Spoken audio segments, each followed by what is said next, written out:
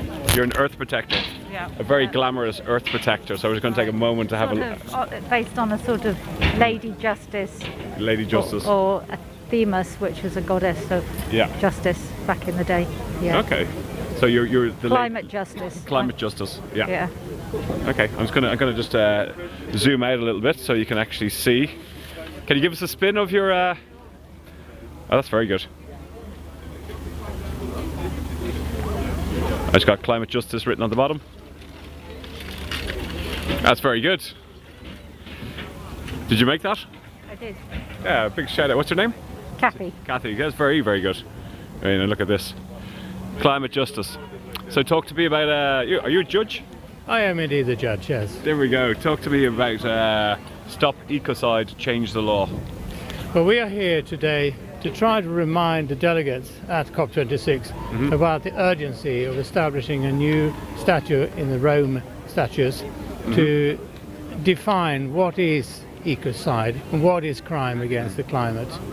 And ecocide is an opportunity to try to hold companies or state leaders to account for damage that they do to the environment. Very good. And do you have the definition of the ecocide law that you're trying to promote? I would have it is a legal definition, and I don't think I can recite it. But just explain it. Yeah, in essence, it's an attempt at defining when a damage is done to the environment, and if it's done in a deliberate, in a wanton manner, then someone is to be held liable for the damage that has been done. Yeah. So it's not seeking to exactly describe the environmental damage, but saying if it is a form of damage to the environment, it should be a crime. Because at the moment there isn't such a thing. So give me an example. So would that be like polluting our rivers, chopping our trees down, burning fossil fuels? Indeed. And of course, the above? And of course, in the current context of COP26, you know, if you are a massive emitter of carbon and you release it into the atmosphere, at the moment you will just go scot-free because there's no way of really prosecuting you. Yeah. So this is where the justice comes in. Yeah. Very good. Very good. And what kind of responses are you getting from, have you talked to like delegates coming in and out of here? We have. Yeah. And although the majority have heard of ecocide before, there are many people, particularly from the minority groups that are here, who are not familiar with it, and who find it's very interesting that there is such a movement on the way. And they all will want to look at ecocide.earth to get more information about it. Okay, so we'll say it again, ecocide.earth. Yeah, correct. And I've heard as well like that there's quite a few countries that are actually signing up for it, and I heard like Belgium's doing a pretty good job. Well, you're absolutely right. There's something in the order of about 130 countries that are signatories to the Rome Statutes. But out of those, we yet have to have a country that will sign it up and make it part of their own jurisdiction and define it as a fifth statute. And that's still to come. But Belgium is indeed at the forefront. And that's what we're waiting for. But I think people within the ecocide movement feel very positive about the possibility of within 3 to 4 years it will become a proper international legally recognized statute. Absolutely fantastic. And have you heard of Polly Higgins? Oh, indeed, of course. The late Polly Higgins. Late Polly Higgins. Indeed. You know, what phenomenal work she's done.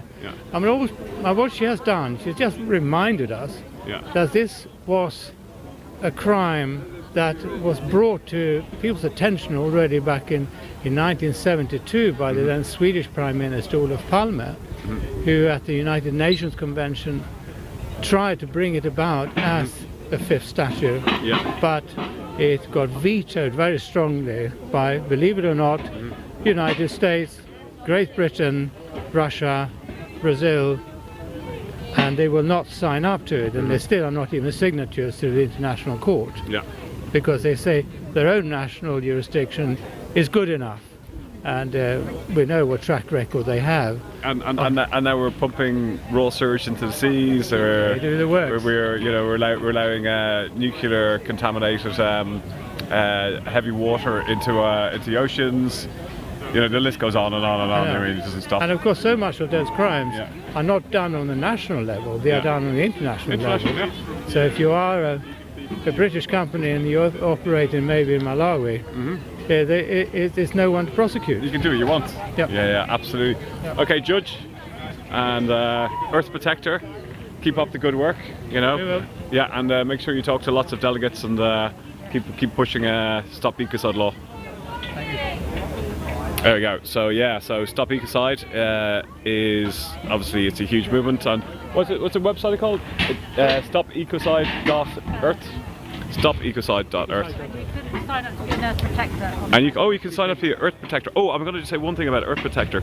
If you sign up to become an Earth Protector, you can then actually use it in a defence in law. In case you ever get arrested, you go, well, I'm actually signed up as an Earth Defender, and just quickly tell me about it. So you sign up as an Earth Protector. Yes, that's right. So it's if you do find yourself in court because you have protested for the climate, then you can say that you are defending the earth, and it will help in your in your defence. Yeah.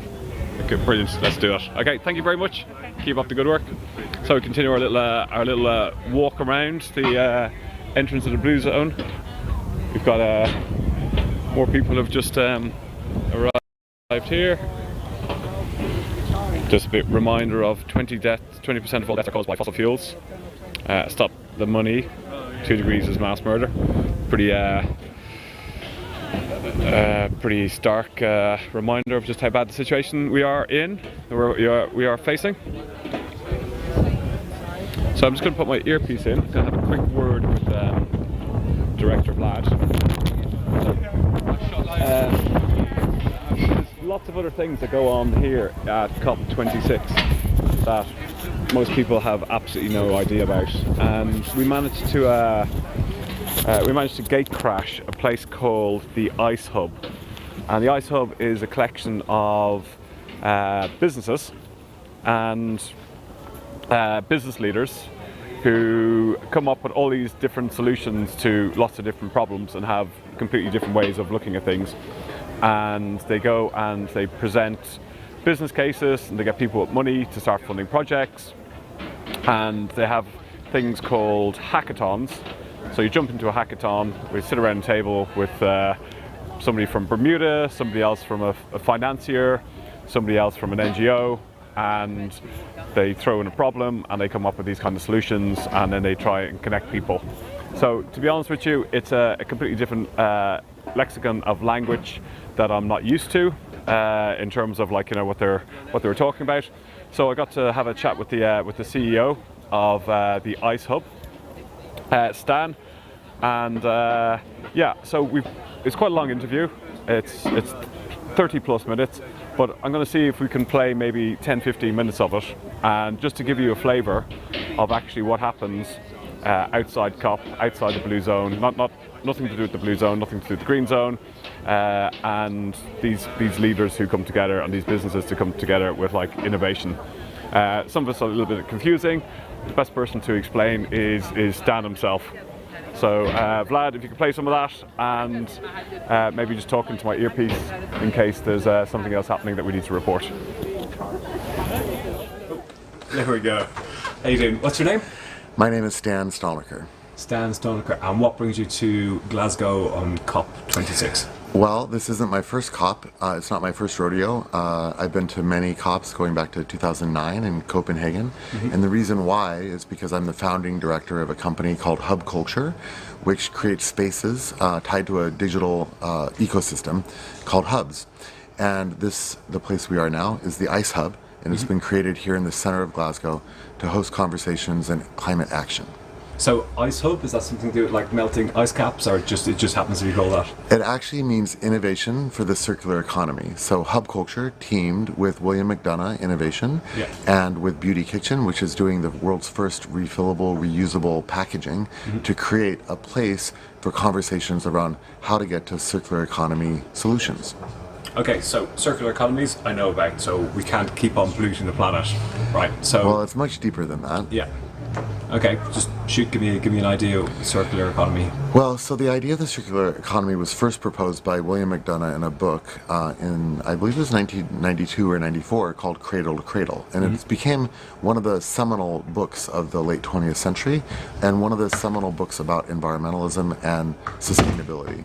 And the idea of Cradle to Cradle was that we shouldn't be designing for end of life. We should be actually designing for end of use. And this is across our entire society. Yeah. And so the idea of Cradle to Cradle is that you come from cradle through the end of use and then all the way back to cradle. So we're missing half of the value chain and half of the entire story when we're looking at products and product use. What's really interesting is that this is also, I believe, true in sociology and in our political systems. In a weird way, we haven't been taking the entire circularity of our society seriously. And so innovation for the circular economy is about finding ways to drive circularity. Circular. They have something like that in Graz in Austria. They had this whole cradle to grave, and they were pushing it out in like towns and cities. And this, I came across it like years ago. Well, cradle to grave is the world we live in now. Cradle to grave. So cradle. So we need to move to cradle to cradle, which means where you can keep on recirculating. And we eat the apple, right? But the apple goes through us. It gets regenerated into a tree eventually, theoretically, right? But when we have the phone, what's happening to the phone? We just throw it away. Or maybe we recycle a little bit of it. This is not a cradle-to-cradle product because we're only thinking about half of its life. It has another half a life for its reincarnation into something else. And this is why we have so many problems in the world, because we're throwing everything away. Everything. Too much. We're literally...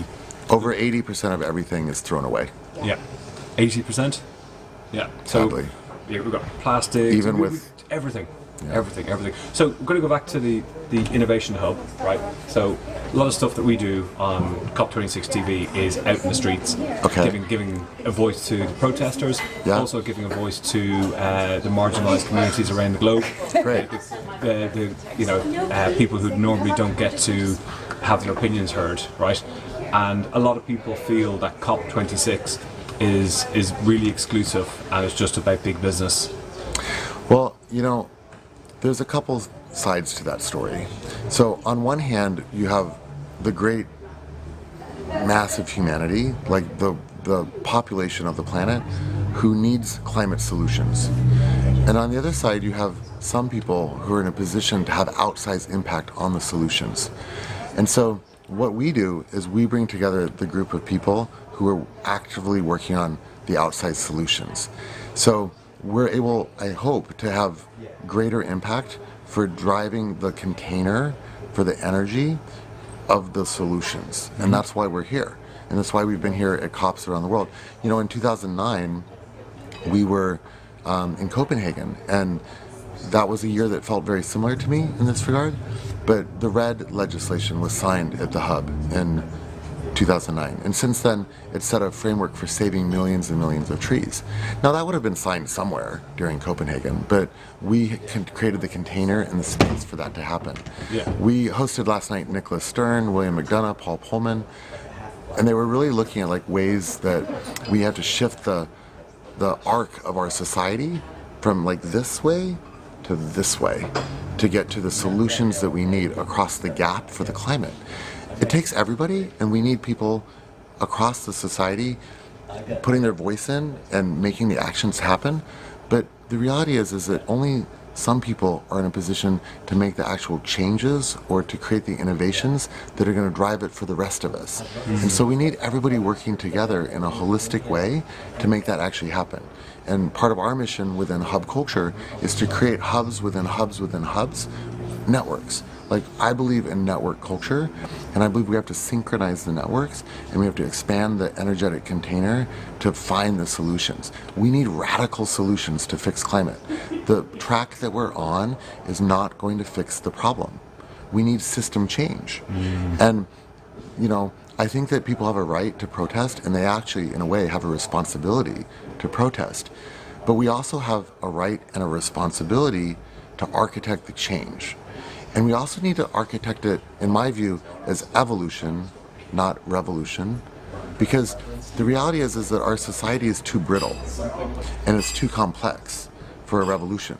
A revolution is a 20th century, an 18th century concept.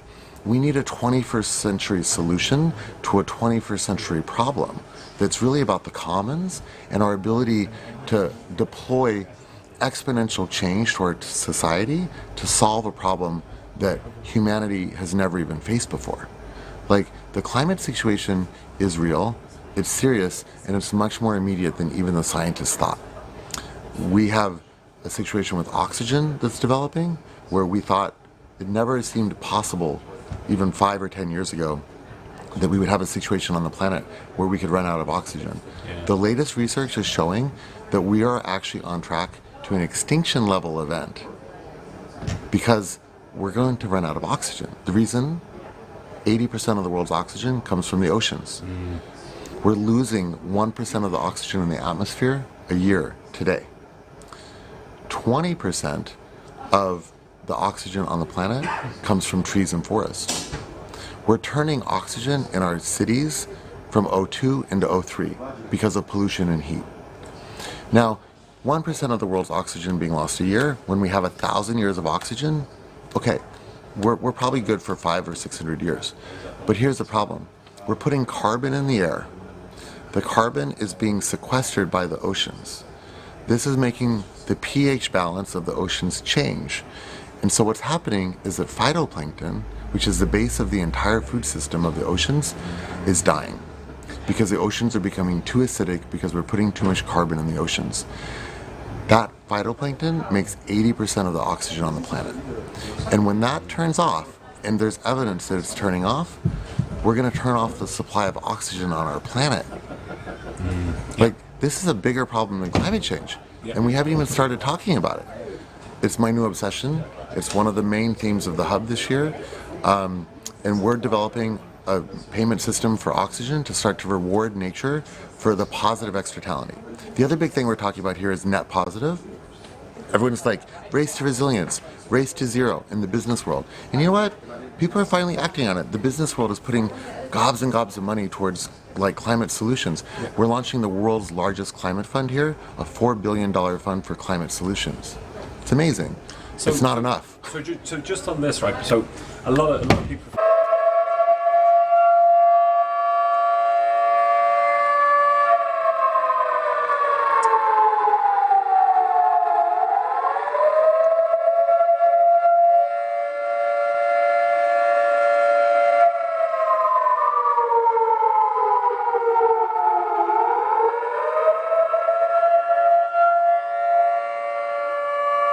We're on the banks of the Clyde River on the south side, looking at the Blue Zone at the moment. I'm hoping you can hear this because the sound is absolutely deafening.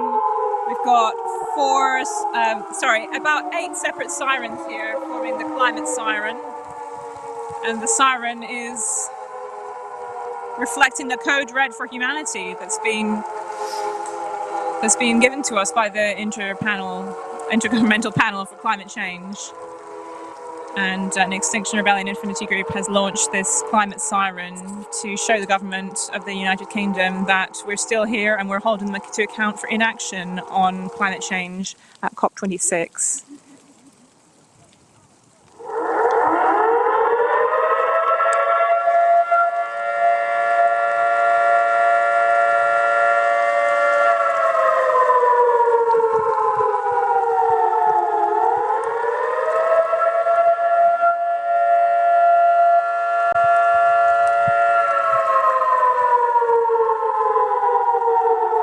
Across from us you can see the so-called Squinty Bridge with that arcing structure that's very iconic.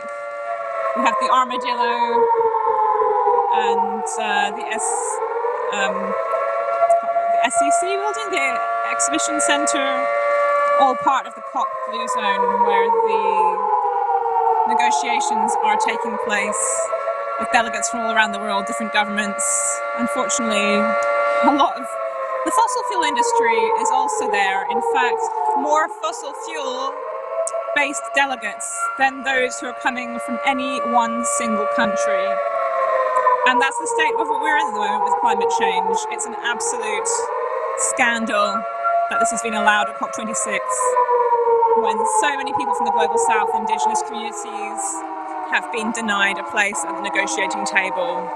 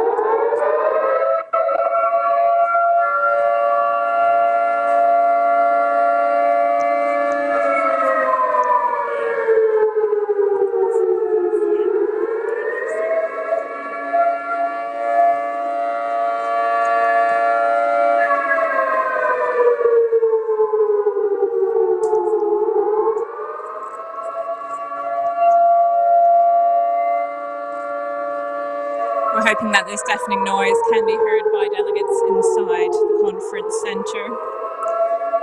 It was very moving and pathetic, actually, in a way, that standing outside the Blue Zone yesterday with my live streaming team, delegates came up to us and said that they'd been inside and they were so disappointed with how the negotiations were going. And some of them actually even wanted to beat the drums that the Extinction Rebellion drummers were using in their samba marches, and to show how frustrated they were. They weren't being heard. They have to come outside the gates to be heard.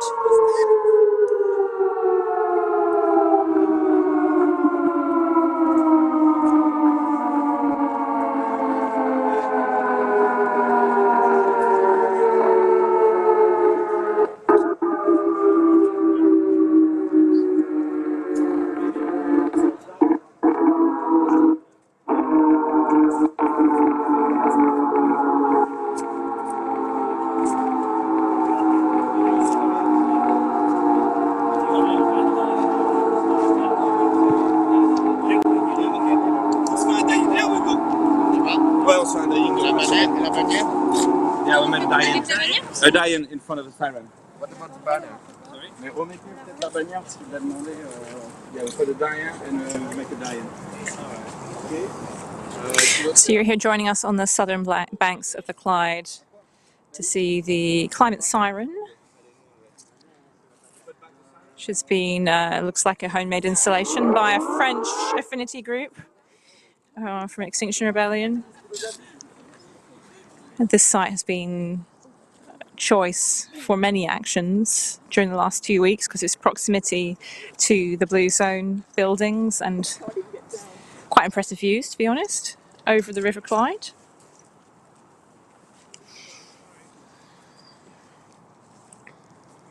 We've been seeing police patrol boats come up and down, acting tough.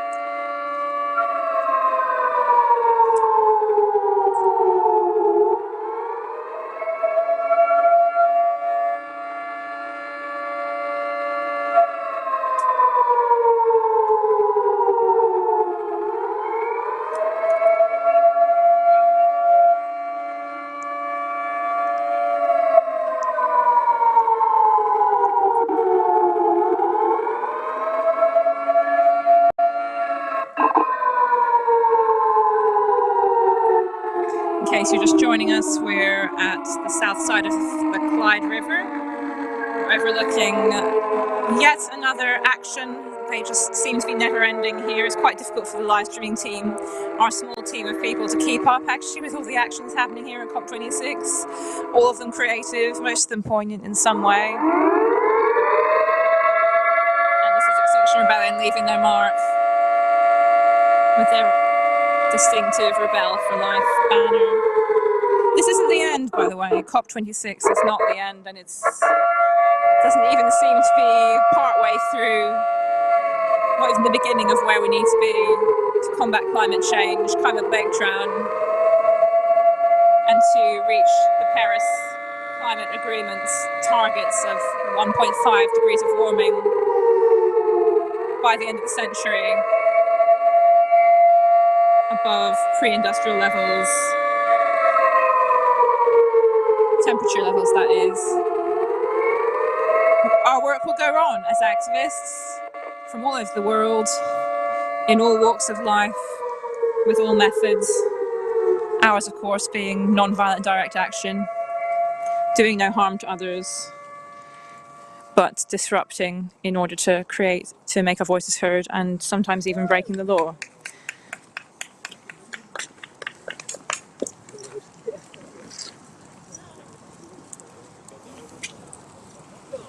That was the climate siren, and I suspect we might hear that again towards the end of COP. In fact, they do have a website, and you can follow the climate siren online as well. Search for climate siren. The action's ended here, but as I said, the action hasn't ended for many of our other rebels at COP. So I'm going to hand back to Fergal, who I believe is in the outside of the blue zone. If you're on LinkedIn, just find me on LinkedIn. So I can't do it next. My phone's taken. Oh yeah, sorry, I'm on. Sorry, yeah. So that was sounding the alarm. So from outside here in the blue zone, you could hear the alarm very, very clear. It was nice and loud. There was a lot of confusion going on. It's quite funny watching the different reactions from some of the different people. There was some very, very confused police on the bridge wondering, is that for us?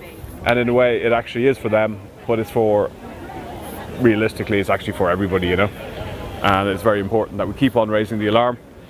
Again, one of the saddest things for me personally is the fact that I was speaking to a young person yesterday on the street, asking his opinion about COP26, and he had no idea what was going on and didn't understand what it was about. And so we still keep on, need to keep getting the message out to everybody. So people on the street protesting is vital. It's a good way of engaging with people. Raising the alarm, absolutely, we need to be doing that as well. Yeah, to our politicians, our world leaders, our business leaders, and letting them know what they're doing again is simply not good enough. So I'm just going to go and see if Vlad, you want to go and continue playing the clip. So we're having an interview with Stan from the ICE Hub, and he was giving an insight of how they bring funders together and they bring business people together, and they come up with clever ways of tackling some of the hardest issues facing humanity.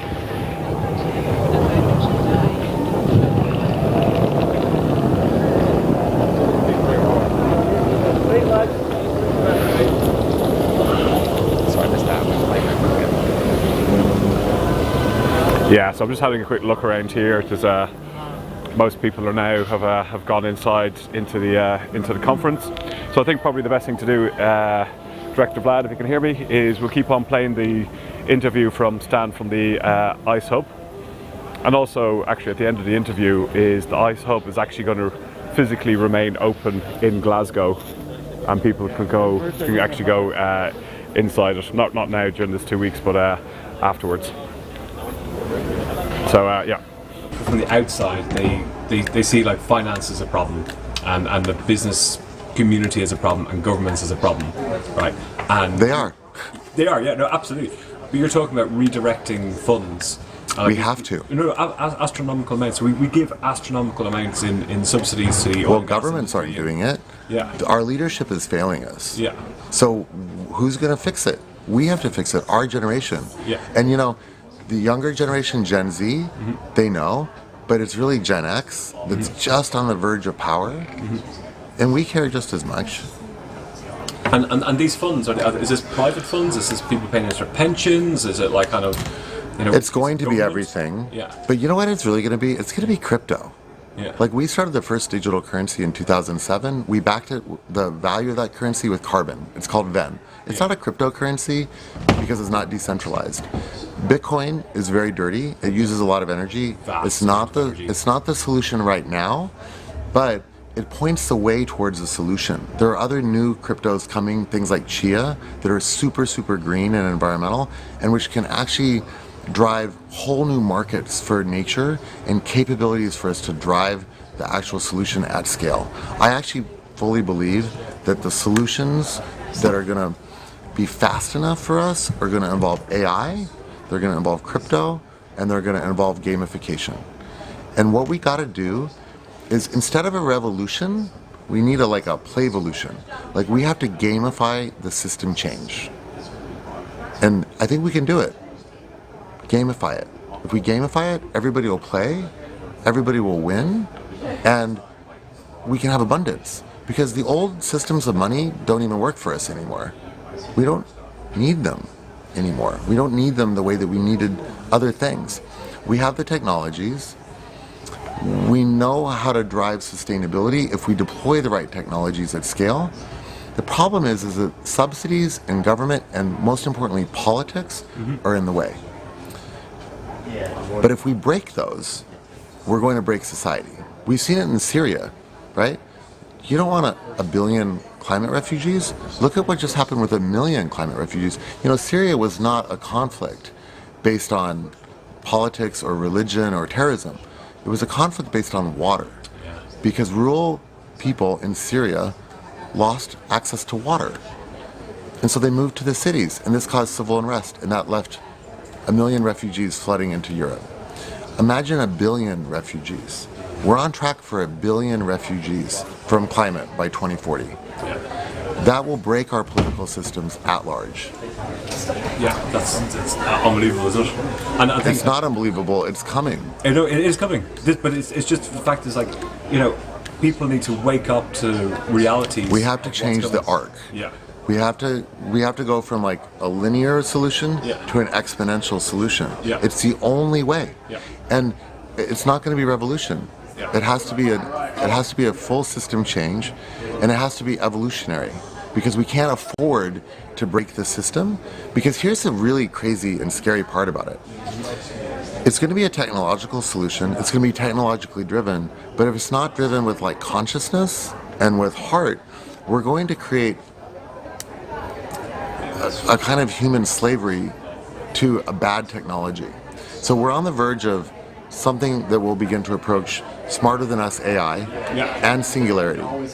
And the way that we build the economic systems right now for this new, whatever it's going to be, that's going to get us to some solution, has to be done with the right metrics in place at the very, very base level. And this is something that we don't even exactly know how to do, but it's got to include some level of governance, but not government governance, people governance. And the technology properly applied will allow us to deploy that at scale. And ideally, we'll do it in a gamification way, so it's fun, and it also enriches the people who are participating. Imagine if you got paid to participate in micro-democracy.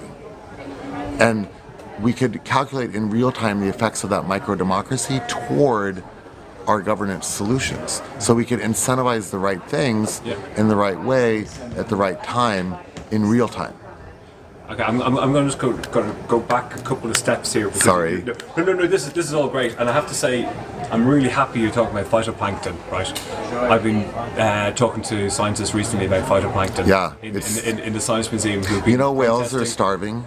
Whales are starving. Whales are actually part of the solution as well. Well, no, whales. Whales are an indicator species. Yeah. So whale migrations are being affected because the tropics are becoming too warm. The phytoplankton's dying. Yeah, and so it doesn't make the krill. So the whales can't migrate to the tropics to have their babies because there's no food. Yeah. So they're starving on the way.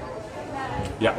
See, I know it's terrible. Like if once we get rid of one part of the food chain, the whole system can collapse. No, I mean it's scary. We're heading towards system collapse in the oceans, and nobody thought it would happen as fast as we're heading towards it. Yeah.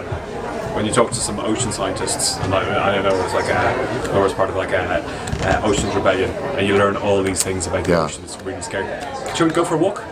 Sure. Do you want to see the hub? Yeah, let's go. Okay. Well, first of all, why don't we look in? We're doing a thing called the Ordinary Club of Extraordinary Women. We've been doing it for many years. Yeah. And we just pulled together a lot of really great women. Yeah. And so you heard them walking past us, but they're all kind of coming in here to say hi.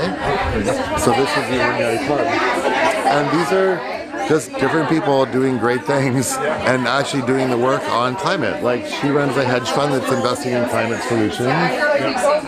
That's our editor, Edie Lush, who you can find her on YouTube if you look for Hub Culture. Hundreds of interviews with people trying to do the right work and trying to scale up the solutions.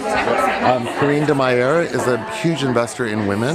She runs, she's part of a group called JEDI, which is investing in women's solutions. But you know what's amazing? Corinne and about another 100 women during the Afghan crisis the last 2 months, we're actively working night and day through a WhatsApp group to mobilize funds and ways to evacuate young women out of Afghanistan who are part of schools that they've been funded. How you doing? Things like that.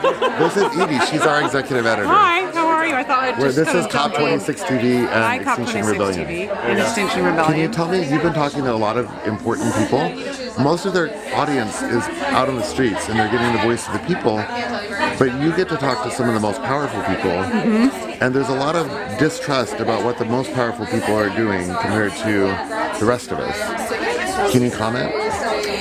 Well, I can tell you that when I spoke to the mayors of Athens, Los Angeles, Bogota, the mayors from 96 municipalities in Denmark who have all signed the Paris Accords, I can tell you that there is a lot of anger and distrust at a city level, but there's also, I think, a lot of hope coming at that level, because for me, what I heard was we're going to do it regardless of whether our national leaders are doing it. We're going to do what?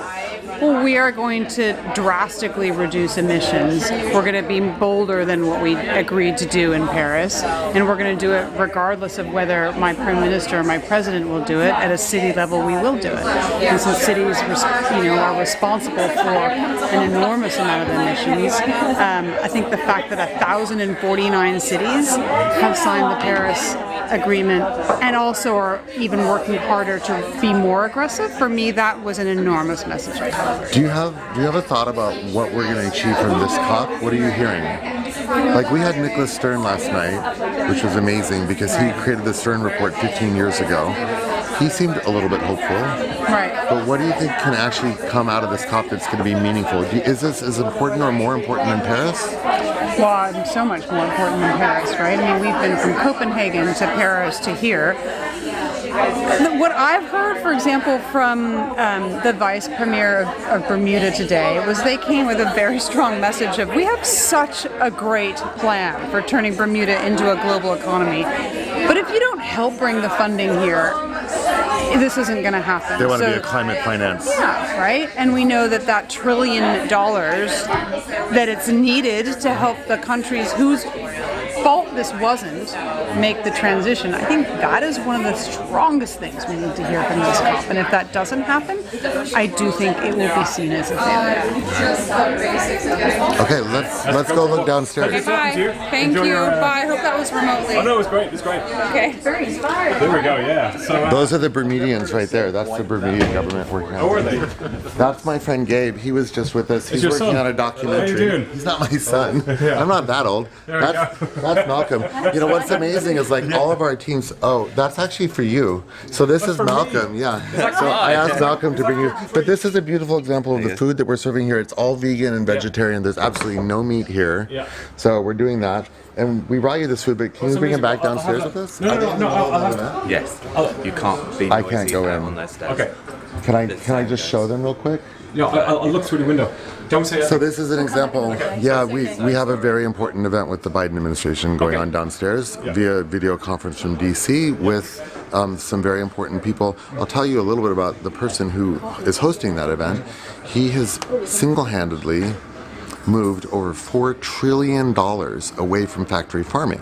So it's my friend Jeremy Collar. Jeremy invented something kind of boring called the secondaries market, but he happens to be in a very unique position, and he's one of my heroes. The secondaries market is a place where money from sovereign wealth funds and pension funds kind of goes through a little spigot into other things. And Jeremy happened to invent the spigot that controls that money. His firm is one of the most important firms in Europe because he created this what's called the secondaries market. Jeremy is an example of a hero that nobody knows about because he's vegan and he loves animals. And so he said, I'm going to make sure that companies that do the wrong thing for how they treat animals become uninvestable from pension funds. So he's been working the last 7 years through a group called FAIRR, F-A-I-R-R, and he's launching something called CALF, C-A-L-F. And these nonprofit organizations are designed to put standards and pressure on companies that produce food to treat animals better. Jeremy has single-handedly, with his vision, moved over $4 trillion of money away from bad factory farming. I mean, nobody talks about him. Nobody really knows what he's done. But, you know, that's the thing everybody on the streets wants to see, right? Jeremy Collar, look him up. He's been doing that very quietly for the last several years. He's one of my friends and he's a partner here. Yeah. He helped to fund and create this space. But, you know, it's kind of amazing what he's done. And, he doesn't do it for the credit. He does it because when he was like 11, he became vegan because he loves animals. And so this is the kind of interesting thing. Like, I think especially with our generation, the young people will eventually be in positions of power. People who were once young are going into positions of power. And even old people who are part of the problem, we're all part of the problem. We're all part of the solution. Like, it doesn't matter where you sit. It doesn't matter how rich you are or how poor you are. We're all part of the problem and we're all part of the solution. And we have to work together. We have to synchronize. And we have to find coherence. Because if we're out of synchronicity and we're out of coherence and we're not in flow state, none of it's going to work. You know, we have a spirit animal here at the hub. Always at our hubs we have a spirit animal. We're in Davos the last 15 years. They're our team, we call them the snow leopards. It's like sleek, you got to be quiet. Here, you know, I asked this kid who was helping us set up the internet a few days ago, I'm like, what's a good spirit animal for us for the hub here in Glasgow? Because we're in Scotland. And I thought he'd say like a stag or something. He's like, well, you know, there's a lot of sea otters here. And unfortunately, it was the day that Glasgow was getting flooded. And so he said, like, it's really amazing. The sea otters come in from the ocean and they swim up the river. And they have these little nesting and eating places, and then they kind of go back they go back and forth. But because of the flood, the sea otters were floating down the street. Oh. And so, but they were fine, you know, they didn't die. But I thought, we should be sea otters because they're sleek, but you know what? They go with the flow. Mm-hmm. So our little symbol all week, when it's all going crazy, which it often does, is just go with the flow. And, you know, I do believe that the solutions exist or will exist if we work together to find them. And so we need everybody out in the streets putting pressure on our leaders to make the changes that are needed. But we also need people here in this place actually doing the work to make those things happen and to scale them. And so, you know, I have a good friend. He runs the largest solar power company in the world. He's not single-handedly, but he's done a lot to bring down the price of electric power. These are some more women. Hi, Beverly. How are you? Tatiana. all amazing women. Tatiana runs a network of CEOs with Krista that are doing work on purpose. It's called Leaders on Purpose. And they bring leaders together and give them a platform to talk about bringing purpose into your company. It's not enough just to make money anymore. You need to have purpose. What's the point of making all this money? You know, somebody wrote on the front of the hub, "No private parties on a dead planet." And actually they wrote on the Leaders on Purpose sign, "The only leader I follow is Greta Thunberg."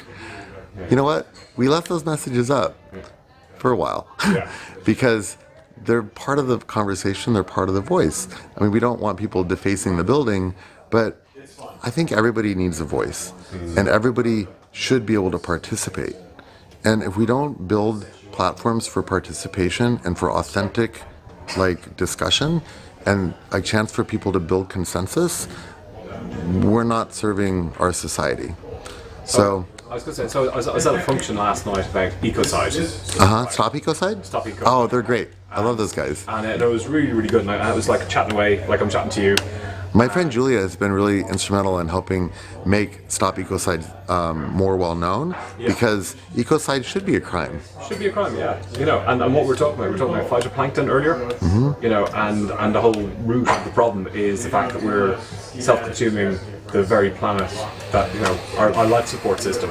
Yeah. And having like an ecocide as a law. The problem is that we have no governance of the commons. Yeah.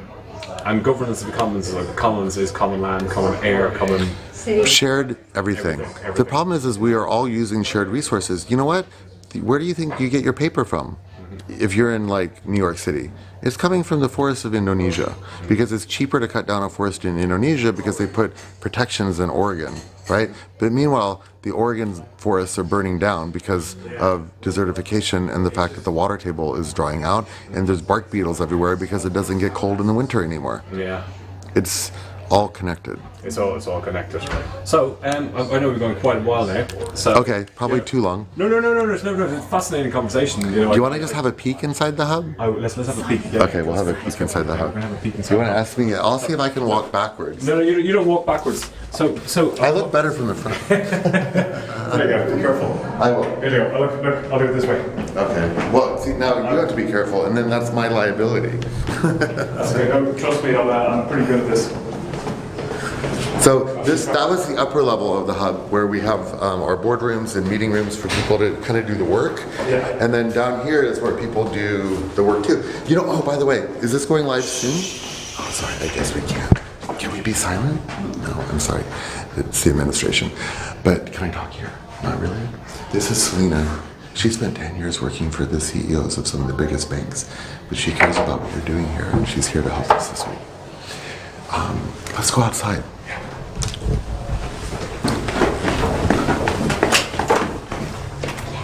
So what's really amazing, if this is going to be live soon, if you are a coder or if you're into technology, we actually launched a hackathon this morning called the Venn Hackathon, actually with Laura here.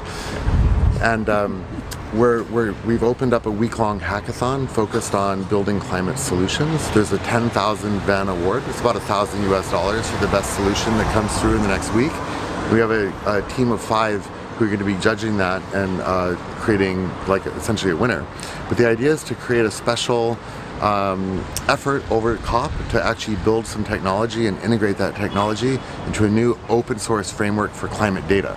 I think that we need data to be able to make better decisions. And so if you listen to the podcast from this morning on the Hub Culture Chronicles on iTunes and Spotify, it'll be out tomorrow, you can actually get all the information about that hackathon and learn about what I see or what we actually created this morning as a potential solution for system change evolution.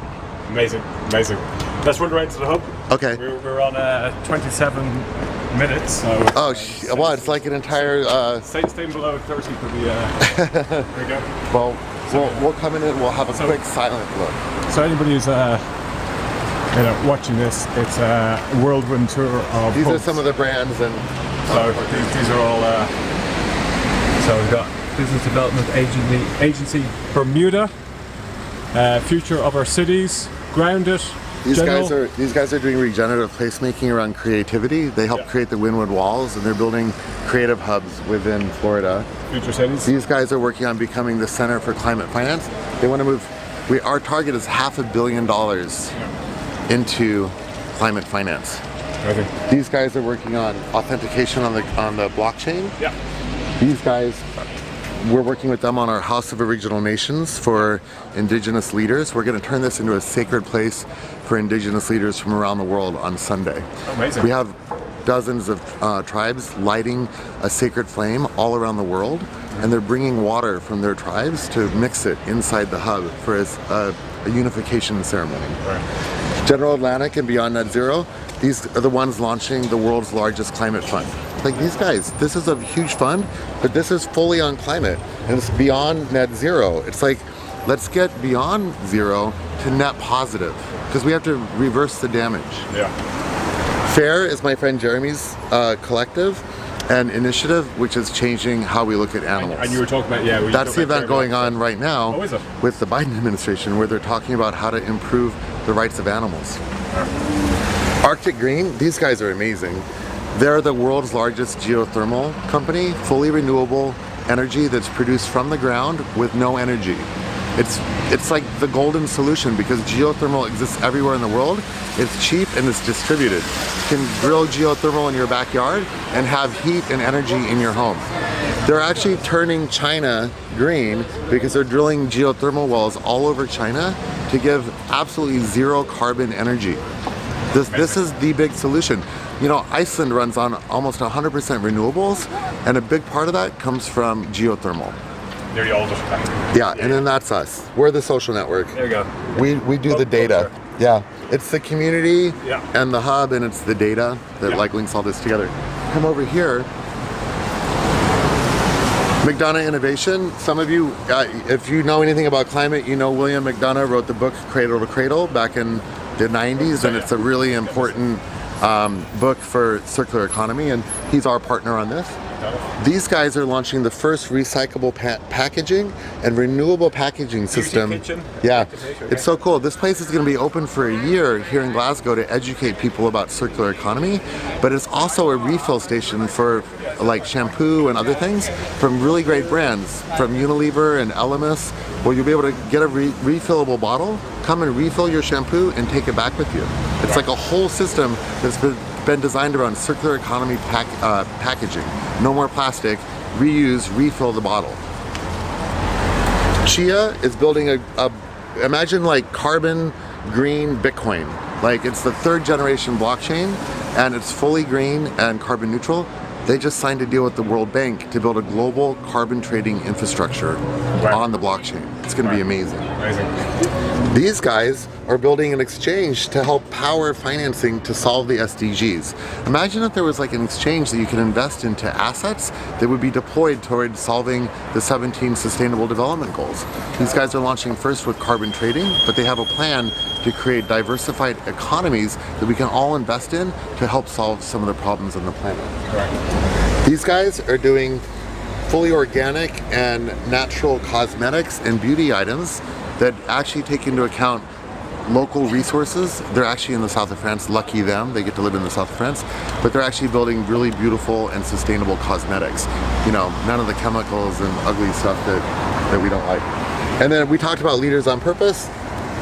Whether you're Greta Thunberg or a CEO, it's all about how do you put purpose in your brand. We had an interview with Hakan Burgulu, the CEO of Arcelor, talking about how he's driving purpose.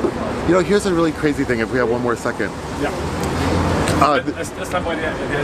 His company makes washing machines. And his company makes washing machines, but did you know that like every washing machine on the planet, when you wash it, all these new cosmetics from fashion, or these new things from fast fashion, have microfibers of plastic, and they wash through the washer and they go into our oceans and seas. Well, Hakan's company was like, screw that, so they spent an extra little bit of money and they put a filter on every washing machine to stop microfibers and microplastics from leaving that environment. That's amazing, because he's actually saw that there was a problem and he changed his whole production supply chain to deploy a solution for that. That's a leader with purpose. There we go. So this is quite amazing. So I think You can just get a little peek inside. Yeah, I was going to say, let's have a little peek. So this is, you got a conference going on at the moment with FAIR, the people you're talking about. Yeah, they're doing an important conversation with a bunch of leaders of the U.S. So that's in real time. Yeah, working on, that's the Biden administration. Let's have a look.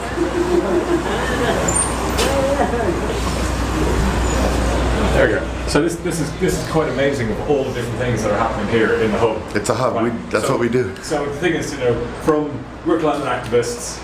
Well, actually, my day job is renewable energy, but we're here for the 2 weeks, getting the voice of people on the streets, and it's good to get a bit of a balance, just seeing what kind of innovation is going on. So you guys are doing a pretty fantastic job. Thank you. To bring it all together. I've actually got a pan out here, so I get to be on the end of it. I've got how to say. I'm down with the namaste, and I've been in Hawaii a lot, so I'm down with the aloha too. There we go. Yeah, no, amazing. Look, it's been a pleasure talking to you. Likewise. You've just given me a whirlwind tour of all these great companies you're working with that are all trying to work towards climate solutions and a sustainable planet. It's going to be a lot that people are not going to have any idea what you're talking about.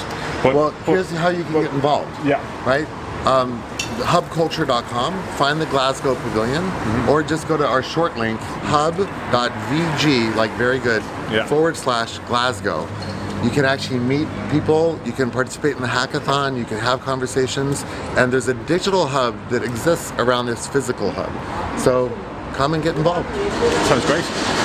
Okay. It's been a pleasure. Likewise. Thank you very much. Fist bumping? We're fist bumping. Elbow bump? We do the Yeah, there we go. All right. Thanks for having take us. care. All right, catch you later.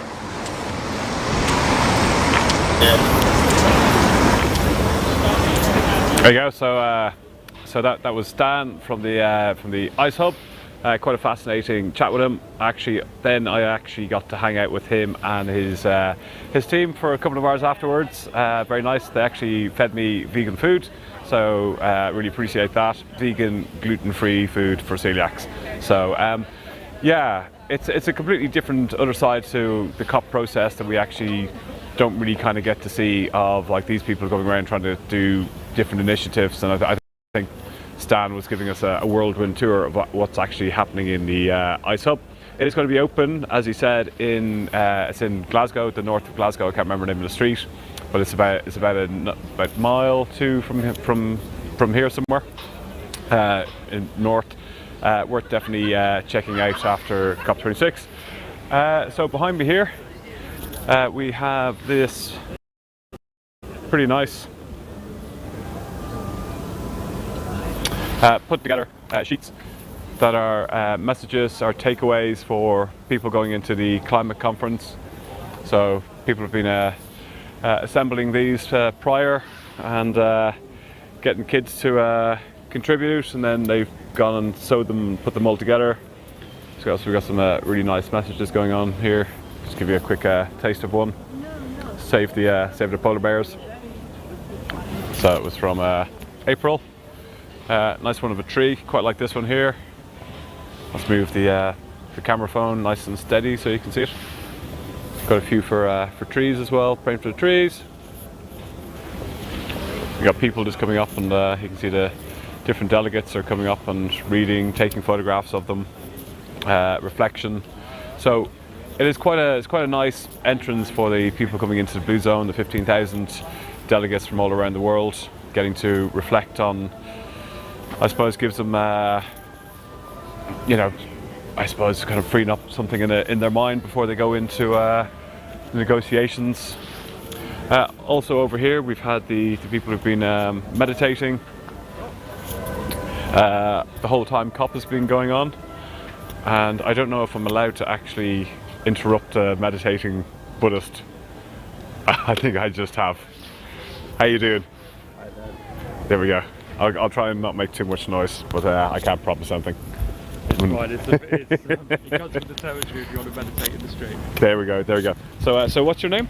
My name's Nick. Yeah. And I'll just hold this Nick, so just let me sort this out. This is actually very advanced technique we have. This is very expensive live streaming equipment here. So your name's Nick? That's right. Nick. And are you a Buddhist? I am, yes. Practicing yes. Buddhist, okay. I am, yes. And also, I'm just going to pan out. You've got this you've got these signs, so you can just see all the signs behind, and you're holding a sign here. Do you want to just explain this sign and what the messaging is? So we got a number of signs from different activists in Africa. This particular one is one of the ways in which I found myself. It's just trying to get this a little bit closer so you can hear this important message that you're saying.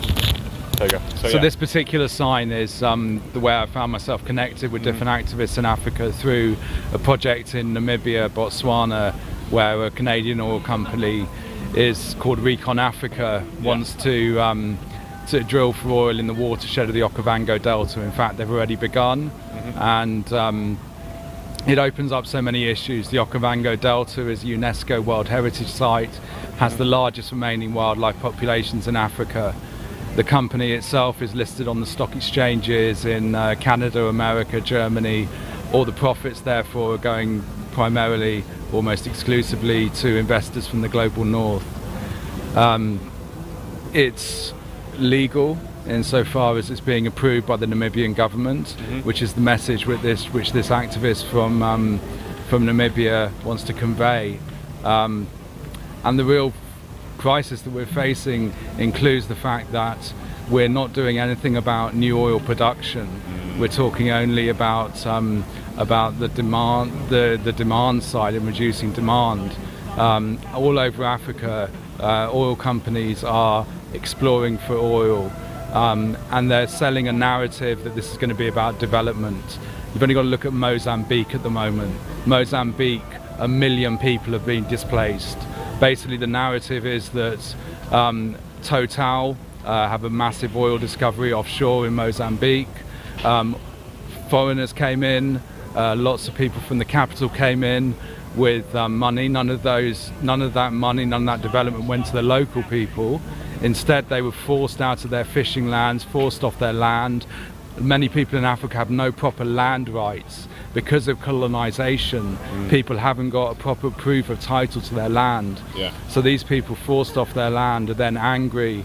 Young people, Al-Shabaab, the Islamic kind of fundamentalists come in, capitalize on that anger, and now you have children as young as 11 being beheaded. Oh God. We have 1 million people now displaced in Mozambique. So that Niger Delta, look at what's happened with Shell in the Niger Delta over the last almost 100 years now, polluting that environment, leading to corruption, leading to the complete devastation of a delta ecosystem, which is what one can imagine happening in the Okavango Delta. And all of this is not, so this narrative that a company like Recon Africa is playing out in Namibia, that this is going to lead to development, is so patently false. Instead, like even organizations like the International Energy Agency are saying there needs to be 1 trillion a year in investment in clean energy solutions in developing markets. And this has to be proper investment, not debt-based investment. And that's I'm sorry, so this everything you're saying is like absolutely shocking. It really is absolutely shocking. And you get to hear more and more about the destruction of the oil and gas industry, and also heard, like with the Mozambique, that the UK government, part of their overseas aid budget, is actually going to developing this gas field. Yeah, part of the basically 1.1 billion of our own taxpayers' money has been given to Total, effectively, to develop that project. Yes, in Mozambique. Shocking. So we're going to take a little look at these pictures over here. So we've got. So these are messages from. Do you want to come and have a look? Yeah. So just talk to me what's going on here. So these are messages that have been shared with us from different. So I'm going to just get to a better position. Yeah. So these are messages that have been shared with us by different groups across Africa, talking about some of the issues they face, which are very similar to the ones I've just been talking about: destruction of ecosystems, and also the irony, the terrible irony in Africa is obviously that these countries are already facing the impacts of climate change.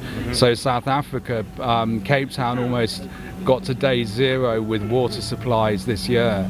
The whole city running out of water supplies. The Buguma National Park in Uganda. Sugar plantations already cutting through a really precious ecosystem, and now the East African crude oil pipeline about to be laid through it. Again, a global north country, Total, alongside a Chinese oil company looking to lay a pipeline for 1,400 kilometers across from Uganda to Tanzania, cutting through all sorts of fragile ecosystems. So that's one of these. There's many messages here. I'd like to invite you maybe just to film some of the Let's talk about so all these messages now are from people living in. This guy here is living in Uganda. And he's calling out just talk me through where did you get the messages? How did you contact these people? So I've been campaigning about the oil exploration in Namibia. Here in Glasgow. I was very grateful to have support from XR Sheffield. And we did an event which was all about new oil exploration by the global north in Africa. And XR Sheffield have been already connecting with activists in Africa, and so these were messages that were conveyed to us specifically for that action, and so these are people who obviously were unable to make it to COP, whose voices aren't here, and the messages that they wanted for us to share. And that's the lady you've got there in your chair. It's Brazuka. And so XR Sheffield and working with Uganda. Is that what you? XR Sheffield have already been doing some justice campaigning. And they found lots of these different individuals through their networks. So here we're let's pick out this one here. I can't pronounce any of these names. Asana Sesi from Sierra Leone, which is we've heard it's been a war-torn African country for years, and we demand a payback to Africa for the loss we are undergoing because of climate change. So So I mean, what can you say? I mean, these are the legacies of so much of colonialism, and in fact, if you take a step back, where did the Industrial Revolution come from? The Industrial Revolution came from cotton grown on slave plantations in America, which then became industrialized in the UK, and then we created some steam engines, and then we created some coal engines to turn that into fabrics, which was all part of the triangular slave economy, where we were then exporting that manufactured textiles back to the countries that we'd colonized. This is the roots of the Industrial Revolution. This is what we are talking about. It's actually prior to capitalism. It's merchandism. If you want to look at so where does Uganda come from? Well, I'm just looking at this Uganda. So Uganda was was the East Africa Imperial, as in UK Imperial East Africa Trading Company. Owned effectively Uganda, could not and then bequeathed it under Queen Victoria to the British government. That is the history of Uganda. As you do, just give away a continent, or tear it up into pieces on the chessboard. So this is the root of capitalism. Capitalism has had this model from its onset, and we are still what we call neoliberalism now has always been the model of capitalism. And so these people here now, let's just again picking out Niger Delta, and we hear about the gas flaring that's going on there, and there's messages here about saving rivers. I mean, Finfast was telling me that gas flaring has been burning there continuously for 50 years. 50 years? Yes. 50 years? 50 years across the delta, continuously burning. So, yes, these emissions that are built up in the atmosphere. Yeah. They are the responsibility of Shell in the case of Nigeria. Yeah. And Shell now, if you go to South Africa, Shell is doing massive oil exploration off the coast of South Africa at the moment. Yeah. So this just continues.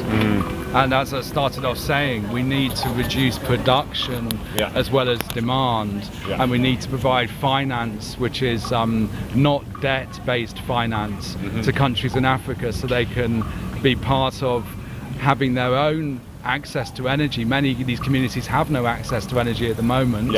They need renewables, clean energy access.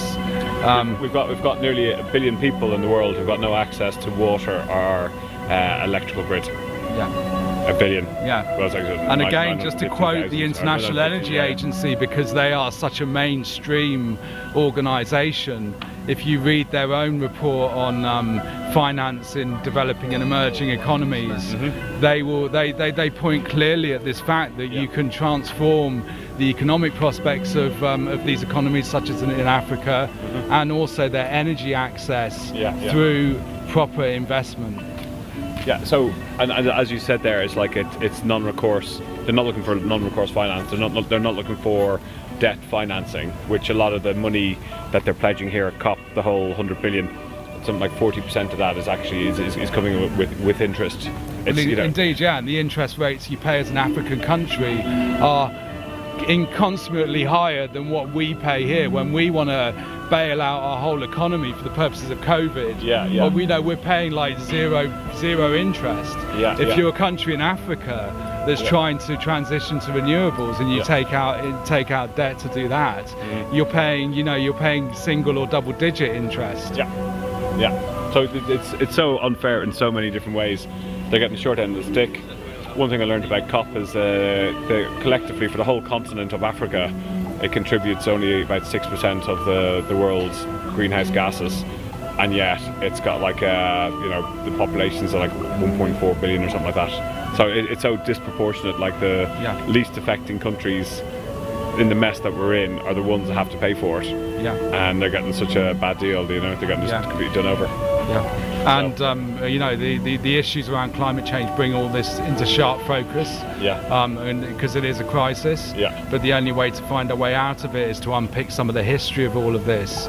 And this is where reparation and the concept of stop the manganese and all these different movements. It's all about looking at what's actually happened in the past and trying to heal that and make amends for it so we can move forward as a society.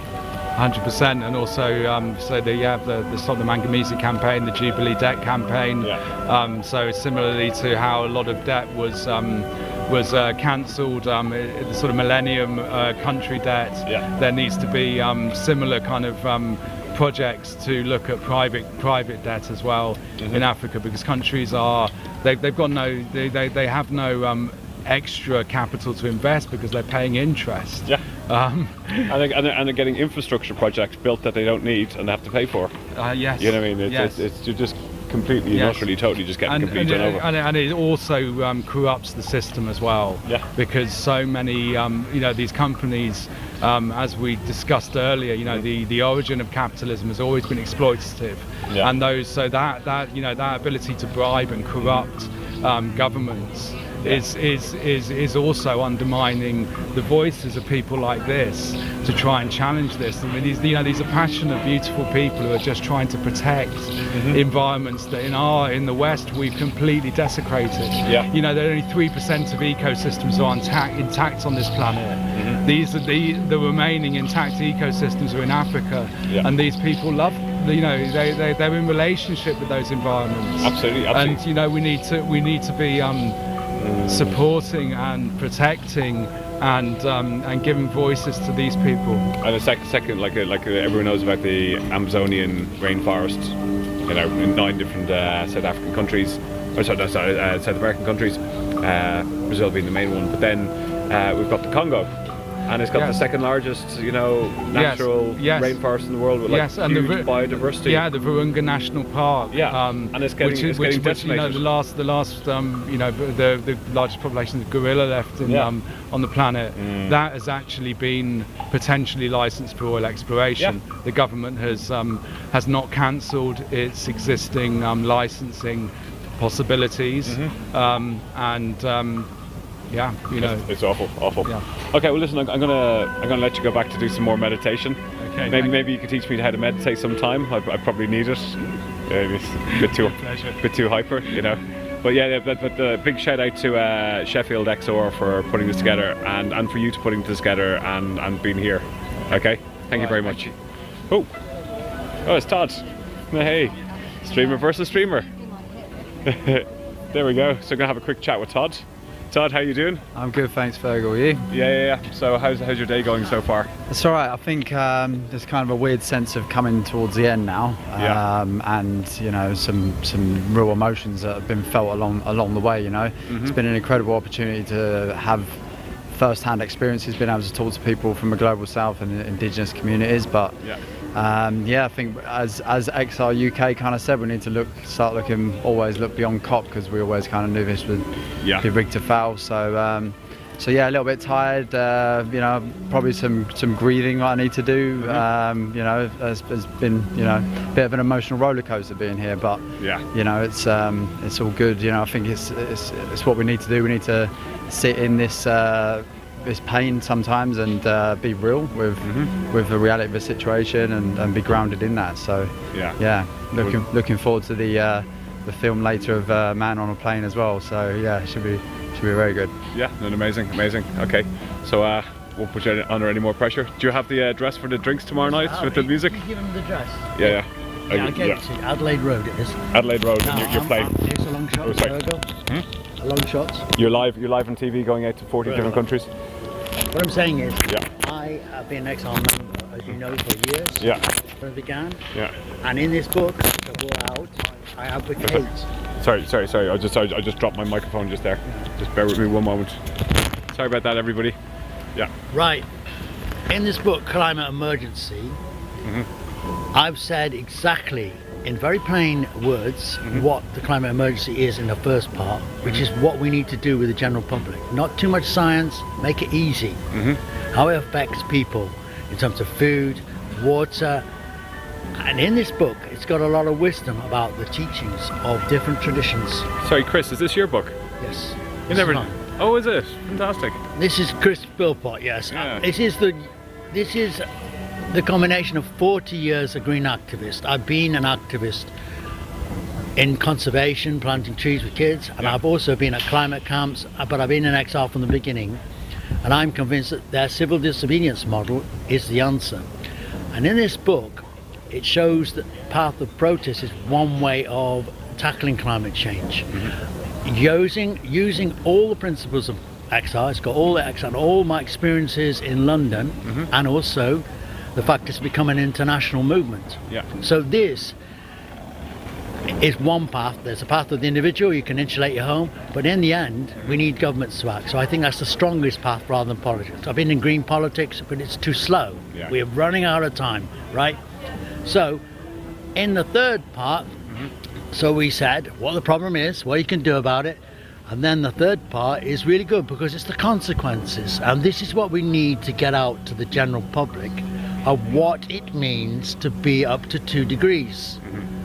That's what we're heading for, 2 degrees at least.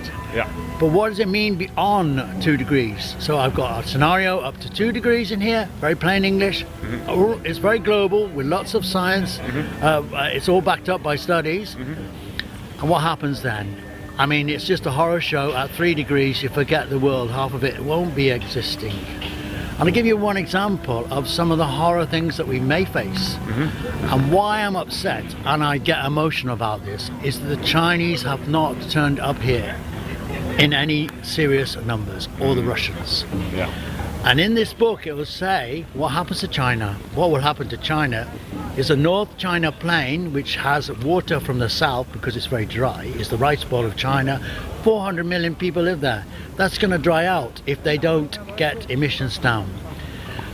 whole of Shanghai and Guangdong and all their industrial area will be flooded, right? But the worst thing is the wet bulb temperature, which people don't know. If you have a thermometer that's got a wet bulb that measures humidity as well, if it reaches 35 degrees, you cannot work outside. You'll be dead within 2 hours. Why? Because your body can't sweat. So we're getting to extremes, and China will face this. At least the Americans know California is probably going to be a write-off economically because there's going to be no water there. And the other thing that people got to remember is that climate belts are moving north, so the prairies will produce less wheat and geopolitics will change. The final part of the book is about what it's really about, is the teachings of different traditions way, way back. Shamanism, paganism, Sikhism, really good quotes of what is happiness, what is living with no need for greed, what is that, what is it, and it looks like, and these are very succinct quotes.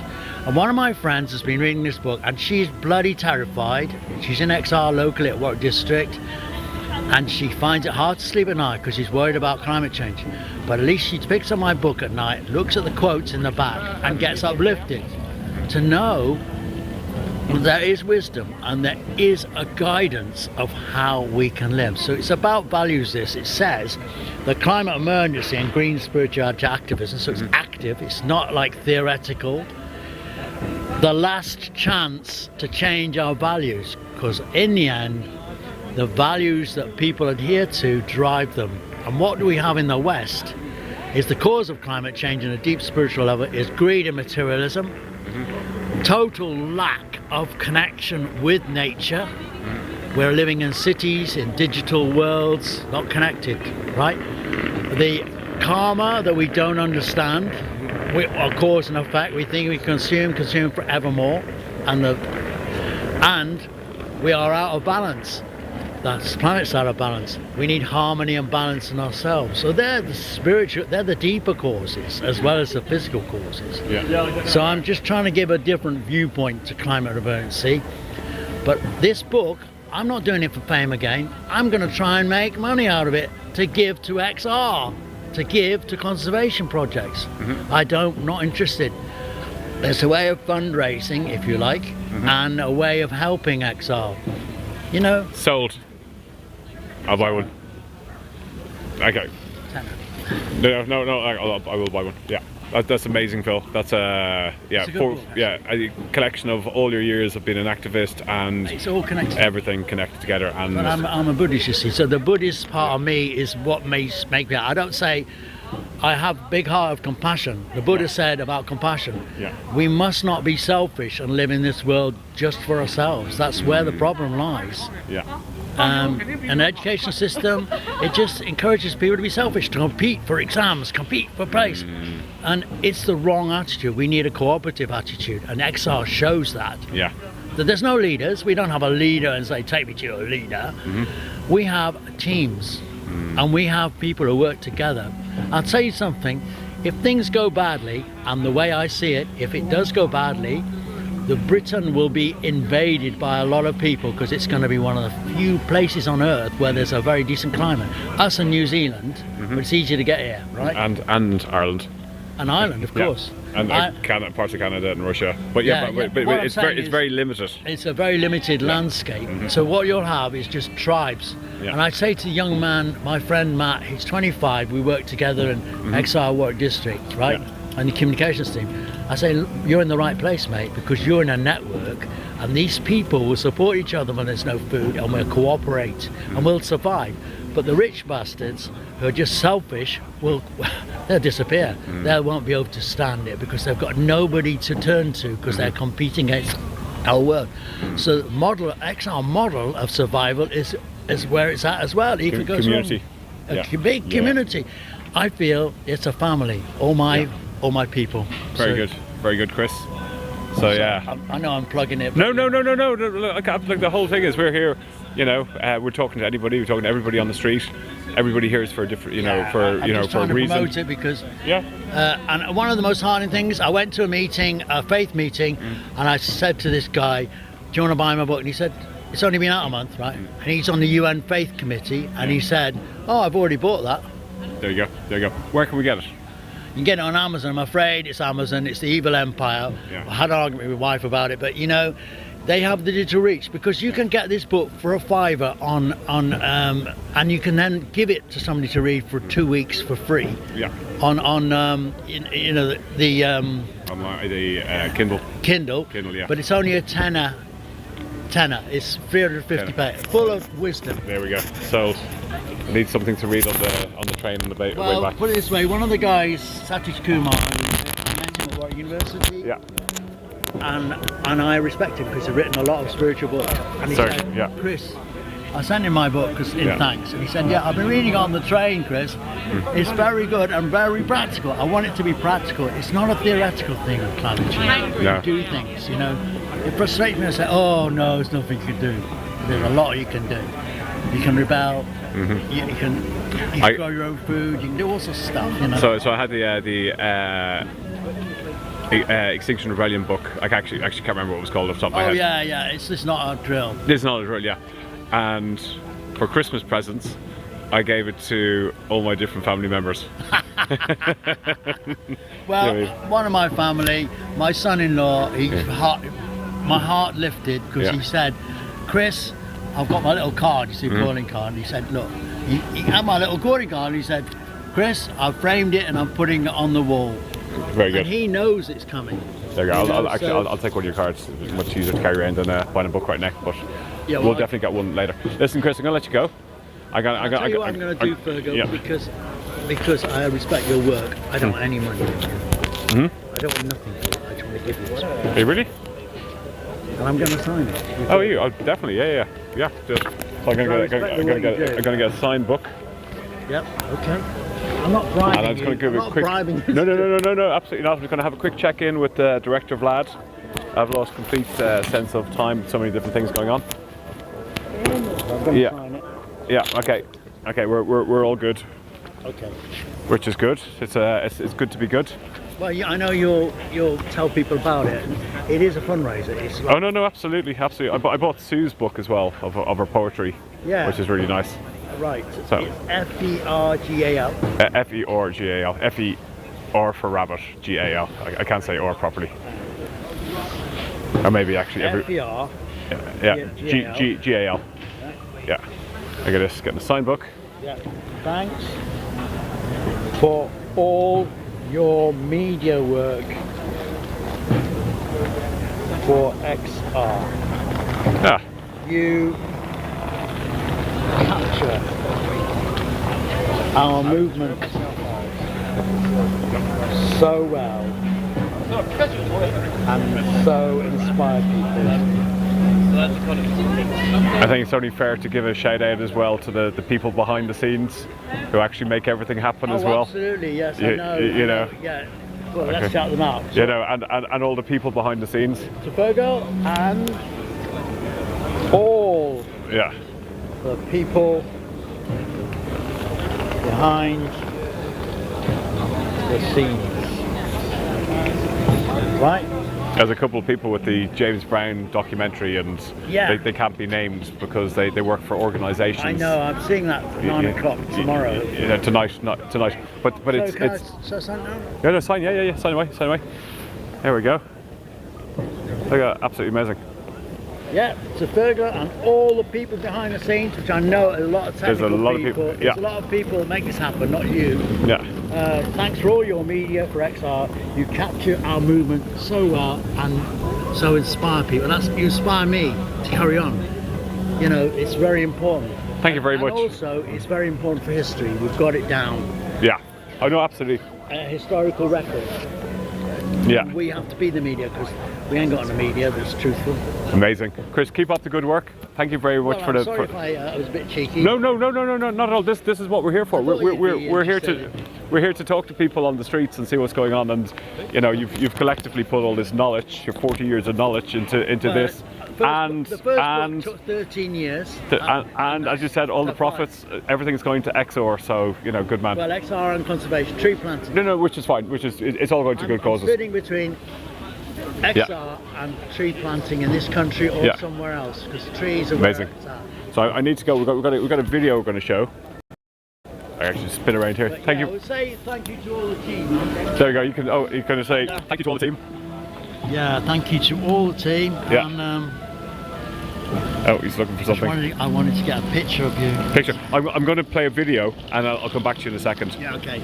So yeah. So thanks very much, Chris, for this, and for getting us signed, and also for all the people in XR behind the scenes who don't actually normally get a shout out. So to everybody, you guys did a great job. We've got a video we're going to play, and on micro. Didn't quite catch it. Yeah, so we're going to play the video and we'll have a chat. Micro justice, I think it's about. We're going to find out together collectively. Okay, thanks. For me, whenever I see police engaging with young black men, I never ever leave. I need to find out what is happening. Is there someone I could call? So it happened that Bash and his colleague, they are delegates and they came here, and they had booked their hotel and it fell through, and they saw someone and asked them to take them to the coach station, and this person decided to hand them over to the police. So when I was passing, that was the interaction I saw. I could see that they were apprehensive. I could see that the conversation with the police was a bit, hostile. And then so when I asked the police what was it, and he told me, I said, okay, we've got a spare room. So Bash has been staying with us. He's come to the play with us, and he's been a good guest, and he's been like a brother now. So he's been in the conference, and he's been in the COP26 negotiations. So Bash, do you want to tell us a little bit about what it is like, and what do you think? Are you hopeful about the negotiations? Thank you very much. Good morning, everyone. It is so great to be here this morning. My name is Bashiru Kuruma, but I am commonly called Bash. I am from Sierra Leone, West Africa. It is really very humble, and I am very grateful to be here because this is like the greatest cause that humanity is facing currently, climate change. And it is very important for us all to take it as it is, for us to fight, to ensure that the right cause and the right things happen. I am really very impressed with the conversations, as you ask, the commitment of world leaders, but however, we need to let them take action, because it has been very long time they have been telling us this commitment. They have been promising us, telling us they will do something, but this is now the time for us to ensure that what they have been promising happen. So I want to actually say that I am very happy to join all of you, to add my voice, my small and little voice to this process. It was really very, very wonderful meeting Madam Yvonne. She has been very, very helpful to us ever since. And again, the people of Glasgow are very welcoming. It has been very hospitable, and we are finding it very, very lovely to stay here in this city. I want to thank you all for this cause. I want to be part of the process. Thank you. Thanks to everyone.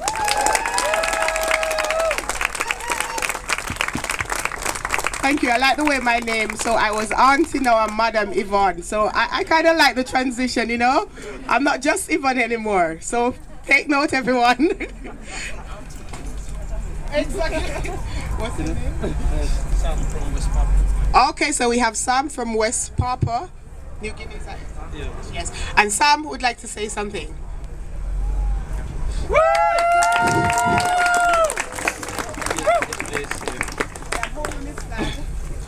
When I say kill the bill, you say kill the bill. Kill the bill! Kill the bill! Kill the bill! Kill the bill! Kill the bill!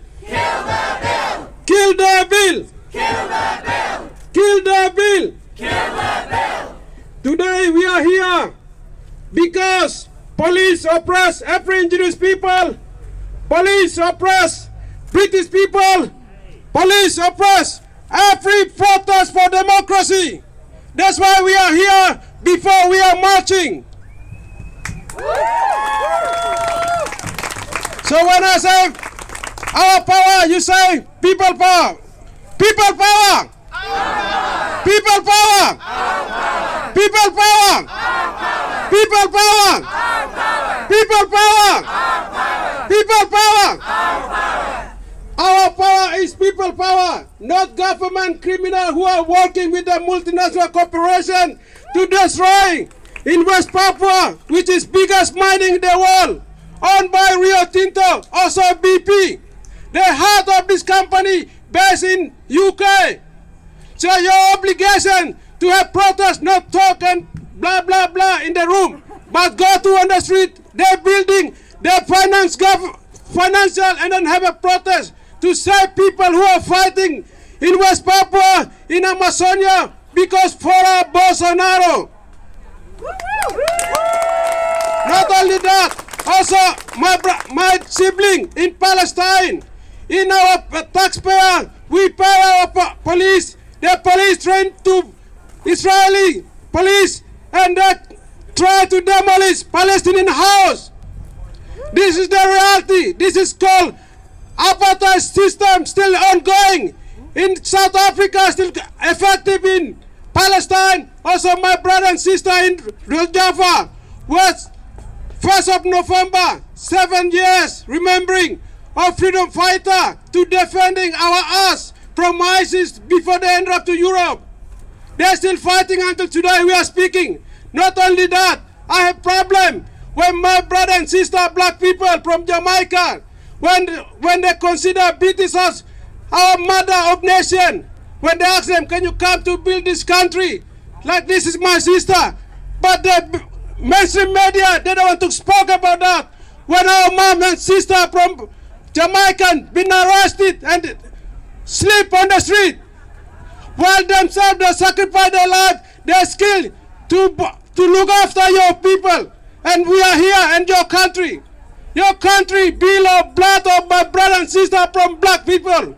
This is the reality. This is the, in fact, why we are here. If you cannot have sympathy, if you cannot have heart, you are a monster.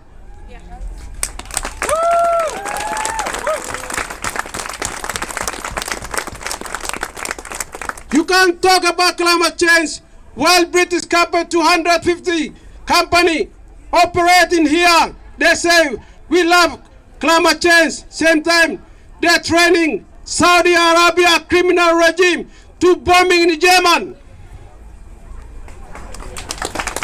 And same time our police training Colombian police to kill my sibling in Colombia. They still have a protest until today. This resistance not about indigenous struggle, but us international world citizens, we need to come together, unify power to liberate, not only liberate indigenous people, also liberate our working class.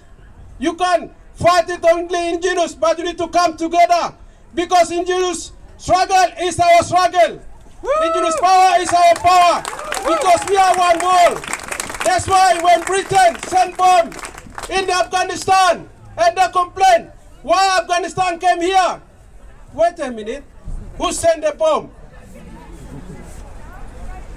Who colonized Africa? And you complain about their blood, their resources, build this country. And I remember three slogans: no black, no Irish, and what? No dog. So you still consider us like dog. When you go to COP26, why they have a blue zone, green zone, and what? So racist system from colonial to neo-colonial still exists and you're still talking about that. So you're, in the beginning you are racist and it will continue until racist. So as citizens, let's unite it, smash the system.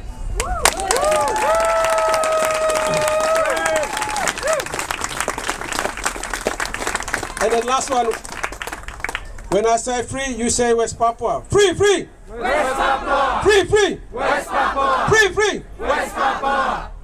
West Papua will be free, Palestine will be free, Kurdistan will be free, Western Sahara will be free from criminal fascist regime of Moroccan.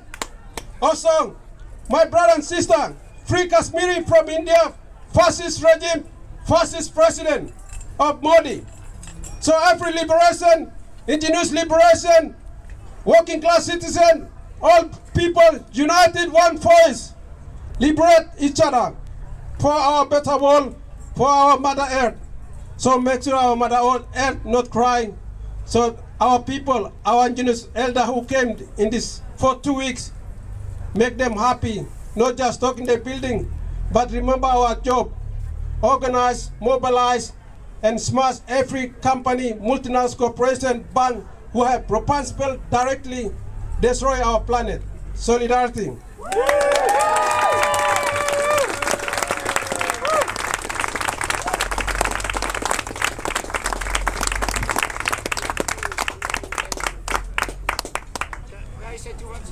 Indeed. Hello everybody. It will not be so long, but it was very fascinating to hear this man. I thank him.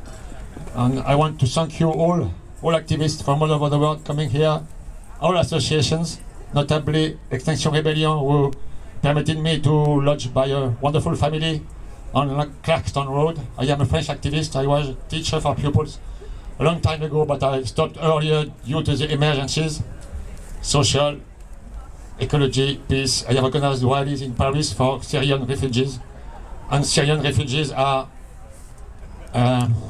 so sad that we are not help them. There are millions abroad and 500,000 dead, and Bashar al-Assad and Putin still ruling the country. So I organized rally also for ecology against pesticides, and we were received in the Minister of Ecology. But of course we knew we would not be listened to, but we have to, like you do, all of you, we have always to fight steadily and forcefully forever for the respect of every creature, human, animals, nature, all the living. So again, I want to thank Extinction Rebellion, all the organizations, associations of the people here in Scotland. And I want to thank also the Coat of Hopes. I met several times, and they allowed me to wear yesterday morning in front of the COP the Coat of Hopes. And it was a stunning moment because Barbara singing the song all the time I was wearing the coat. It moved me to tears to feel all the work and generosity of all these people along the roads and along the villages, among the step by step weaving this wonderful coat of hopes.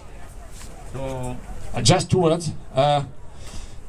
We should have considered all creatures since dawn of times as belonging to our family, and I will live forever for all my lives, so that every creature was never experienced a single moment of peacefulness, of tenderness, and love should be filled up with them forever and ever. I love you.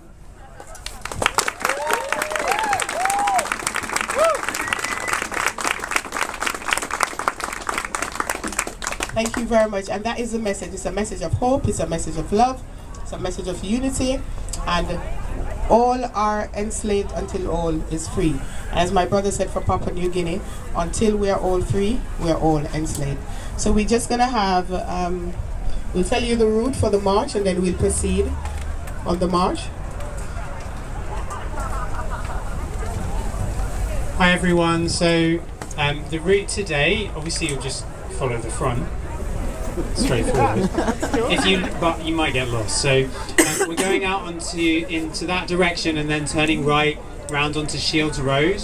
We'll be going underneath the motorway and then onto Paisley Road, and we'll be joining the UK Government Home Office at Midlock Street, which is actually very near the UK Government Green Zone as well. So if you get separated, then get to Midlock Street, the Home Office, where we're going to rally later today. Thanks.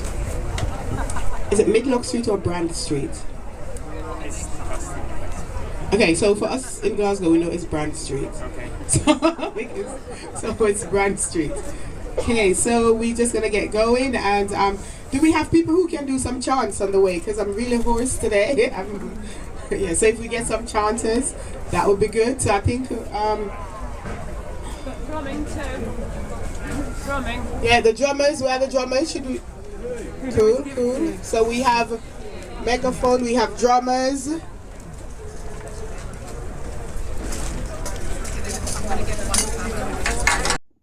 How do you think the average person can go about living their day-to-day life and still enjoying the things that they enjoy to do, but being more environmentally conscious and not necessarily having to reshape their entire life and the way they do everything?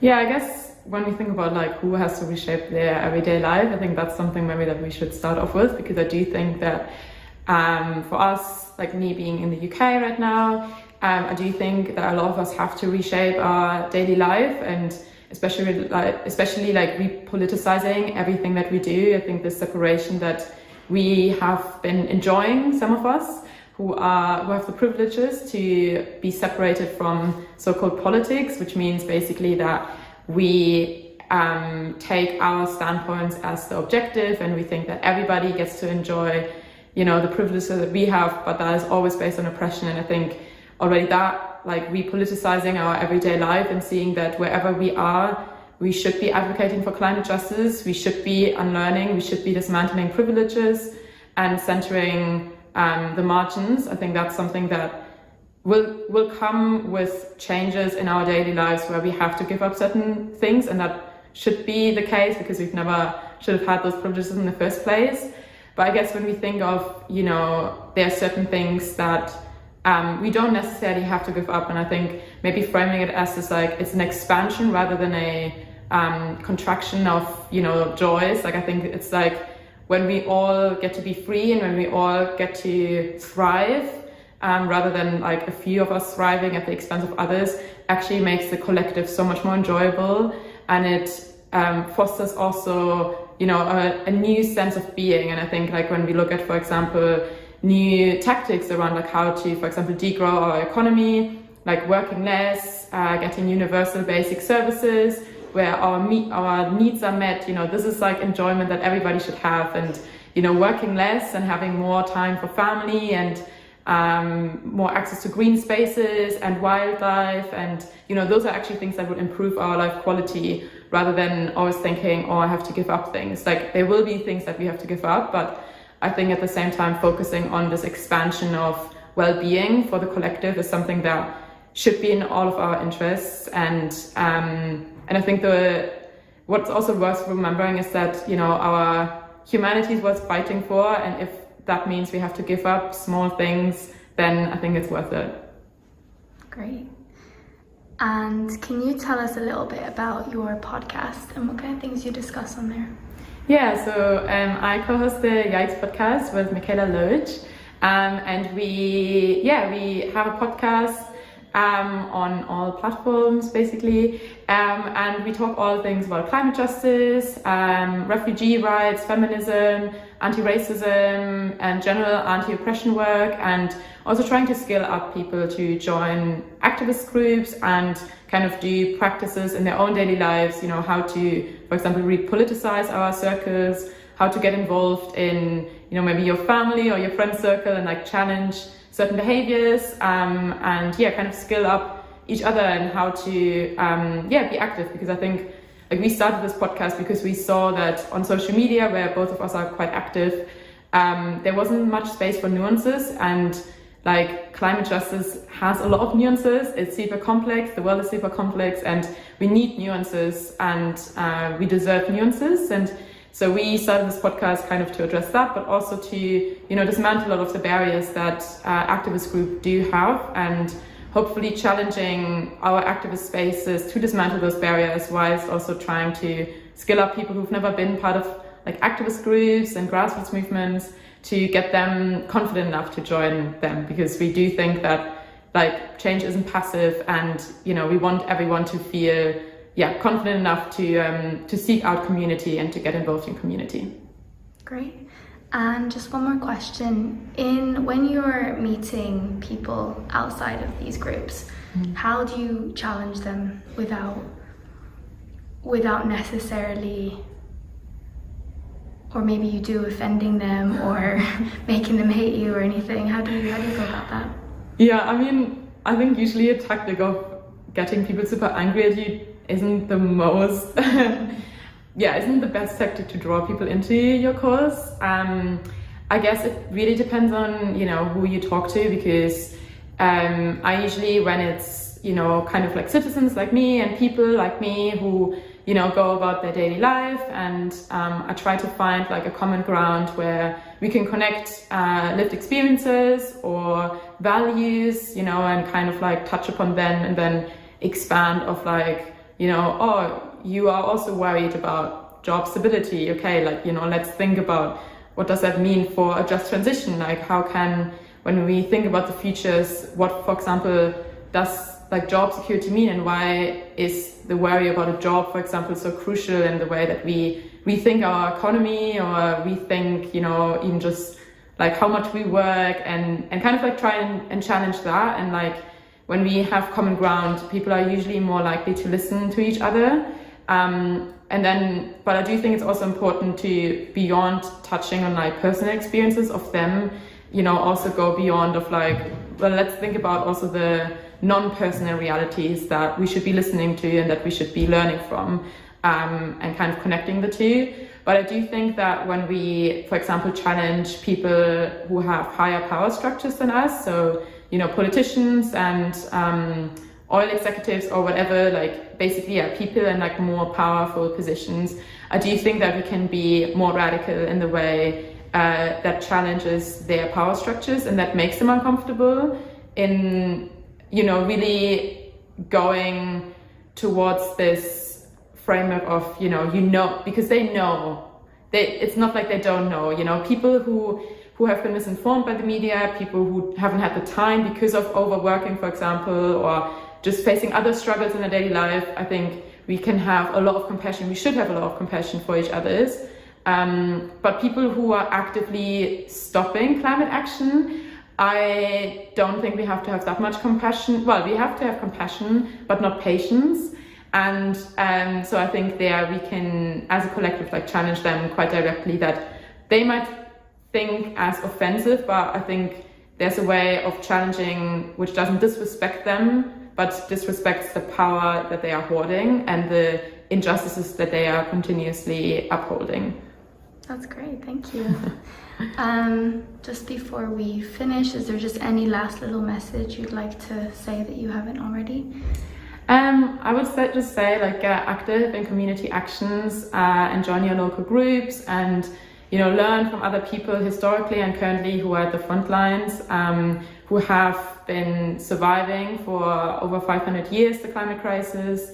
And I think I go just back to this quote by Dr. Kyle White, who says that like Indigenous peoples have been living in post-apocalyptic times already, and we should be listening to them because they do have the survival skills, and learning from them and challenging whatever privilege and power we are hoarding ourselves and the structures that we are part of. That's great, thank you so much. Yeah. So the live streaming team has come back for COP TV, has come back to the centre of Glasgow, having been on the south side most of this morning or near the blue zone, and we've come across scientists for Extinction Rebellion who are sitting outside Scottish Power. And they have, so there's some banners, there's some posters, but also there's been quite a lot of green paint that's been slooshed over the windows and the sides of the Scottish Power. Lovely lime green against baby blue, and the reason for that, I presume, is this poster here, which is, and you might even want to have a look, go at the QR code, but I think it probably won't work. So this is if you were joining us for the teach-in, which I think was 2 days ago now, that the scientists held on on one of the bridges through town. They were showing a graph with the IPCC reports different scenarios laid out as to what happens to carbon dioxide levels if we do various things, business as usual, endless growth, permanent crisis, and then going down to what happens if we have a climate revolution. So we drastically change and then manage degrowth. We drastically change the way that we structure our societies in order to consume less and to bring carbon dioxide levels to a more sustainable level of emission. And then the last one is equity, justice and redistribution, which I'll probably ask them exactly what they mean by that, because people have very different definitions of what they like to see regarding climate solutions. I won't be able to get to all of them though, because I've been told that there's a police cordon. So here's the front of Scottish Power. I'm not actually sure how far into the protest we've arrived. So we have 4 scientists, I believe, who have gone on under the arches here of Scottish Power and presumably have thrown paint at the walls. Greenwash, I think, is the motto of the entire of COP26. What are companies doing to greenwash their image, so it makes it look like they're investing in renewables and in just solutions to energy transition, and in fact they're investing as much, if not more, than they used to on very polluting fossil fuel industries. So I myself don't know a lot about the Scottish Power scenario. I'm from southern England. We've got some of our own companies that we target down there who profit from exploiting our areas and areas in the global south to furnish our areas with power. But I'm going to ask a bit about Scottish Power to one of our banner holders, because I can't get in to see what the scientists would have to say. And they do have big printouts of scientific papers that I'm sure they'd tell me about, but I won't actually be able to access them. We're gonna rise like water. We're gonna tear this system down. In the words of my great-granddaughter, climate justice now. Oh, we're gonna rise like water. We're gonna tear this system down. In the words of my great-granddaughter, climate justice now. Oh, we're gonna rise like water. There's been a huge campaign against JP Morgan during COP26. We've had XR doctors outside of JP Morgan.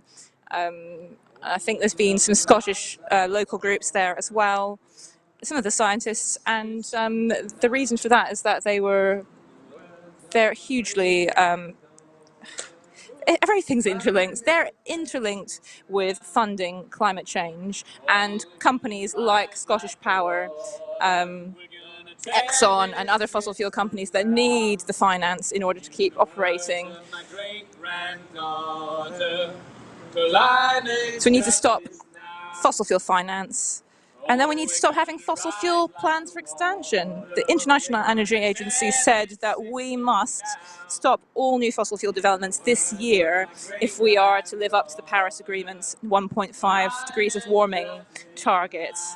And blatantly that hasn't happened until November of this year, and it's not going to come about at COP26 either. There hasn't been any promise that all fossil fuel developments will be halted, which would seem a quite sensible conclusion to come out of it, and maybe one of the most productive that there could be, as well as all of the climate justice issues that we've been addressing throughout this 2-week conference.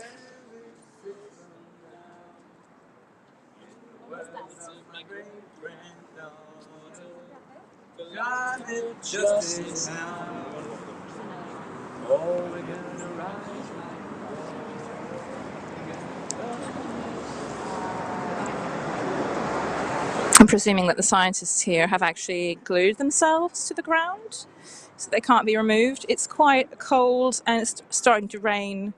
I could see them shivering there and wearing space blankets, some of them to keep them warm as they remain in place for their protest. These people who are sitting here are those that have actually splashed paint on the walls. I suspect they are, and that's part of their non-violent civil disobedience, and they will remain there until they're arrested. Scientists have been absolutely fearless, I have to say, at this COP. You might have seen a live stream that we did for COP26 TV last Saturday, where actually quite a few of them who are sitting there now chained themselves to each other and blocked a major bridge across the River Clyde to Glasgow Central.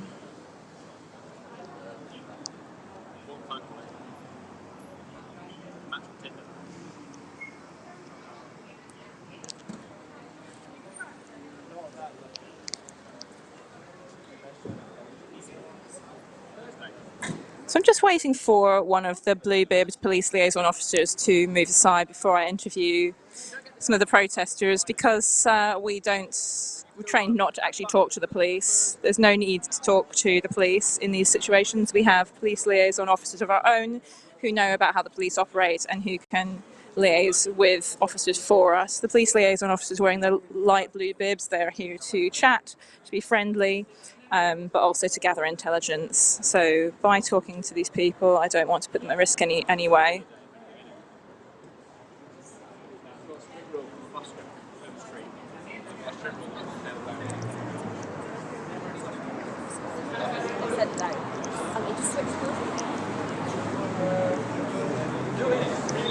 Huge number of police here at Scottish Power.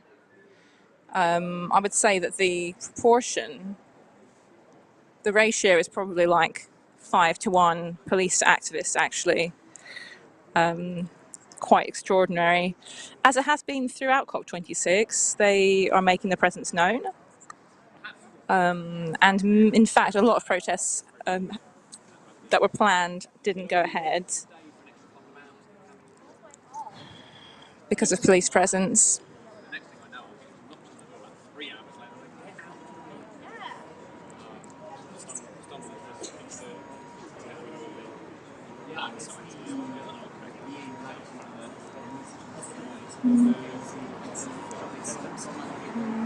Little town, actually. Hello. Not sure what we'll do about Would you like to say anything to the live stream for COP26 TV about why you're all here today? Well, we all have some sort of background in science. We see the COP is failing, and everything pretty much is failing, and we're just seeing a disaster ahead of us. So we're just here doing what needs to be done: put pressure, be annoying as possible, see if people take action, the action they should, and not oh, let's just do this and that, and then not even that they do. Scientists have been repeatedly out doing quite what some people would see as drastic actions this week. They obviously reached a tipping point. Does that apply to yourself? Yes. Like, as someone with a science background, I think we need to take action. And if scientists do nothing, then it's like, maybe everything is fine. It's not like reading the IPCC reports. It's the most depressing thing I've ever read. It's way worse than what shows up on the news. Like this thing of, oh, if we go net zero until 2050, we're fine. We'll be below 1.5 degrees. No, that's only a 50% chance of staying below 1.5. Yeah, 1.5 is still not good, is it? Yes. Even if we got there. But yeah, staying at 1.5 is better than staying at 2. But net zero till 2050 only gives you a 50% chance of staying there. So there's a 50% chance of going over that, and that's not good. Well, that's not good either way. So what's your scientific background, if I ask? I studied physics and got a PhD in biology, and went on with a postdoc, and then I went to software work. Why Scottish Power? What have they particularly done to facilitate climate breakdown? I have to admit that I'm with XR Denmark. Scottish Power is not my expertise. I'm guessing the same thing that most power companies in Europe do. They're like are out there investing in oil and drilling and whatever, and saying, "Oh, we're going green with wind turbines and all that stuff," but the Scottish people we know way better than me. Right, so you're here in solidarity. Yeah, fair enough, fair enough. And yeah, I suspect that it's something to do with greenwash, because we've seen a lot of green paint here on the walls. Yeah, there's a lot of greenwashing apparently. Yeah. But yeah, again, Well, Scottish people will know way better. thank you very much for your... is there anything else you'd like to say to the camera? No? Well, enjoy, if I may say, the rest of your protest. You'll be here for some time, I'm sure. Thanks for your contribution. So I need to find some Scottish people, evidently. But as my interviewer just said, companies around the world who exploit fossil fuel resources. We've seen it in Shell, I've seen Exxon. Those are my personal experiences of working with these sorts of campaigns. They have big, big promises about net zero, but in fact, most of the time it's a fraction of their entire portfolio, and going forward they plan it to be a fraction as well. You know, when they talk about billions and billions of pounds, it all sounds very shiny and very impressive, but actually it's the huge amount of investments that these companies have. When you do the sums, it really doesn't make any sense at all. And I have to remind people as well, it's not just about numbers, you know. What the stake of the future of humanity, the future of the entire ecosystems, biospheres on this planet are at risk. How can we stand by and let that happen when we see that we're in such a dire position? So I'm here filming in solidarity with these scientists who talked to me the other day, some of them, and just said how they had really reached a point of no return, that they've seen the science in their own careers, and it's a now or never moment. So like I said, standing in solidarity. If you would like to as well, please subscribe to our YouTube channel. There's only one day left of COP26, but subscriptions, comments and likes and shares all help to spread the message of what's going on here at COP26. It's greenwash on an industrial scale. There's many, many companies in Glasgow, as well as governments around the world, including our own UK government, who are complicit in this altogether. And there's also the matter of how peaceful protest has been stifled, not facilitated by police throughout this. And our own, it's really been, that's been allowed to happen by terrible rhetoric from our Prime Minister Boris Johnson, who sees protesters as people who are threatening the way of life of the country, and pitting them against ordinary citizens, which is absolutely not the case. We recognise that everybody is in this together. Some are going to be affected by the climate crisis more than others because of existing disparities in the way that we live our lives, the way that we structure our societies. But we need the big companies alongside with the governments to act. They're the ones pulling the levers.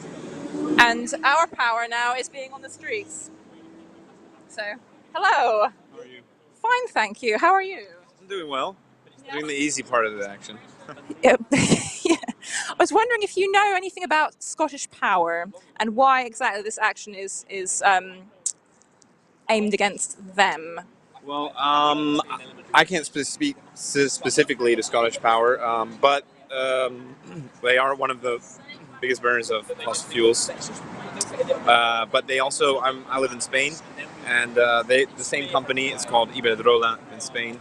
Yeah, they're the biggest energy company there, and they're doing next to nothing. And they're trying to monopolize what they can of the renewable markets. And they're also been, I'm pretty sure they just got a fine for manipulating energy prices in Spain. But yeah, basically they're doing a campaign of greenwashing. Here we can see that they have this on the columns. Yeah. This famous graph. Fits in wonderfully with their colour scheme, actually. And I can see they have a green leaf in the Scottish Power logo. I don't know if that used to be there. Yeah, I'm pretty sure it was already there, but yeah, this is a very famous graph. I'm sure a lot of you probably recognize it. We've done a close-up. We'll do another close-up. Yeah. Yeah, the history of the temperatures rising, and yeah, it's basically what a lot of big companies are trying to do. Just say, hey, we're going green.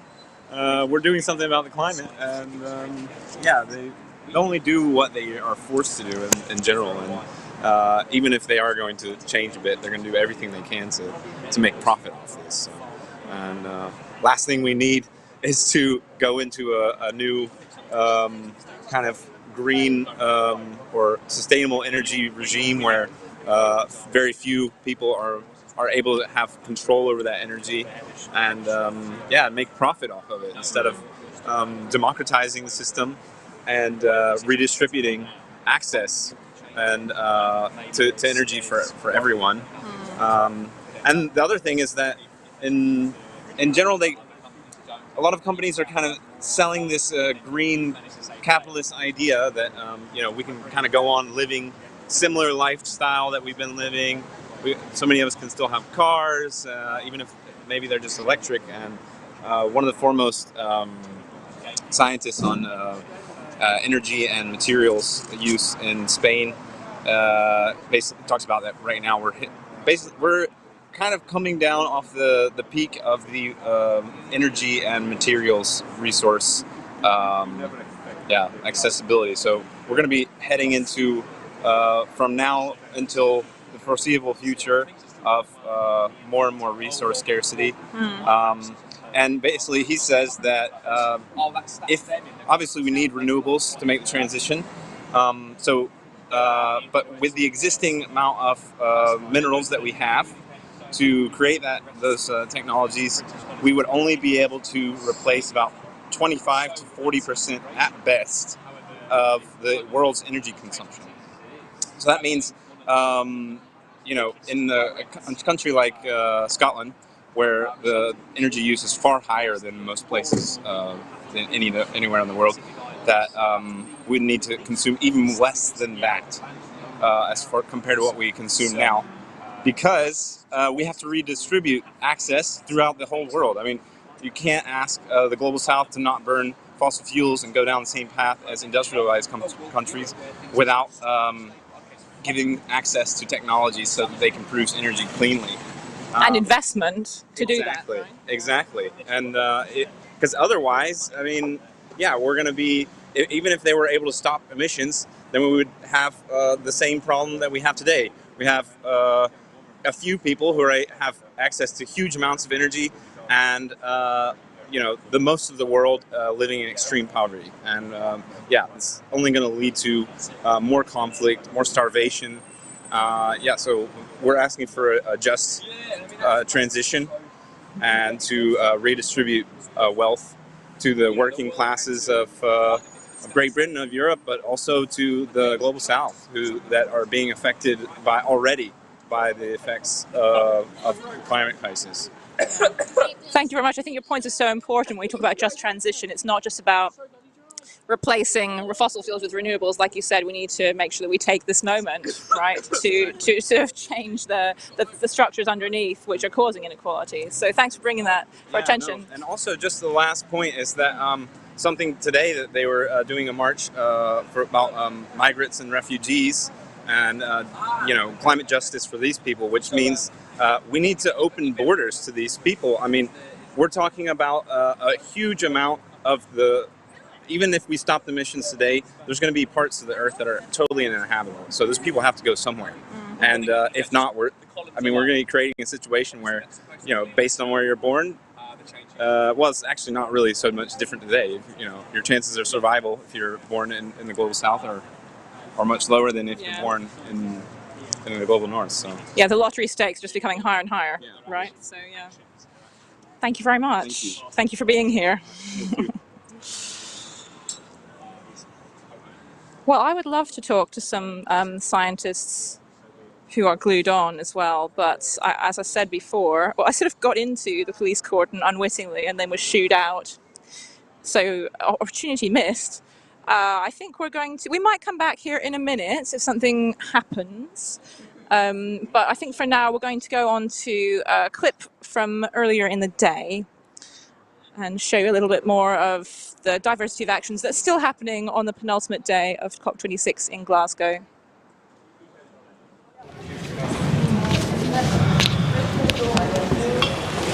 Nesse momento, nós acabamos de receber a notícia muito triste sobre parente nosso. At this moment, we just got some very sad news about a family member. Por isso nós não vamos cantar. That's why we're not going to sing. Por isso as minhas parentas que estão ali não vão vir. That's why my sisters behind us are not going to come. E eu vou dar só uma mensagem. And I'm just going to give you a message. Há mais de 500 anos, for more than 500 years, o nosso povo, our people, é massacrado. Is being massacred. E nós estamos resistindo. And we're resisting. Nós somos a última fronteira verde da Terra. We are the last green frontier in this earth.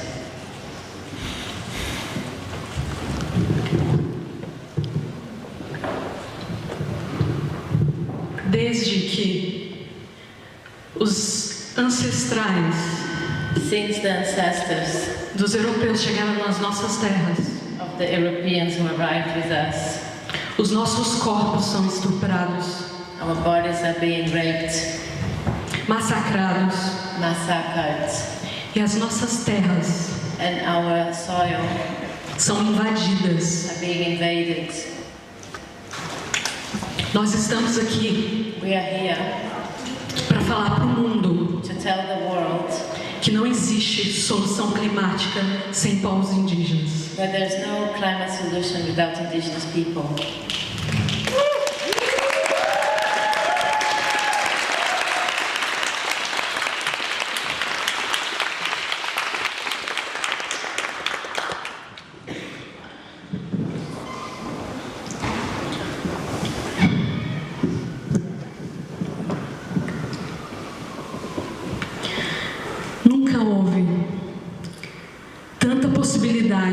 De expressão. There was never so many possibility of expressing. Mas a nossa geração está paralisada. Our generation is paralyzed. O meu povo, my people, sofreu dos maiores genocídios da história. Suffered one of the biggest genocides in history. Eram os mais de 6 milhões. We were more than 6 million. Só no Brasil. Only in Brazil.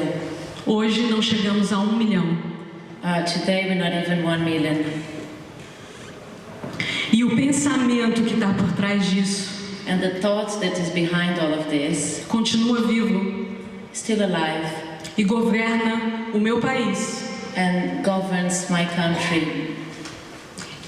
É um pensamento do neocolonialismo, is a thought of neocolonialism, que domina a terra como se fosse dono dela. That dominates Earth as if it was its owner. Que domina os corpos femininos. That dominates the female bodies. Que não suporta a diversidade de culturas.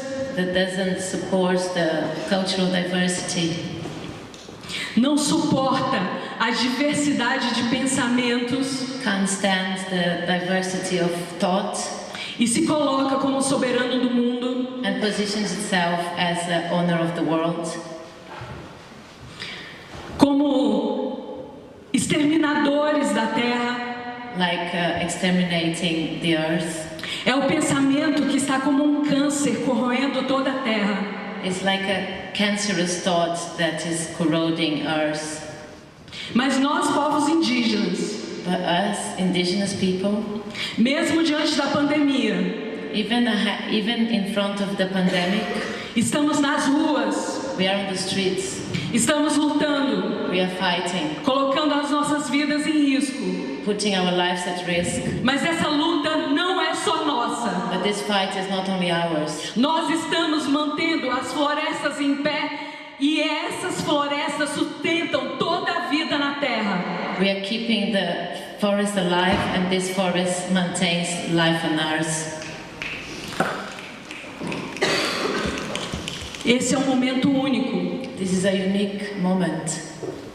Nós não podemos deixar que a hipocrisia dos governos We can't allow the hypocrite governments saiam daqui get out of here com soluções que não são verdadeiras, with solutions that are not based on truth, com soluções que na verdade está gerando uma economia verde que está matando o meu povo, with solutions that are actually making a green economy which is actually killing my people, de um governo genocida, of a genocidal government, de um governo ecocida, of an ecocidal government.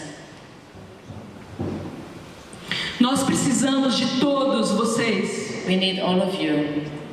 Uma das coisas que o colonialismo faz, one of the things that colonialism does, é tirar nossa potência de ação, is to take away our agency. Mas nós, povos indígenas, but we indigenous people, nos recusamos, refuse, a nos ajoelhar, to kneel diante dessa hipocrisia, in front of this hypocrisy. Mesmo que o nosso corpo sangre, even if our body is bleeding, mesmo que nós estejamos em constante sacrifício, even if we are in constant sacrifice. E eu tenho um apelo a vocês. And I have something here to ask you. Cada de nós pode fazer algo. Each one of us here can do something. Nós precisamos mais do que nunca. We need more than ever.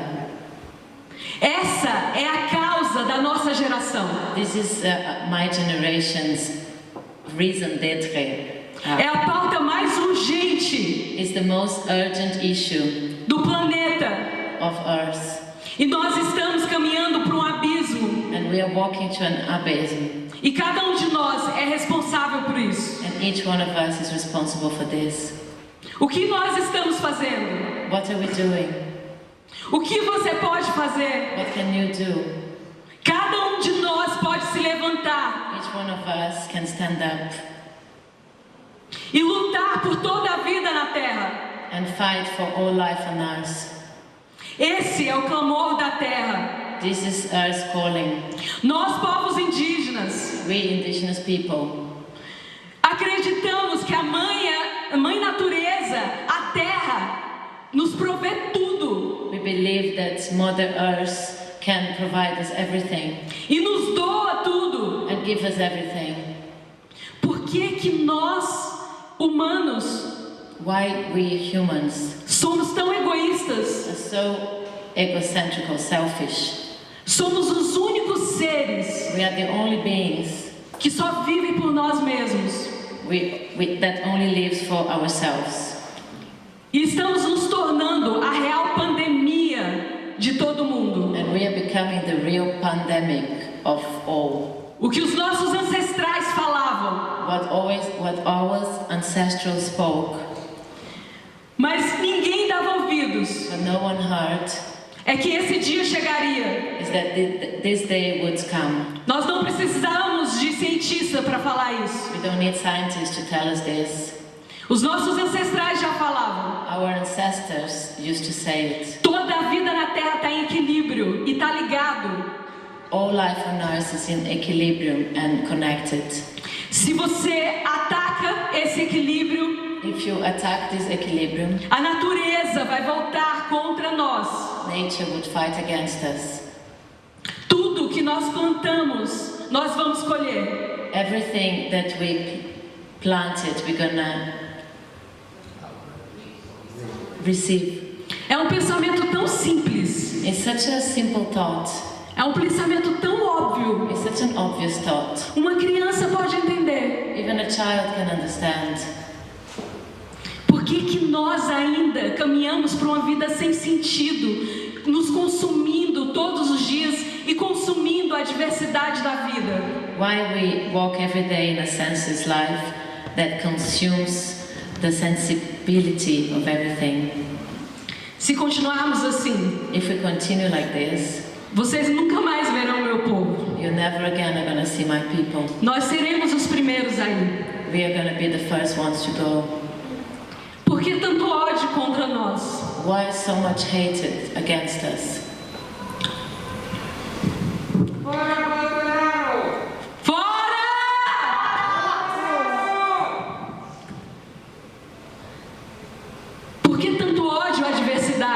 Why so much hatred to diversity? Por que tanto ódio ao corpo feminino? Why so much hatred to the feminine body? Por que tanto ódio à terra? Why so much hatred to earth? Isso é uma loucura. This is crazy. Como que o ser humano quer ser dono da terra? How can human beings be owner of the earth? Como que alguém pode dizer que é proprietário de alguma coisa? How can you say that you own something? É o mesmo pensamento que disse que é proprietário do corpo feminino. It's the same thinking that says that it owns a feminine, a female body. Porque o machismo, because chauvinism, o racismo, racism, andam juntos, are hand in hand. Nós precisamos eliminar esse pensamento da sociedade. To eliminate this thinking in society. E nós podemos. And we can. Tudo é criado através da palavra. Everything is created from the word. Os políticos que estão lá não fazem nada além de falar. The politicians that are there do nothing but speak. Alguém falou do dinheiro antes dele surgir. Someone talked about money before it. Alguém criou esse sistema como única possibilidade de vida. Someone created the system as the only way. Mas nós, povos indígenas, vivemos em comunidade. But we indigenous people live in communities. E não precisamos de nenhuma teoria da academia para isso. And we don't need any theory, academic theory for this. Porque isso é uma prática. Because this is a practice. Que tem que nascer no coração. That needs to be born from the heart. De cada de nós. In each one of us. De eliminar o pensamento de superioridade. To eliminate this thinking of superiority. De eliminar o pensamento de sobreposição do outro. To eliminate this thinking of imposing on others. Foi nesse continente. It was in this continent. Que surgiu. That. O pensamento de superioridade racial. That the thinking of racial superiority was born. No final do século XIX. At the end of the 19th century. Houve congresso em Londres. There was a gathering, a congress in London. Que disseminou entre falsos cientistas. That disseminated in between false scientists. Mas que era reconhecido na época. But it was recognized como ciência. Like as science. De darwinismo social. De quê? Darwinismo social. Social Darwinism. Que impôs a mentalidade. That imposed this thinking. Que existem pessoas melhores do que outras. That there are people that are better than others. E isso fez com que mundo tão rico e tão abundante como o nosso. And that made that such a rich and abundant world as this one. Uma verdadeira preciosidade na terra. Real preciousness on earth. Virasse mundo de miseráveis. Became a world of miserable people. Como que nós podemos continuar sabendo que existem milhares de pessoas que não podem comer hoje? How can we still continue knowing that there are people who don't have anything to eat? Como que nós podemos continuar? How can we continue? Sabendo knowing que existem povos como o meu, that there are people, communities like mine, que podem não existir mais, that may not exist any longer, pela ganância, because of greed, pelo individualismo, because of individualism, pelo racismo, because of racism, pelo machismo, because of chauvinism, macho thinking. Como continuaremos humanos sabendo que isso existe? How can we continue as humans knowing that this exists? E cada vez que nós não fazemos nada, and each time we don't do anything, nós partilhamos desse sistema. We are part of the system. Nós concordamos com ele. We agree with it. E nós nos conformamos a ele. And we when we are a part of it. E seguimos a nossa existência medíocre. And we continue with our mediocre existence. Sem toda a possibilidade e liberdade que nós podemos ser. Without the possibilities and freedom of what we can be. Eu gostaria de ver os nossos povos todos all our people livres, free, com terra, with soil, with territory, com nosso modo de viver, with our way of life, porque a vida é diversa, because life is full of diversity. A vida não é um só pensamento. Life is not just one thing. Não existe só um modo de viver. There's not just one way of living. Não existe só modo de expressar sua religiosidade. There's not just one way of expressing a religion. Não existe só modo de amar. There's not just one way of love. E a natureza nos mostra isso. And nature shows this. A natureza é rica em diversidade e é isso que sustenta esse planeta. Nature is rich in diversity and this is what maintains this planet. E eu conto com cada de vocês. And I'm counting with each one of you here. Eu sei que em muitos momentos parece que a gente não pode fazer nada. I know that there are many moments where we think we can't do anything. E essa é a pior prisão. And this is the worst prison. Porque somos escravos. Because we become slaves. De um sistema. Of a system. Que não tem correntes.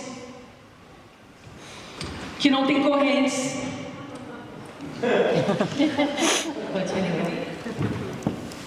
De um sistema. De um sistema. Of a system. Que não tem grilhões. That there is no mining. Materiais. Materials. Físicos. Físico. Faça a frase inteira, eu consigo. Não tem grilhões materiais, físicos, mas mentais. So you are not enslaved of the physicality, but of your mind. E que nos tira a possibilidade de sermos únicos. That take us the possibility of being unique. De nossos sonhos. Of our dreams. Eu e você somos únicos no planeta. Me and you are unique in the planet. Eu tenho uma forma de pensar única. I have one way of thinking. E vocês também. And you as well. Não se conformem. Don't conform. Não deixe os sonhos de vocês guardados porque alguém falou que não dá certo nesse mundo. Don't allow your dreams to be enslaved because someone told you that is not possible in this world. Vamos construir um mundo possível. Let's build a world that is possible. Porque se eles construíram esse mundo falando que era a única forma de ser, because if they build this world saying it's the only way to be, uma ilusão. An illusion. Porque o meu povo vivia diferente disso. Because my community lived different from this. E não existia prisão. And there was no prison. E as nossas crianças eram livres. And our children were free. E eu acho que isso causou tanto choque. And I think this caused so much shock. Tanto ódio. So much hatred. Como pode um povo assim? How can people be like this? Pelados. Naked. Livres. Free. Livres da moralidade cristã. Free of Christian morality. Livre do consumo opressor. Free from consumerism. Livre do tempo de trabalho contínuo, sem respiro para contemplar a natureza. Free from time to contemplate nature. Quando vocês nos viram, os ancestrais de vocês nos viram. When your ancestors saw us, nos chamaram de preguiçosos. They called us lazy. Porque a vida para nós, because life is for us, é muito mais que trabalho. It's much more than work. É contemplação. It's contemplation. E essa fala, and this way of saying and speaking, é por todos aqueles is for all que morreram para eu estar aqui falando com vocês. That died for me to be here speaking to you. Que lutaram para eu estar aqui. That fought for me to be here. Foi muito sangue derramado para eu e as minhas parentas e todos os povos indígenas estarmos aqui hoje. It was a lot of blood for me and my sisters and my people to be speaking with you here today. E se for para nós morrermos, nós vamos for us to die, we're going to die standing. Nós vamos morrer lutando. We're going to die fighting. Porque nós amamos a liberdade. Because we love freedom. Porque nós amamos verdadeiramente a terra. Because we truly love Earth. E nós amamos verdadeiramente a vida. And we truly love life.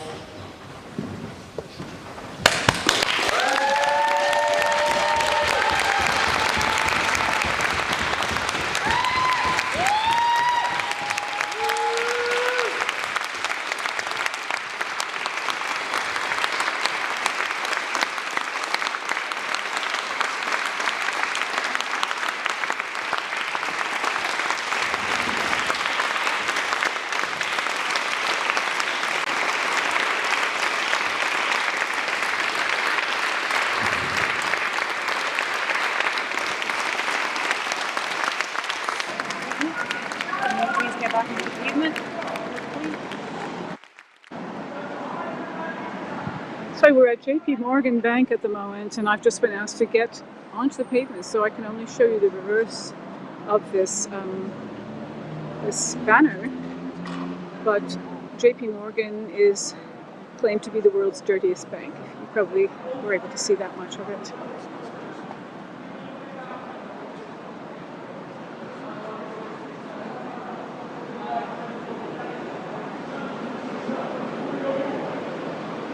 There have been a lot of small individual Extinction Rebellion and other actions, Scientist Rebellion actions. There's a French action on the south bank of the Clyde a short while ago to sound the climate alarm. So lots of little things kicking off today here in Glasgow on the penultimate day of the COP26 conference. It's a bit static at the moment. I'll try and move into the crowds. Oh, single file. Not quite sure what's happening.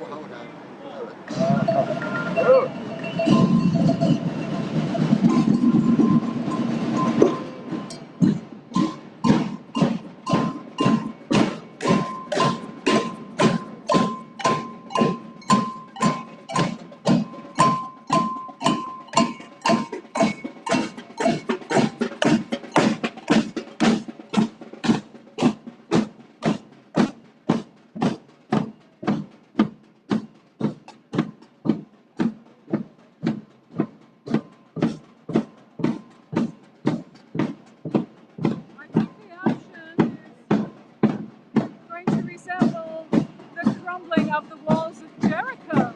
There's a kind of biblical reference to it. People marched 7 times around the walls of Jericho before they fell. So a very pertinent symbolism there. The drummers are beating time while the marchers are going to march around the block, which is actually possible in downtown Glasgow because very unusually for the British Isles, the city is based on a grid system, so it's very similar to an American city.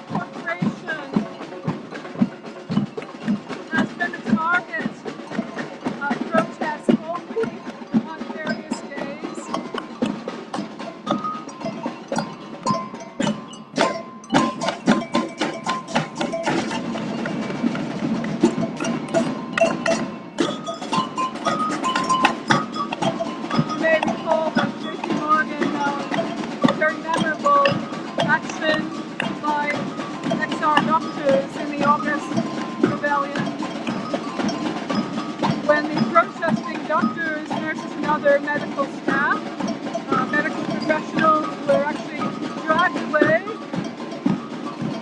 and the chalk that was sprayed on the hard surfaces was stretchy washed with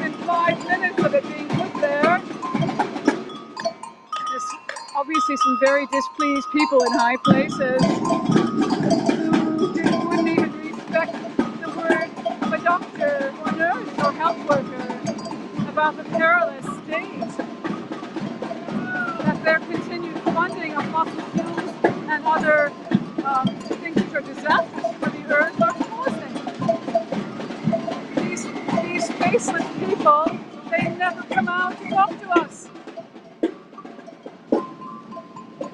They never address our concerns.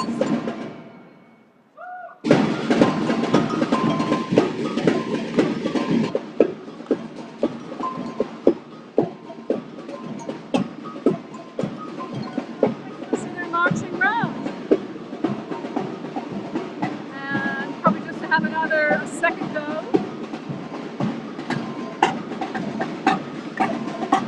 With a little bit of light on the scene now.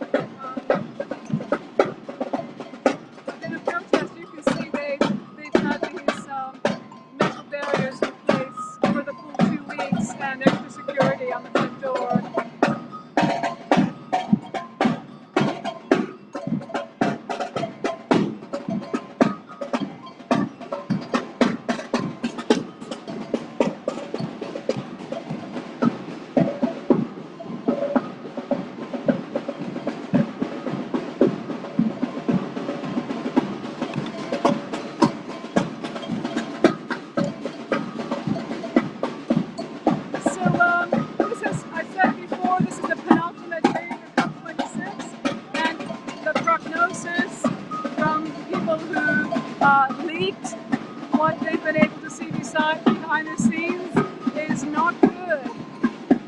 So you may have heard on our broadcast, COP26 broadcast today, the climate alarm being let off at 2 p.m. in the afternoon. And that, to me, that climate alarm means not code red for humanity, but code red for protesters. It means we've got to be on the alert, and I'm expecting more protests, stronger than ever after this COP26 is clearly not going to solve the problems that we have at all. It's not even near. There's going to be more people coming out into the streets and asking why this was allowed to happen. We had a year's break, a year's extra break to think about all of these things during COVID. Should have been, I know COVID was a distraction, but there may have been some people unaffected by it who could get a year ahead in where we need to be. Because if it's going to be known as climate change that is going to be our undoing, in addition to pandemics, but this is the most serious problem we face.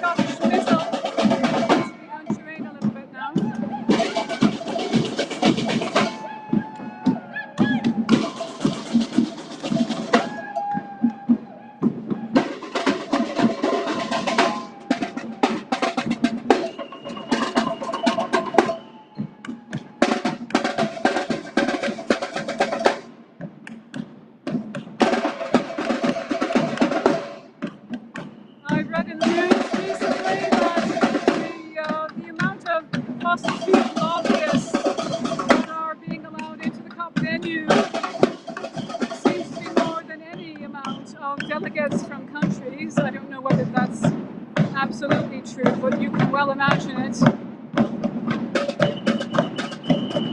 All inside making deals with one another, trade-offs.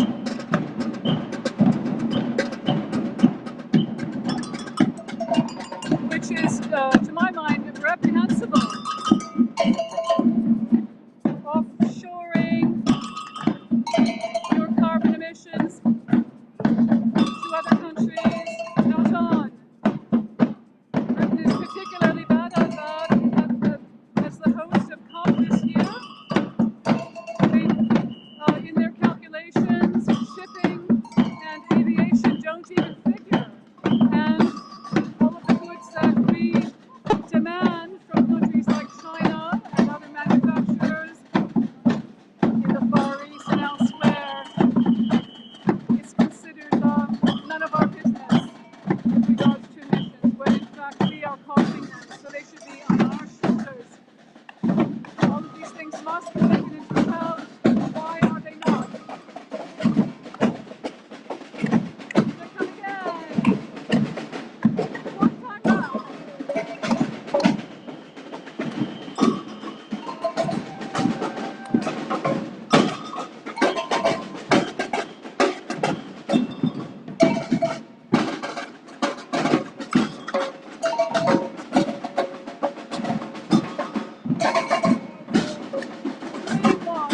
We had a greenwash march this week,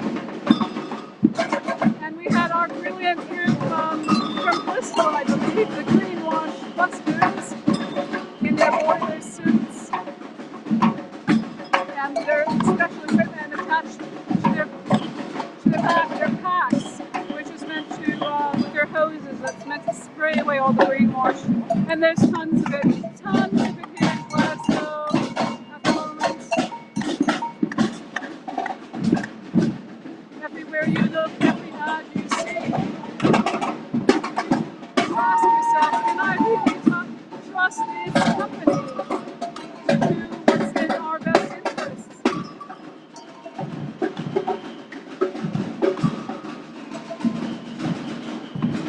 And of course, you're entirely right to be skeptical.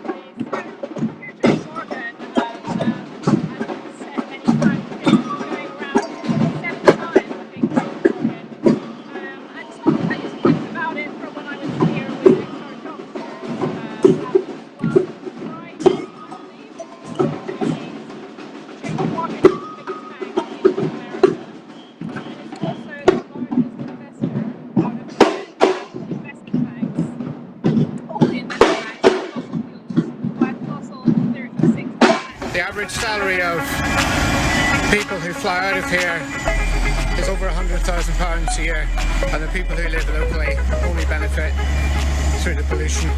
I'm streaming from London City Airport, and there's a gentleman who's climbed on top of the plane.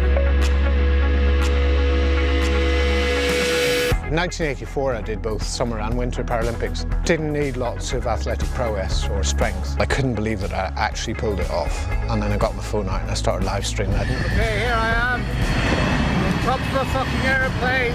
What James was doing was so extraordinary. Everyone could see his extreme bravery. So you're under arrest, endangering an aircraft and public nuisance. I'm charged with a pretty serious offence, which could see me in prison for a long time. You know, I said this is for my kids, this is for all the kids. Seeing something like this be brought to court, it feels like the person who's well in this process is my dad. The sentence is 12 months imprisonment. I took a risk with the legal system. I don't know whether I want to say that it went wrong, I don't know. We face a much bigger risk for the future of the planet and species. We are the song upon the wind, we are the courage to stand for, we are the change that now begins.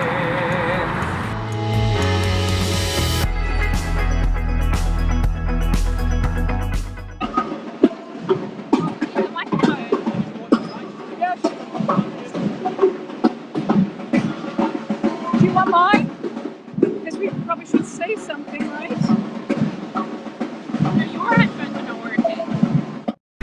The climate crisis and its devastating effects are everywhere and undeniable. Communities least responsible are most affected. These are just a few stories from the front line of humanity's greatest threat.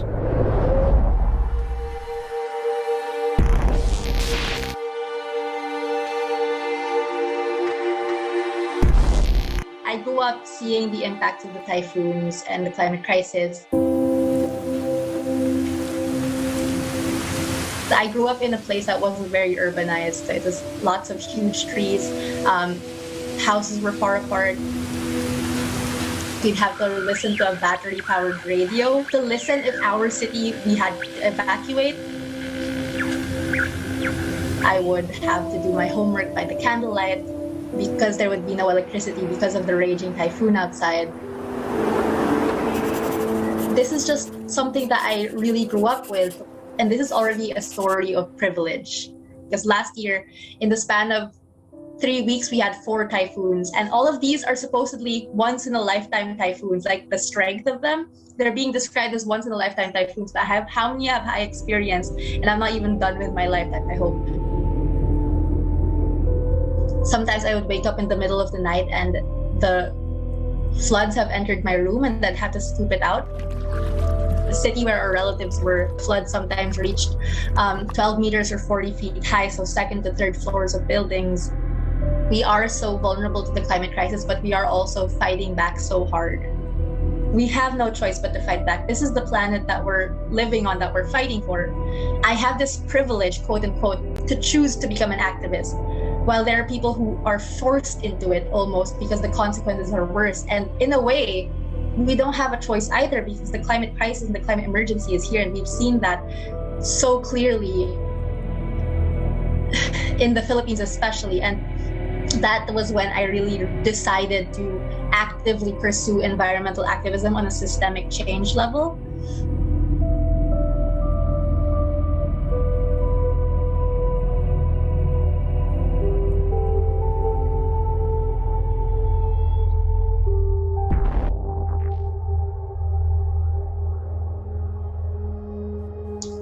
Actually, by the time it was raining, it had to be the dry season.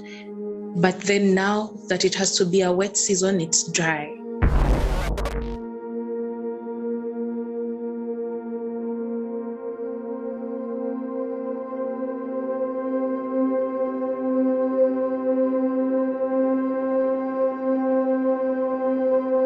We had a plantation back then in the village, and when all this started happening, we lost our crops. We started losing our yields. So you find that you can't really sell any food because you also need food to survive.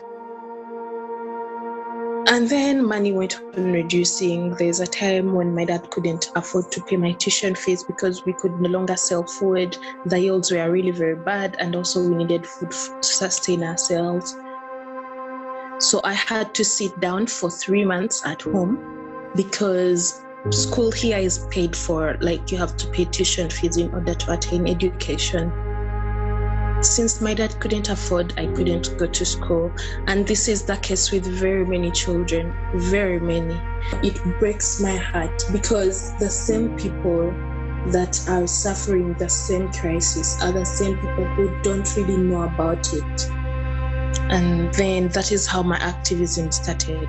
Creating awareness in the local communities helps them understand what is going on, what climate change really is, and what they can do, because it affects them the most.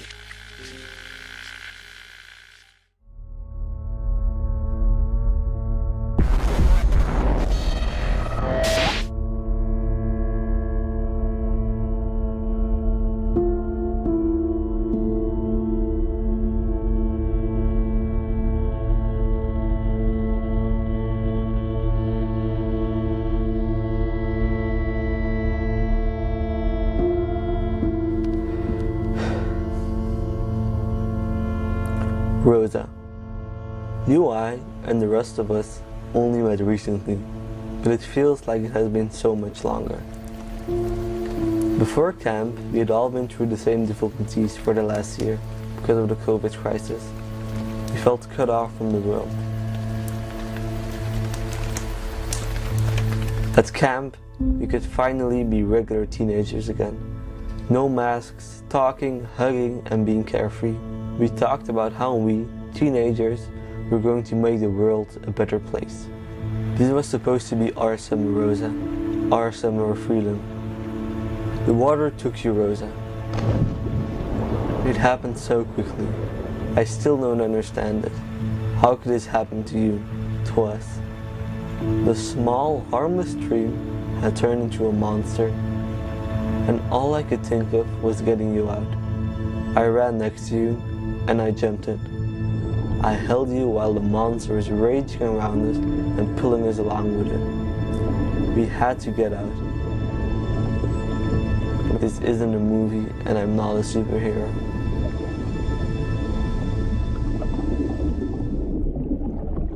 I'm just a 14-year-old boy who tried his best. I'm sorry, Rosa. I wish it wasn't true. I will never forget you, Rosa. None of us will.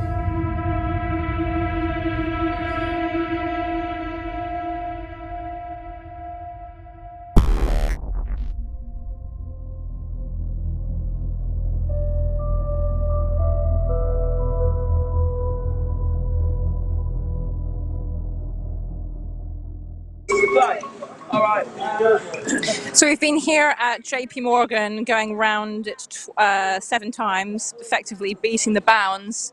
And there is a biblical reference to Jericho, but I'm afraid that's not something I can remember off the top of my head. But what I can remember are some facts about JP Morgan. Perfect timing, just as the siren starts. JP Morgan is America's largest investment bank. And in fact, it's the top investor in fossil fuels by a colossal percentage, 36% more than any other investment bank. And 317 billion is the number of dollars that they have spent on fossil fuels since the Paris Agreement in 2016. It's totally unsustainable and it's criminal, it's ecocide.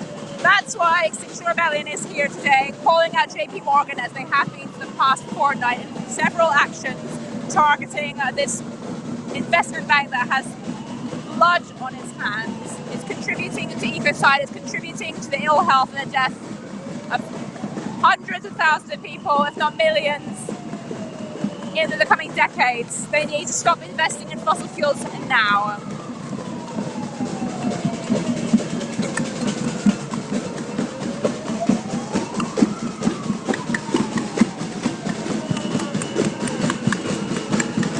And they're making a big noise about it. So they will not fail to be heard.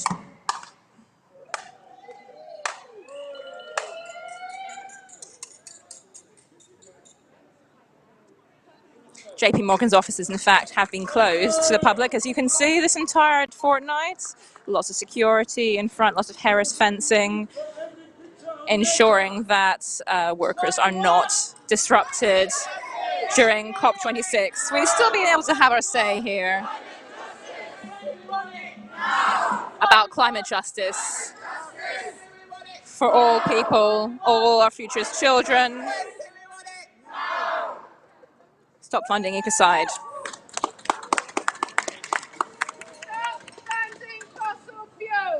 funding fossil fuels! Stop funding fossil fuels! Stop funding fossil fuels! Stop funding fossil fuels! Stop funding fossil fuels! Stop funding fossil fuels! Stop funding fossil fuels! Stop funding fossil fuels! Stop funding fossil fuels! Stop funding fossil fuels! Stop funding fossil fuels!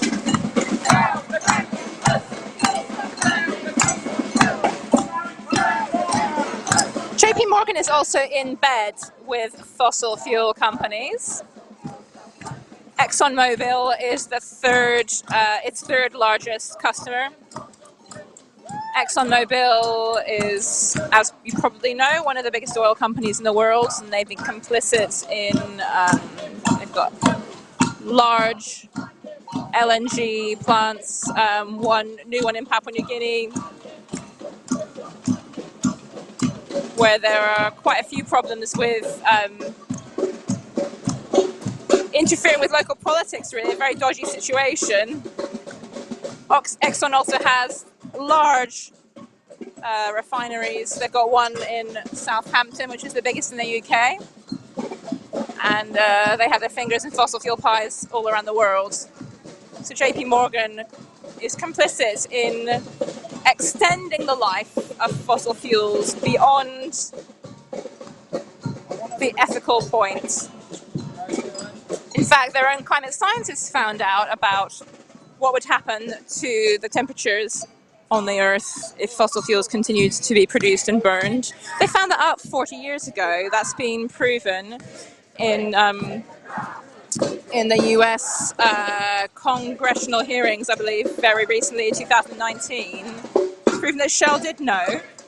The climate scientists knew actually to scarily accurate levels what would happen in terms of climate, global warming. They might not have understood the entire impacts on the socio-economic fabric of the planet and the ecological collapse, but they then decided that that was too much, too dangerous to their profits, and they then engaged in decades of subterfuge and gaslighting, essentially, by corporate lobbyists. And that also has been exposed just earlier this year by an undercover Greenpeace report. Lobbyists extending their oily tentacles into the heart of United States democratic institutions.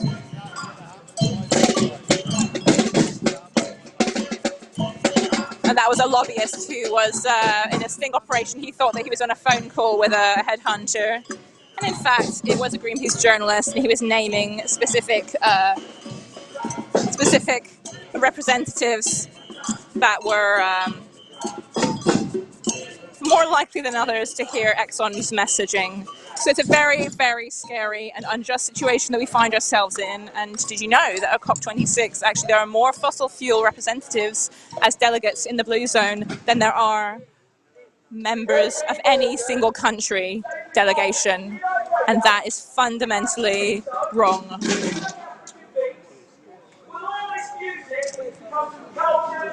People of African heritage, and you are directly harming those cultures and communities. Directly. Thank you, my brother. Thank you, my brother. With your delaying in refusing to stop investing in fossil fuels, you are condemning to huge swathes of African diaspora as well as African people away from their lands. You're not even on board with reparations, because goodness knows you should be paying them. The reparations have to be really, really clearly done. We need to think about, at the very least, I'm going to talk about the Caribbean, because that's where my interest is, 20 million people having to move if it goes above 1.5 degrees. What is the welcome they're going to get from other countries if there is not finance attached to their movements? How are they going to survive? Are they going to be welcomed? And you can make a difference with reparations. You've done wrong, but you can do better. And that starts with reparations. Sorry, bullshit. It starts with stop investing in fossil fuels. And the next bit is reparations, JP Morgan. Reparations. I don't point the finger at individuals, but your system within, as a company within this system, is causing harm. You could turn it round tomorrow. I love reggae. I love calypso. I love soca. I love the fact that my African ancestors survived long enough so I and my parents could be coming over to the North World. And I have privilege. And I'm calling you fucking out. Simple as.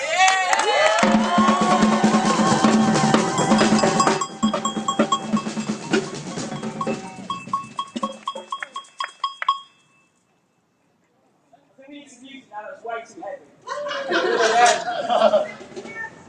It's true. The light will not quiet.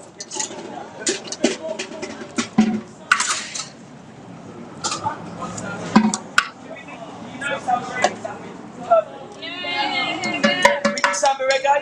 Yeah. Do you lot know it? Yeah. All right then. I'm just waiting for the bassist to get ready for this one.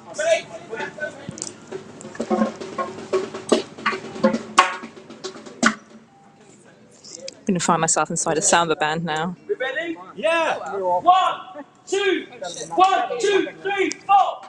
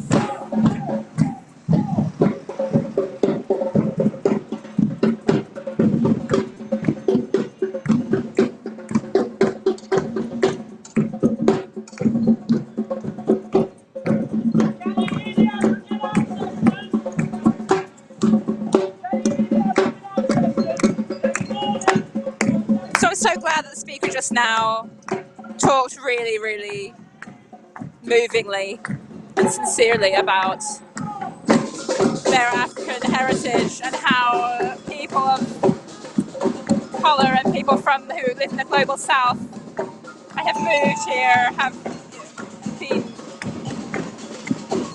discriminated against over decades and centuries. We found out about that during the Climate Justice is Migrant Justice March earlier, and all these layers of prejudice and hardship that are put on migrants currently. What is that going to be like in coming decades when we'll have more and more people move here because of climate breakdown? So I'm really, really glad that they brought that up as well, because it isn't just about bringing the emissions down, it's about so much more. This isn't just about the science of climate change, it's about rebuilding our society at this pivotal moment, about restructuring things for fairness, and not killing the planet, not killing people, not killing animals and ecology. So there's a lot to clean up, and JP Morgan, as a financier of the present system, has a huge amount that they can do. And like they just said, things could change tomorrow if they decided that JP Morgan decided that they were truly committed to ensuring a future for our planet.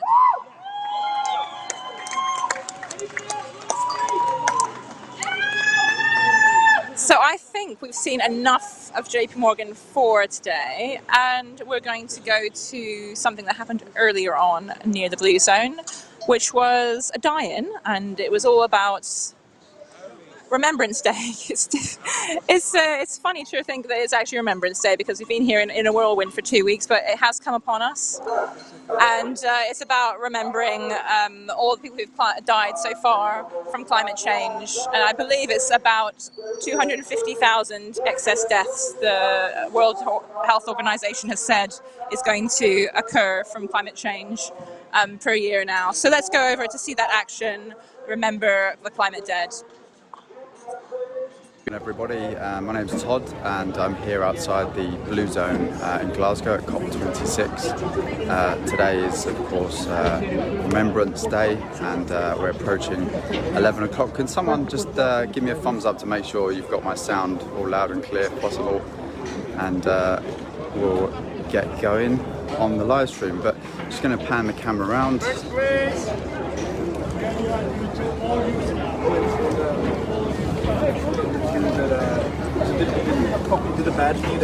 Again, if someone could give me a thumbs up, just make sure you can hear my audio, I'd much appreciate it.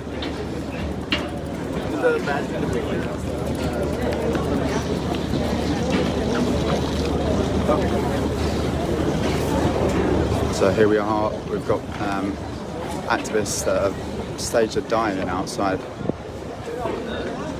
the COP26 Blue Zone. And I've got confirmation that my sound's all good, which is lovely.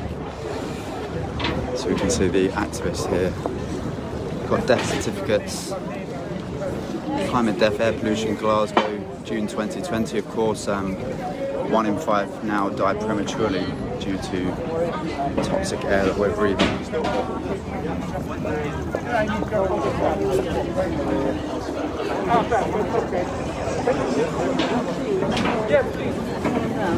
This deceased gentleman here, by the looks at it, says pandemic worldwide. I believe only 20% of people in a recent survey understood that the pandemic is actually a symptom of climate change through lack of biodiversity and factory farmed animal conditions and such like. Poverty in Sudan.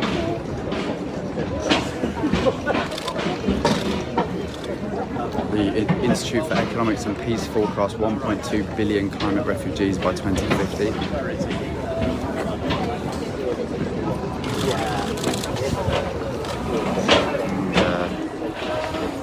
An asthma sufferer there. And of course, the Syrian crisis was largely thought to be exacerbated by a 5-year drought prior to the conflict. Lots of farmers from rural areas had to move into a city that's already stretched for resources, and of course the climate crisis exacerbates all of these. A drowning there in Polynesia.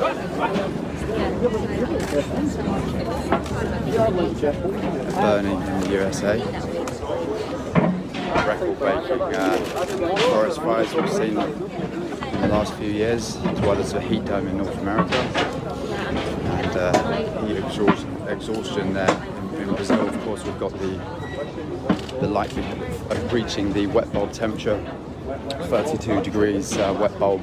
The human body can no longer withstand that temperature. It cannot sweat the heat out, and eventually the organs foul. Absolutely horrendous. The criminals here in COP26 are committing crimes against humanity. Annual climate-related deaths globally 5 million and Europe 70,000.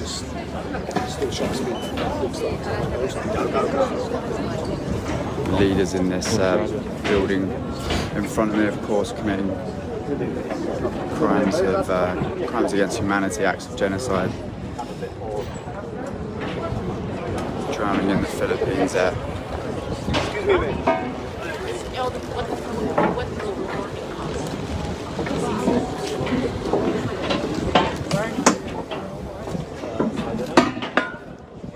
So we can have a little chat with someone. Hello, do you mind having a little chat with me? It's Todd from COP26 TV. We're streaming on XR UK. Can you just tell me what brings you here today and what you'd like to say to people watching? Yeah, well, I've been in Glasgow with XR Cymru since a week last Monday, so, you know, pretty long time. We're here today because it's Remembrance Day, and while we remember all of the people killed in armed conflicts around the world, we're also remembering all of the thousands and thousands of people who've already died as a result of the last 25 failed COPs. And we're thinking about the people who could well lose their lives because this COP could fail. And so we could think of no better place really to come and give that message than outside these gates, where the delegates are going in and out all day long. Yeah. And we're just trying to engage with them and remind them of the absolute and devastating consequences of a bad result from this COP. Thank you. And you know, your sign here, it says life or fossil fuels, and you know, it seems like the so-called leaders in that building behind you there don't really understand that. You know, we're hearing from indigenous people, you know, we just need to keep it in the ground. It's so obvious really that, you know, we need to be doing that. Instead we've got all of these delaying tactics, and many are saying that, you know, this whole process has been rigged to fail from the beginning. It's all, you know, predicated on 1.5 degrees, which we know, of course, due to the Chatham House survey recently, there's a 1% chance of reaching 1.5, and we need 45% emission reductions by 2030. Instead, we're on track for a 16% increase. So, have you been in Glasgow for a while? And yeah, as I say, I've been here since the first Monday, and I'm here till the end. And you mentioned Indigenous people. We've been to quite a few events where the voices of Indigenous people have been amplified, really. And we've listened to people from, you know, Brazil, from Ecuador, from Canada, from California yesterday, outside JP Morgan Chase. The people who those banks are, you know, literally investing millions in further fossil fuel projects, incomplete. You know, they're just completely riding roughshod over the indigenous people who live in those places and their lives. You know, their lands are being polluted, their forests are being destroyed, all for the greed of fossil fuel banks like JP Morgan Chase. Absolutely. One of the indigenous ladies I was listening to from Ecuador was saying that, you know, this whole Paris Agreement doesn't take into consideration the rights of indigenous people. 1.5 degrees is catastrophic, of course, to so many millions of people around the world. And, you know, this whole idea of this carbon budget, you know, is you know, and Europe gets to allocate themselves their own free budget, and, you know, it's just this whole toxic system we need to transcend in some way, and you know, come together, open up through our hearts, and realise we're all one planet and one people. We've heard that there are more fossil fuel executives inside the blue zone in Scotland. As a group, it's a larger group than any individual country. There are more people in there than any individual country.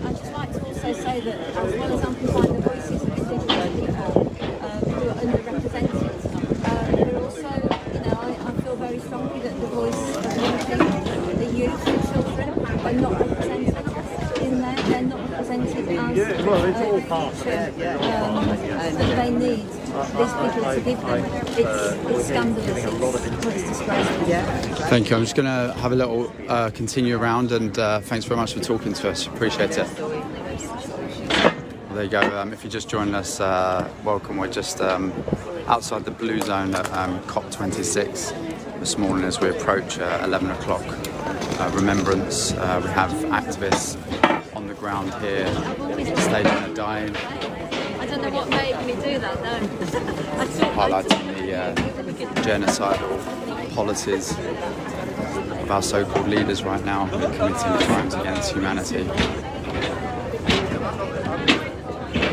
So we're just preparing for a speaker as well. And I'll just show you just up the pathway here. We also had the coat of hope. So I'll just quickly show you that before we move on with the proceedings over there. It's kind of like Fort Knox down here, as you can imagine.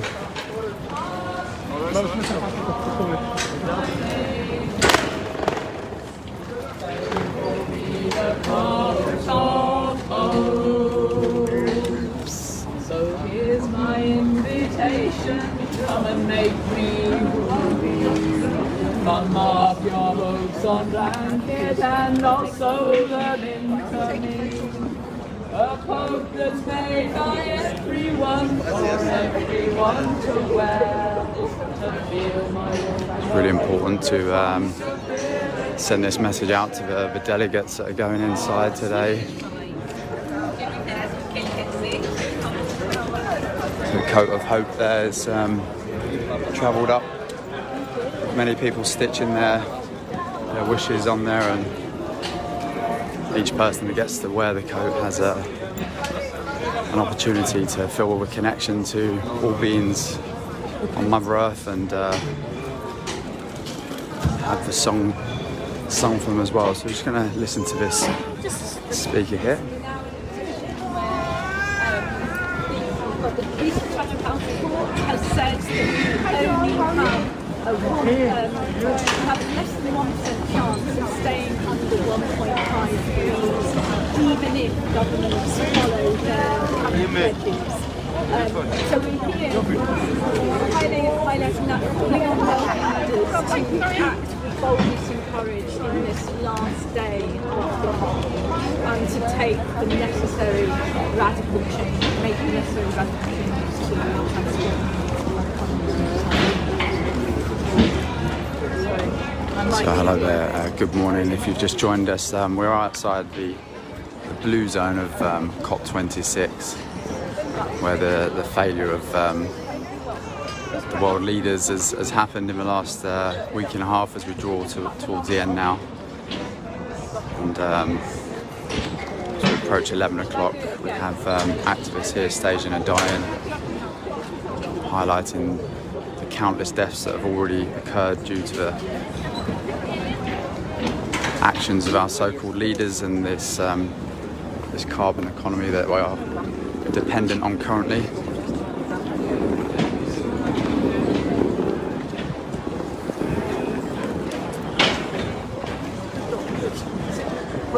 So the deceased here have their death certificates on as well.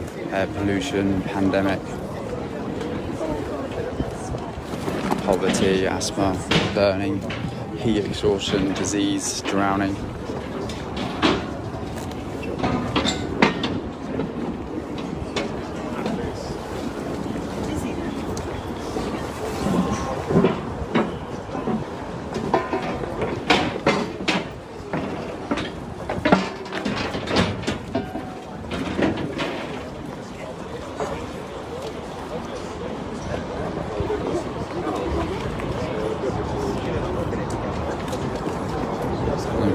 Over here.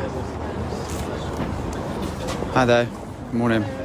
Can you tell us a little bit about why you're here today? Yeah. I'm here because the climate emergency has enough being done to reduce our global emissions. Oh no, I like that one. And have you had any first-hand experiences of people that are, are suffering from, first-hand impacts of the, toxic air or things like that in your work? Or we don't diagnose people in the West very often. I've not seen it in my hospital at all of diagnosing anybody with climate-related illness. We deal with asthma all the time. It's not my specialty, but as a profession, we deal with people with asthma attacks all the time. But nobody talks about the effects of climate pollution. Absolutely. All right. Well, thank you. I'm just going to see if I can go grab the speech. But cheers.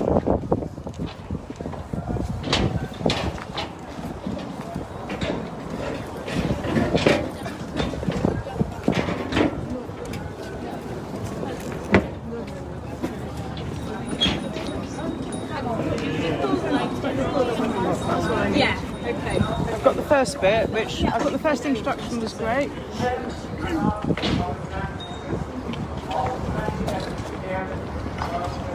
So much is at stake here. There are lives in the balance, and the lives that are most in the balance are those from countries that have done least to contribute to this crisis, but who will suffer the most. And we need now to call for climate justice and bold urgent.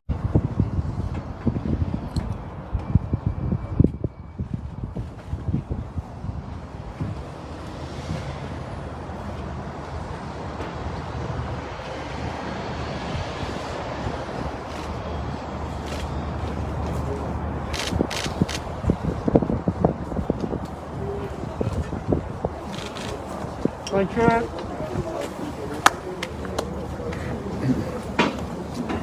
We just completed the minute silence there.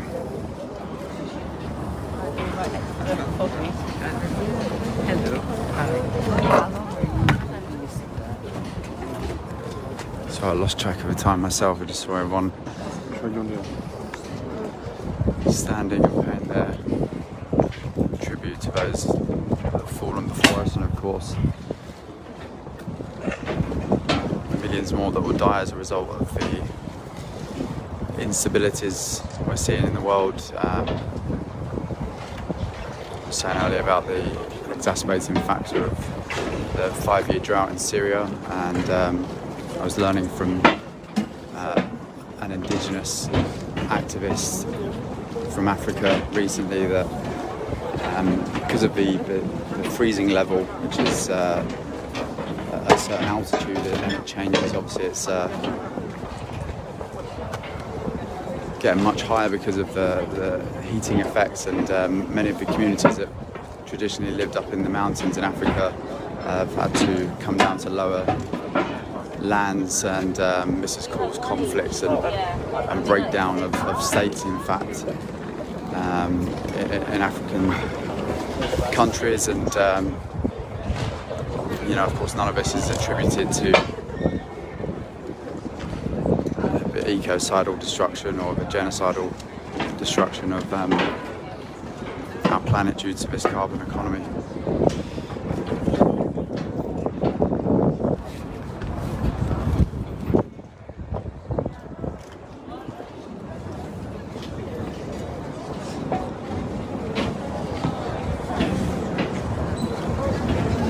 Hi there, do you mind talking to us for a minute? We're COP26 TV. Okay, thank you.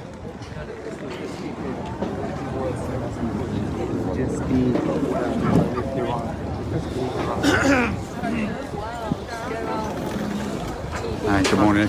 If you're just joining us, we're outside the blue zone in Glasgow this morning. Just had our minute silence for remembrance, and of course to reflect on the millions, if not billions, of people that will lose their lives due to this genocidal trajectory that we're on. We've seen many of the international military forces increasing their spending and preparing for the inevitable conflicts that will ensue from instabilities, famine, droughts. We've already had our first climate-induced famine in Madagascar. The risk of multiple breadbasket failure increase, even at 1.5 degrees, significant increases. We've already seen a 40% loss of our wheat crop in the UK last year, and food prices skyrocketing this year.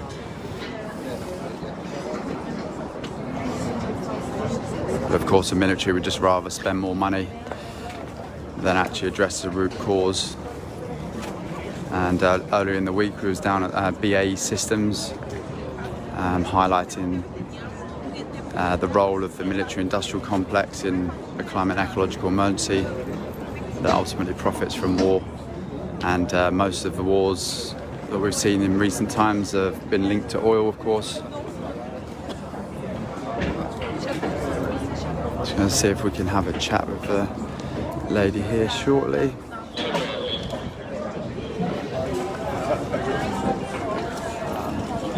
Are you here on the action as well? Oh, okay. Would you like to talk to us? Tell us what. Yep. So we'll just go over this way. Very keen to keep us straight. So, how have we found the remembrance this morning, and what brings you to COP26? So I've been here for the last 2 weeks, or almost 2 weeks. I was involved in the community COP. Just a few yards from here is the Court of Hopes.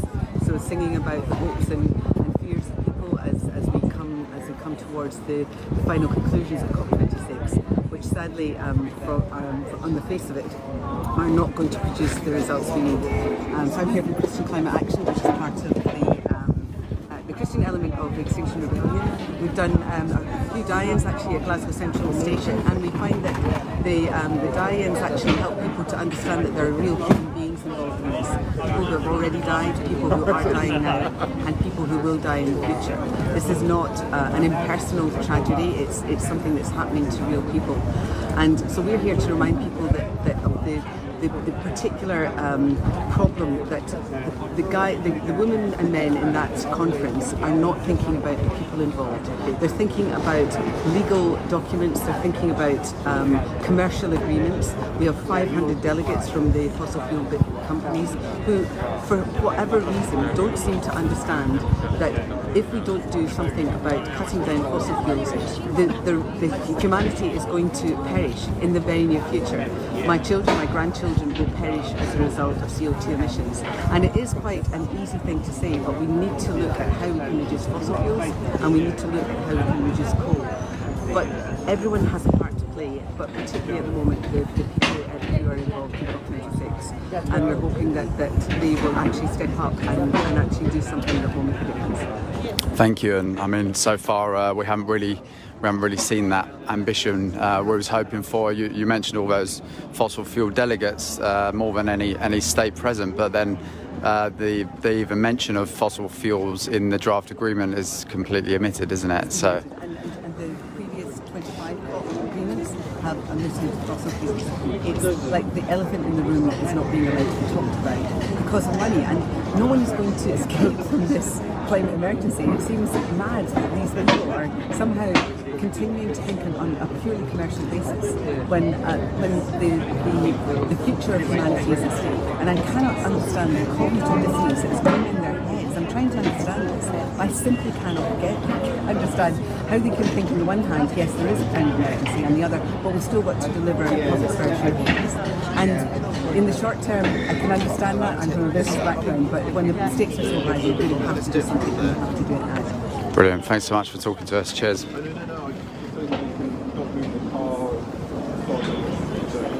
Good morning. If you just joined us, we're here outside the Blue Zone in COP26, Glasgow, where activists have staged a die-in highlighting the 5 million deaths a year that we're currently experiencing, paying remembrance to those that have fallen already due to wars around, the carbon economy, oil.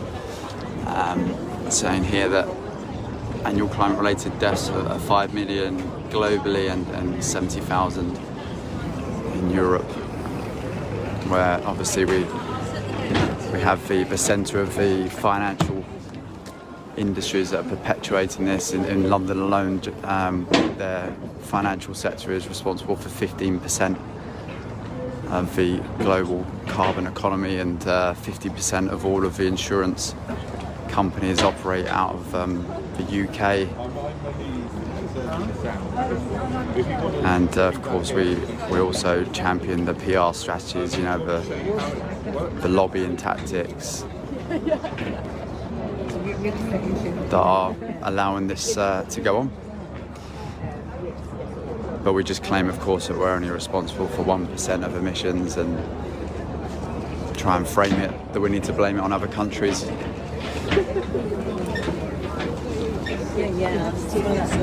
I mean the rest. If you want to leave that up there. And of course, the biodiversity around the world is an absolute free fall at the moment of the 9 defined planetary boundaries. This is the one that understood to be furthest outside of the so-called safe limit and could have already passed into a tipping point. But somehow the delegates in there believe we're disconnected from nature, and you know, negotiating what we leave and what profit will somehow save us. Okay. Do you mind? So what's your email? Joanna, Joanna, black man. One word? Yeah. Very Joanna, sorry. Unfortunately.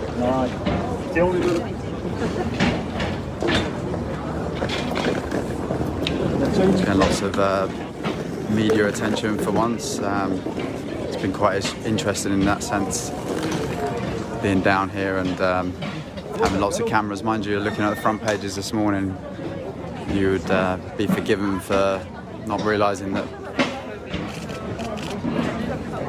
we're facing an existential threat, and it's back to the drama in the politics. So I'm just going to see if I can speak. Do you mind chatting to us, COP26 TV? Hi there. Good morning. Can you just tell us a little bit about the action this morning and what brought you down here? Okay, yeah, we're outside the gates of COP, and obviously it's the penultimate day of COP26, and it's also Remembrance Day.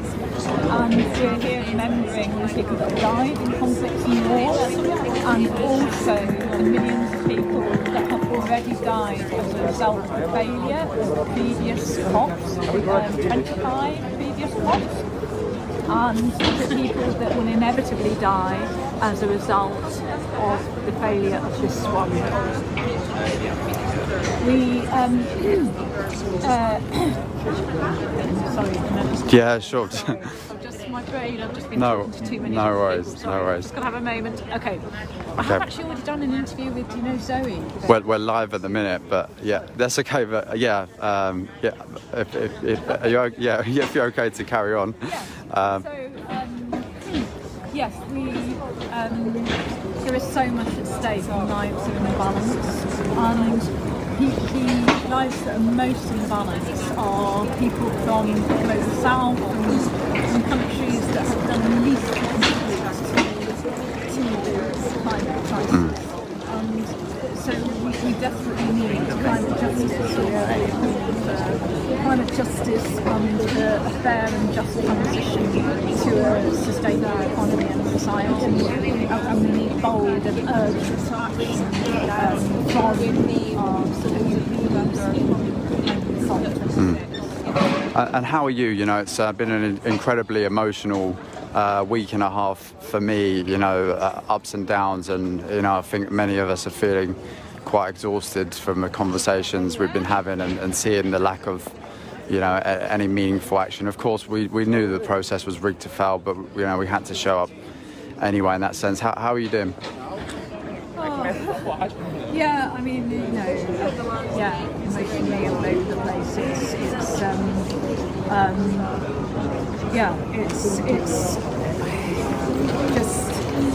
so hard to see this complete lack of response, this sort of total inadequate. I mean, yeah, we knew we were certain what was going to happen, but still, disbelief. Well, you know, the science is obvious. It's like everybody knows what's at stake, surely, and yet they can't even come up with any sort of meaningful agreement or way forward. It's just, you know, I suppose for me it's just bringing home again that we can't leave it in the hands of our supposed leaders. We have to rise up and take action ourselves. It's at this stage, it's only civil disobedience that has a chance of averting total repression. Absolutely, and you know, we saw the huge numbers come out for the Fridays for Future and the Global Justice March. I think over 100,000 people on both marches. And moving forward, are you able to get down to London on the 13th outside Parliament to try and not let them get away with this success story that they'll inevitably try and spin? I'm not sure that I'll be there myself because I'm still doing stuff in Glasgow until late tomorrow night. So, I'll be with people there in spirit, and I'm sure, I know that there are lots of people heading to London. Yeah. Yeah, we need to not waste any time, and we need to make it absolutely clear immediately that this process has failed and that it's now down to us.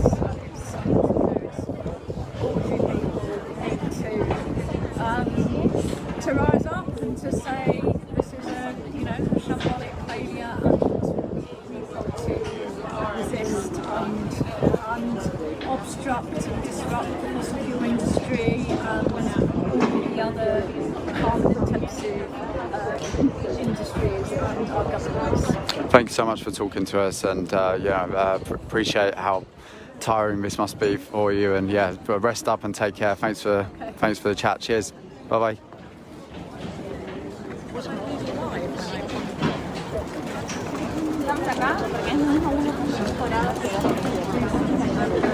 And very good morning to everyone that's just joined us. We're here outside COP26 Blue Zone in Glasgow this morning. We had our minute silence, and many of the people that were able to get down here are obviously quite exhausted from the proceedings, and it's been emotional, speaking to so many people, from the global south, indigenous people, the people being hit hardest right now, and then seeing the continued failure of the process in front of us. Of course, if you can get down to London on the 13th, we're going to be protesting outside Parliament. We need to continue to move and build our movement beyond this process. Non-violent direct action is the only way forward now. Protests, big marches, we've been doing those for 30 years or so, and we're still here. So we need to disrupt. Just going to talk to this gentleman. Do you mind having a quick chat with us? Tell us why you're here this morning. I'm here all day on the streets, protesting, putting more pressure on people inside here. Hi, your name's Grace, so please, Absolutely, we're sending a strong message to the delegates, bringing in that emotional element, with the activists down there staging the dying, because this is ultimately what it means. And people dying right now, that's why we give us a good message to people out on the ground. That's the reality right now. Where did you travel over from? Oh, amazing. Did you take a train, or I was actually in Rotterdam for a week prior to COP as well, so yeah. I came by boat and then the train. Amazing. Are you in Extinction Rebellion over there, or? Oh, great. Well, thanks for coming and representing. Appreciate it. Cheers. Hi there. Would you mind telling us why you're here this morning? Coming to Wales at the beginning of last week, we've been here for 2 weeks. And we're here again trying to hoping that there's going to be some change. Decisions made by many people have optimism about that. But the exciting bit for me is The climate crisis and its devastating effects are everywhere and undeniable. Communities least responsible are most affected. These are just a few stories from the front line of humanity's greatest threat.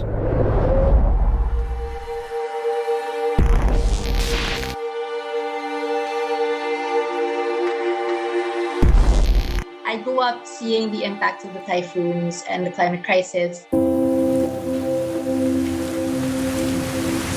I grew up in a place that wasn't very urbanized. It was lots of huge trees. Houses were far apart. We'd have to listen to a battery-powered radio to listen if our city we had to evacuate. I would have to do my homework by the candlelight because there would be no electricity because of the raging typhoon outside. This is just something that I really grew up with, and this is already a story of privilege.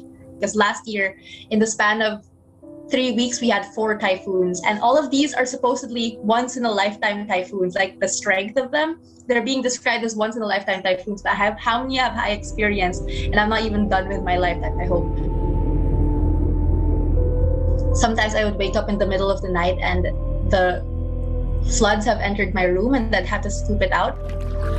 The city where our relatives were, floods sometimes reached 12 meters or 40 feet high, so second to third floors of buildings. We are so vulnerable to the climate crisis, but we are also fighting back so hard. We have no choice but to fight back. This is the planet that we're living on, that we're fighting for. I have this privilege, quote unquote, to choose to become an activist, while there are people who are forced into it almost because the consequences are worse. And in a way, we don't have a choice either because the climate crisis and the climate emergency is here, and we've seen that so clearly in the Philippines especially. And that was when I really decided to actively pursue environmental activism on a systemic change level.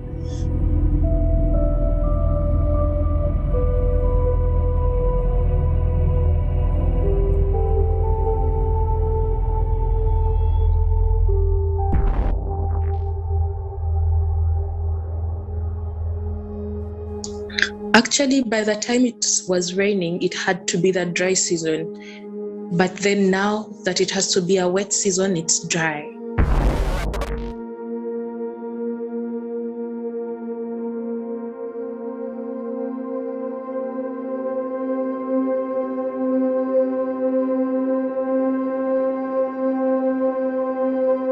We had a plantation back then in the village, and when all this started happening, we lost our crops. We started losing our yields. So you find that you can't really sell any food because you also need food to survive. And then money went on reducing. There's a time when my dad couldn't afford to pay my tuition fees because we could no longer sell food. The yields were really very bad, and also we needed food to sustain ourselves. So I had to sit down for 3 months at home because school here is paid for, like you have to pay tuition fees in order to attain education. Since my dad couldn't afford, I couldn't go to school. And this is the case with very many children, very many. It breaks my heart because the same people that are suffering the same crisis are the same people who don't really know about it. And then that is how my activism started. Creating awareness in the local communities helps them understand what is going on, what climate change really is, and what they can do, because it affects them the most.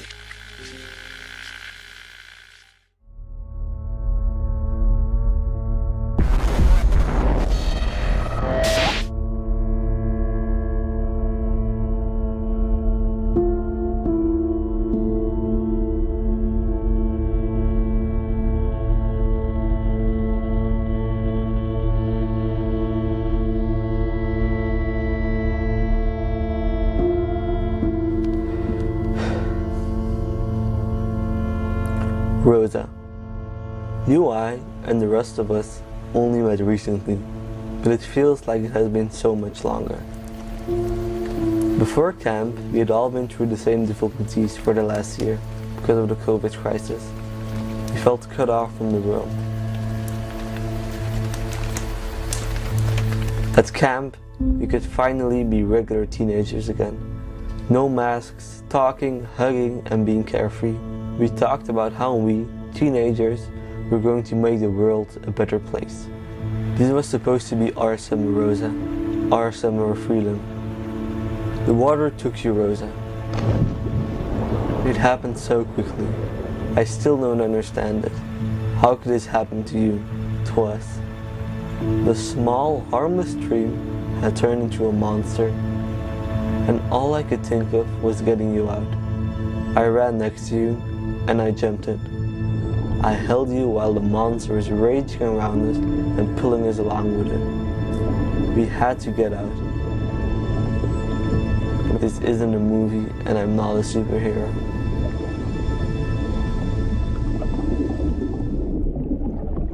I'm just a 14-year-old boy who tried his best. I'm sorry, Rosa. I wish it wasn't true. I will never forget you, Rosa. None of us will.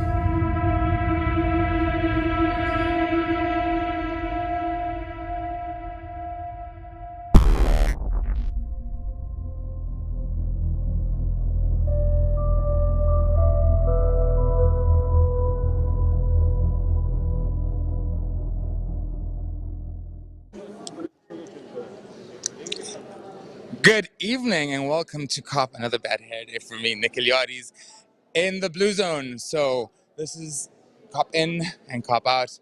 I'm in the COP in and they're copping out over there. So today we have a jam-packed show full of very interesting interviews with very, the fashionable word is powerful people. But while I'm standing where I'm standing, right behind me, just so you know, is where all the delegation's offices are. So this is a genuine goldmine for me to go in there knocking on doors and like, hi, can I speak to your minister? Can I speak to somebody? Some people ignore me, China, and some people don't, South Africa. But you know, this is part of the experience, and that's where they do their whole plotting, and then they go over to the other side where they're not doing much at all. So we have a lot of people who are going to talk about what they're doing here. And tomorrow, I promise you, we're going to unpack what is going on. Because at the moment, it just seems that we're not going anywhere. They're kicking that proverbial can down the road. But the problem is, the road ends with a cliff. And the cliff is very close. It's been eaten away by the sea, you see. But enough about me, enough about COP, enough about me talking, and let's meet someone here. Hi. Hi. Sorry. And here we have, who are you? I'm Jojo Mehta, co-founder and director of Stop Ecocide International. Well, I'm not very forward for this. There. Hi there. So, wow, Stop Ecocide. First of all, before we stop it, what is ecocide? Ecocide is mass damage and destruction of ecosystems. It's been legally defined this year by a bunch of international criminal lawyers and environmental lawyers from around the world. And since then, we found that there's been a lot of people taking this seriously at government level, parliament level, but also in other sectors too, like the corporate sector as well, which is very, very interesting. Now, here at COP. You want to hold that? Yeah, sure. Absolutely. Just free this hand so I can really. Hey there. So here at COP, we're seeing some interesting promises, but effectively what we're looking at is people all kind of pledging to play the game better. And it's a game that we've been playing for a long time. And was it Einstein that said, you know, madness is doing the same thing and expecting different results? It was indeed. Yeah. So what we're proposing is you don't just try to play the game better, you actually change the rules so that you have to do something different. And what we're aiming for is to make ecocide a crime at the International Criminal Court alongside genocide and war crimes, so that those individuals in decision-making positions who are making decisions that lead to severe and either widespread or long-term harm to nature actually have to become criminally responsible for those decisions. Wow, that must receive a lot of resistance. You would think so, but actually in reality it's not the case. I've yet to meet somebody face to face that thinks it's a bad idea. You say, you know, should unlawful or wanton destruction of ecosystems be a crime? Who's going to tell you no? Have you met Bolsonaro? No, not yet. Okay. Not yet. We're working on it. Okay, so, yeah, I hope so. Now, I understand that there was attempts before when they were passing the Rome Statute, is it? To pass crimes against humanity, genocide, and all that there was an attempt to put ecocide in there. That is correct. In the drafting stage, there was a clause that would have covered serious environmental crime. There were certain countries that didn't like that, or that objected to it at different stages, including the UK, the US, Netherlands, France, and actually Brazil at one stage. Interesting, they're all oil states. Interesting that at the time they were also all looking at development of nuclear testing and so on. So yeah, perhaps unsurprising that it didn't make it to the final cut. But these days it is becoming a much more of a recognized word as it kind of gathers momentum globally. And that's been happening a lot since this definition emerged earlier this year. Oh, so a definition just emerged? It did. How did that happen? Well, there have been working definitions of ecocide in the past, including from Polly Higgins, who is probably the name most closely associated with ecocide. And it's a bit poignant being here in Glasgow, actually, because she was born here. She's no longer with us. She was my dearest friend and colleague. But so there have been working definitions of ecocide. But in this case, last year, we were approached by Swedish parliamentarians who said to us, this is obviously your area of expertise. Would you be able to convene or commission a definition of ecocide, a legal definition that could actually be practically presented to a government to actually say, could you take this to the International Criminal Court and propose it? So it had to be both practical for governments to approach it and also legally robust to do the job. And that request effectively enabled us to pull together some really top legal talent from around the world. We had an amazing panel of 12 lawyers, international criminal lawyers, environment lawyers, climate lawyers. And I was convening. So I was watching all of these lawyers kind of having these debates over the first few months of this year. And by June, they had actually reached a consensus, which was remarkable because they had very different legal backgrounds, but also different propensities, if you like. We had conventional International Law Commission, we had former ICC judge, but then we also had much more kind of people's lawyers, really, I suppose you could say, as like Pablo Fajardo, who dealt with the Chevron case in Ecuador, for example. He was on the panel. So was Rizwana Hassan from Bangladesh. And, so a real interesting range. And global voices, really global voices. It was chaired by incredibly renowned international public lawyer Philippe Sands QC, and also a Senegalese jurist, very renowned, Dion Falso. And the definition that emerged was very concise and simple. Shall I say it's one sentence? Yeah, please. Okay. So ecocide means unlawful or wanton acts committed with knowledge that there is a substantial likelihood of severe and either widespread or long-term damage to the environment being caused by those acts. I wonder if they heard that. I don't know. Over there. Should we go shout? We should. I think we should. Actually, speaking of that, how do you make those people hear this? Because it seems really important. Yeah. Well, interestingly, the more people talk about ecocide around in every different sector, different cultures, different languages, different walks of life, the more the politicians are taking notice. And we can see that from our analytics. So it's not about, how many people are signed up to our campaign. It's about where are these conversations happening? And the word itself has a kind of traction with that because, we all have an awareness that nature is being destroyed in so many different ways. The marine environment, deforestation, air pollution, all of these things. Ecocide brings all of that together in one concept, if you like. So is like fish trawling ecocide? Potentially. It depends on it has to be at a certain level of severity to be at the level of an international crime.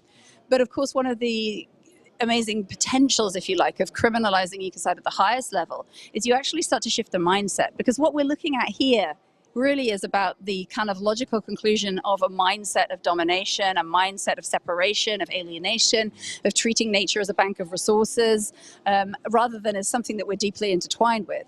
And our legal system is, of course, highly anthropocentric. It centers around humans and perhaps even more around property. But by bringing in a crime where destroying nature in and of itself is a problem, that's a criminal act in itself, that actually starts to rebalance that equation a bit. So then, do you have countries that are more supportive than others? I imagine a country like New Zealand, which has recently passed a law that makes rivers basically humans, persons, beings, shall we say. Yeah. They might give less resistance than someone like, I don't know, Russia? Well, you'd be amazed who's talking about this actually.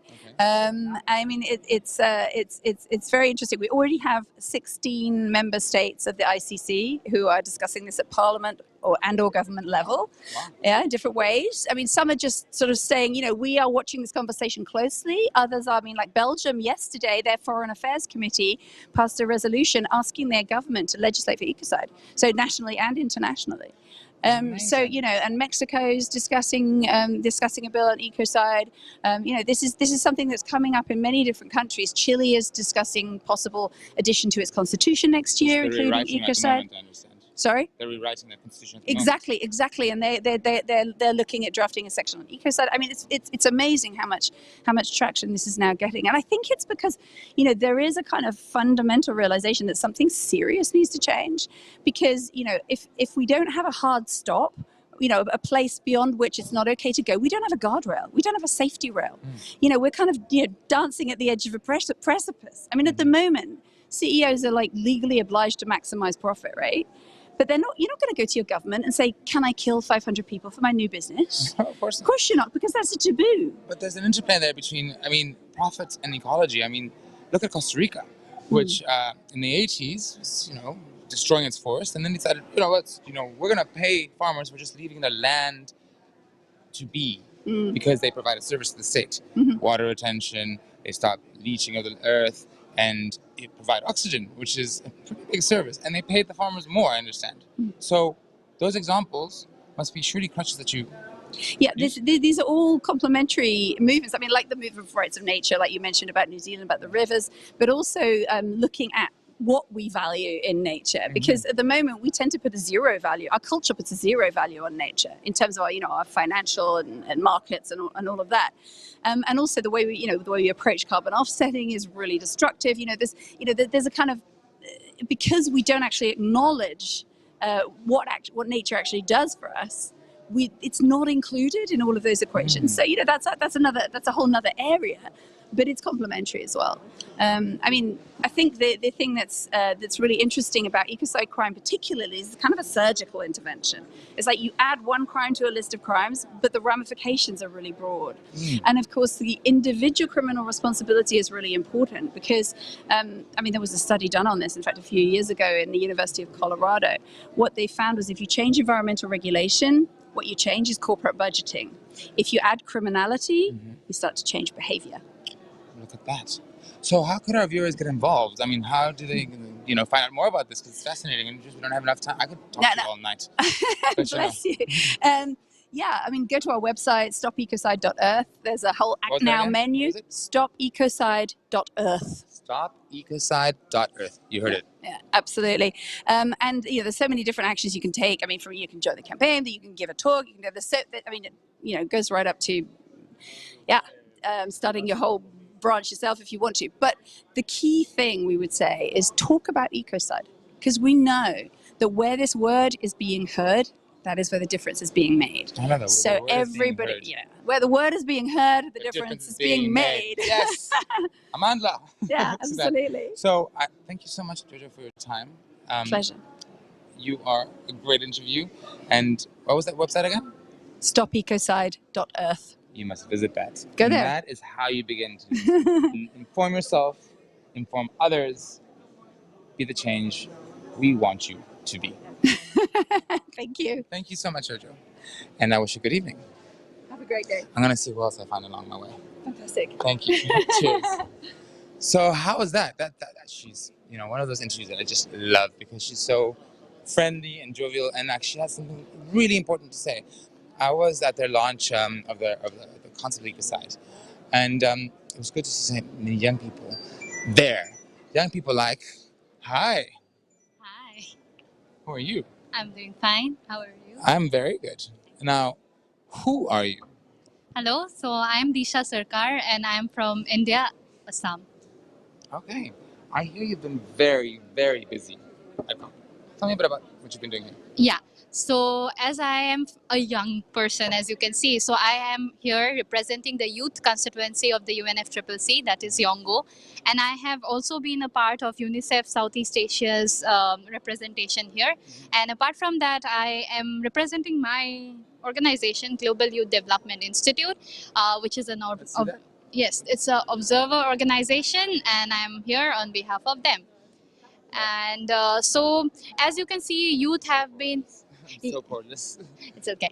Youth have been at the central stage, taking up discussions on how we can get meaningfully involved in the process of the negotiations, how we can align with our governments, with our national governments, and how we can get into the process, not just through activism, but also actual advocacy and negotiation processes. Okay. And have you given speeches here? Yes, I have. Firstly, I had a number of events. Number one was during the China Corporate Pavilion. I had an event there. Yongo, as you know, on Youth Day, we had 2 events, and there I was the moderator of the intergenerational inquiry. Apart from that, I had done 2 events in the Paris Committee on Capacity Building, where I gave speech about how youth can be meaningfully involved in the process. So these are some of the involvements that I have been through during this last 2 weeks. Yeah. Wow. And have you had a chance to speak to the big kahunas over there? Yes, I met the president of the COP26, that is Alok Sharma, and we had a discussion on how youth can be actually involved in the process. Though it was a very short one, but we tried to incorporate whatever are our demands. We tried to tell them, and Yongo this time has formulated the Global Youth Statement, which we presented to him during the COP16 also, and we are hoping for good response in this regard.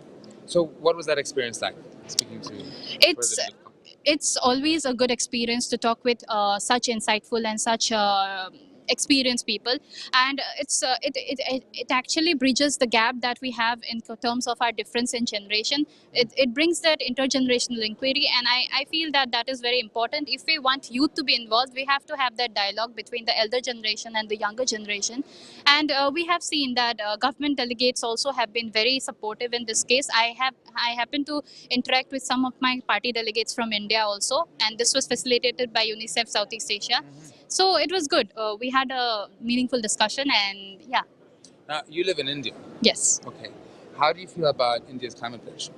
What was it again? It was they would net zero by 2070? Yes. Yes. By 2070. So the thing is, India being a developing country, we have to understand that the stance that a developing country takes is very different from the developed countries. When I went to talk with my party delegates, they were very clear about the fact that we are at our developing phase and we cannot stagnate our development.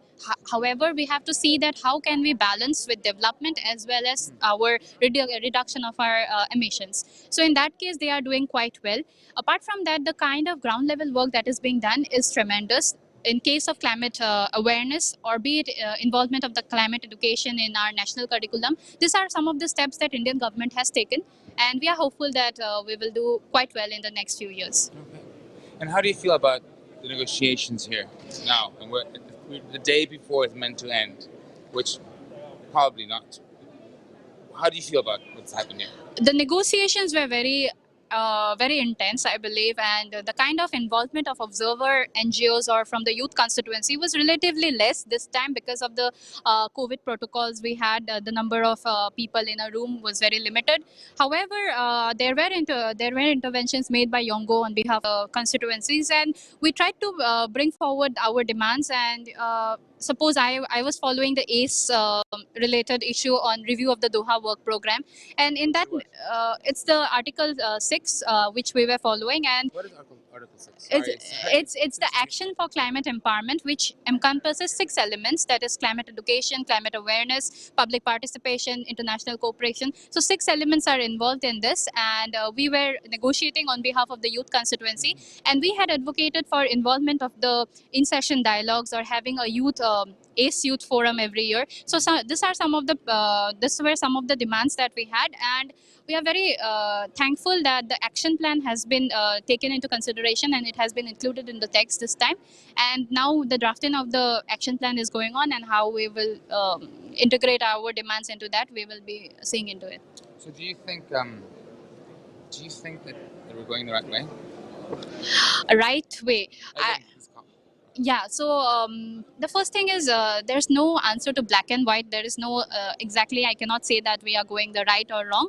However, definitely if you ask anyone around, you will find this that we are optimistic. Although we are running out of time and although we are over time, we have already wasted a lot of time in the past talking about things, discussing, delaying the processes. Even now we saw some parties who were not very enthusiastic to carry on with the process, rather delay the process. So this is not what we want. We cannot delay any further. The action needs to be taken now, and not just talking about it, but actually taking into action. That is what is important, and having the youth in the decision-making table, because it's everyone is talking about our future. So we need to be integrated into the decision-making process. So nothing about us without us. Damn right. So, last words. You have actually had the chance to say to them directly, but not here. Just for our audience sake, if you could say to the leaders who are there in the negotiations right now, rushing to get something out because you know what, they need to go home, what would you say? I would say that leave all your personal agendas aside, leave all your political agendas aside, think about the future that you want your children, your grandchildren to have. Think about that and take decisions wisely. In other words, don't get in the way and get on the way. Yes, get on the way. Well, wow, you're like a hero. Sorry, this is a rude question now. But how old are you? I'm 25. Oh my goodness. So the next thing you're Gandhi. And thank you very much for your time. Thank you. And that was fantastic. So I'm gonna go and see what else I find around here. You rock, man, and keep on doing what you do. Thank you. It's so inspiring to be here because you meet people like that who tell you how it is, what it is, and for who it is. And you know what? Again, I must say that today there has been certainly a damper in the mood. Like, you have conversations with people, journalists, you have conversations with people in parties, and they're like, excuse my French, but we're fucked. So, what are we gonna do? I don't know. I don't have an opinion on that because I haven't seen the final draft. All I can tell you is that it's been a tough day, and you feel it in the air, you feel it somber, you feel it anyway. I'm walking up. Oh, by the way, I just came into the United Nations Pavilion because I want to see if we can find something here. They can talk more about that. But yeah, it's one of those days. I'm also tired. It's been hectic a few weeks. But yeah, so here we are at the United Nations Climate Change. This is the UNFCCC Pavilion. Hi, Pavilion. Let's see who I'm going to talk to. Oh, here. I'm going to. Oh, hi. You want to have a chat? Yeah, why not? How are you? Very good, thanks. How are you doing? Tikanis? Καλά και εσύ. Καλά εσύ. Λασενικά. Πολύ λίγο. Πολύ λίγο. Χάρηκα που σε γνώρισα. Ευχαριστώ. So, how are you doing? I'm good. There we are. Say hi to people. Hello, everyone. Hello, everyone. It's so weird. I'm seeing myself twice up in the screen. Double screen. You see the little screen that sees us embedded there. Okay, amazing. So, tell me who you are and why you're here. So my name is Romy Samaria. I'm the founder of an impact consultancy from London called the Oblique Life, and I'm here with the IAAI. It's the Global Change for Climate Action. Mouthful, but basically we're trying to empower young individuals to effectively get them more agency to deliver the climate action they want to see in the world. They don't get the resources, they don't get the voice, and that's partly because of institutional bureaucracy. We were trying to offer a new avenue by working also with the UN and other bodies, but to take a bit of a load off them and bring resources directly to these individuals. And how do you do that? So one of the things is transparency and technology. So it's really hard right now for individuals to actually showcase what their work is going to go towards. If you can use a system like blockchain, for example, if I promise that I'm going to basically build 5 schools, it can be measured and noted on that blockchain. It's there forever. What's a blockchain? It's like it's a new technology system of basically transparency recording. It opens out the internet to effectively make it more open source, more collective, and more decentralized. Kind of like our economy should be. In a way, and this is what blockchain could do. However, we've got to be careful because we don't want to when we think of decentralization, we have to think of how does the governance work in that. The economy, yes, could be decentralized, but then how does policy look? How do we make sure everyone gets an equal chance and equal voice? So yeah, it's a lot of big topics that we've just touched upon, but I would say so. yeah, Kind of like climate change, big topic. the biggest, the most important. Any friends you want to introduce me to here? Yeah, absolutely. First, let me take you to Irina, who can share more about the blockchain and a project we're doing. This is Irina, one of our team members, and she's part of the movement. She's going to tell you a bit about what we do. Good evening, everyone. Yes, so we are the NFT chain built for Kusama and Polkadot ecosystems. We're infrastructure that allows individual creators or startups or institutions mint their NFTs and showcase their artwork. We're the next generation of NFT chains, so we allow advanced features, something that has not been seen in the space. And we are exclusive technical partner of the Art for Climate initiative. Today we presented art competition winners. So it's been a great experience here in Glasgow, and so many great conversations are happening, and we're convinced that NFTs will be, and the metaverse as well, the virtual experience that is entering our real world, and we're now sort of living this mixed reality, you know, where you have virtual participation and also physical participation due to various reasons, but metaverse is a great space. So yeah, this is what we've been up to. How can people get involved with that? Simply, so we've developed at Unique Network, we've developed a toolkit, which includes a marketplace, a gallery, a minting solution, and a wallet. So every creator can reach out to us, unique.network website, and ask for the toolkit. It's an open source, it's available to everybody. You can brand and create your front-end solution, your web design, the way you would like to see it, with your logo, with your branding, and we provide the blockchain backend. And really any UX and UI can be integrated to this blockchain solution, because we are here to enable mass adoption of NFT technology and blockchain technology.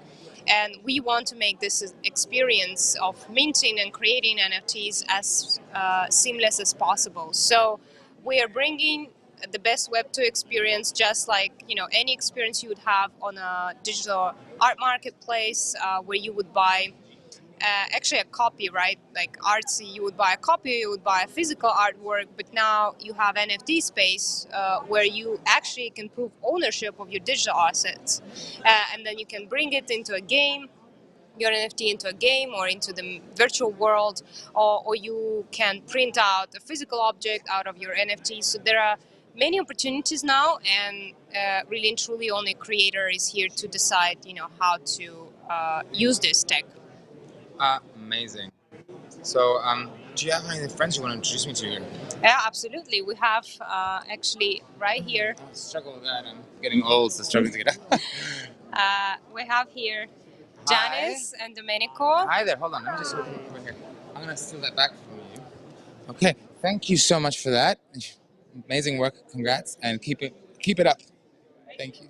So, guys, you need to huddle around me. Like we're doing. Oh yes, we'll huddle. Huddle around me. How are you? How are you? Who are you? Who are you? Who am I? I am Janice. I'm Janice Lau Pearson. Okay. From Canada, from Artel. Okay. So we're really happy to be here. I'm happy to have you.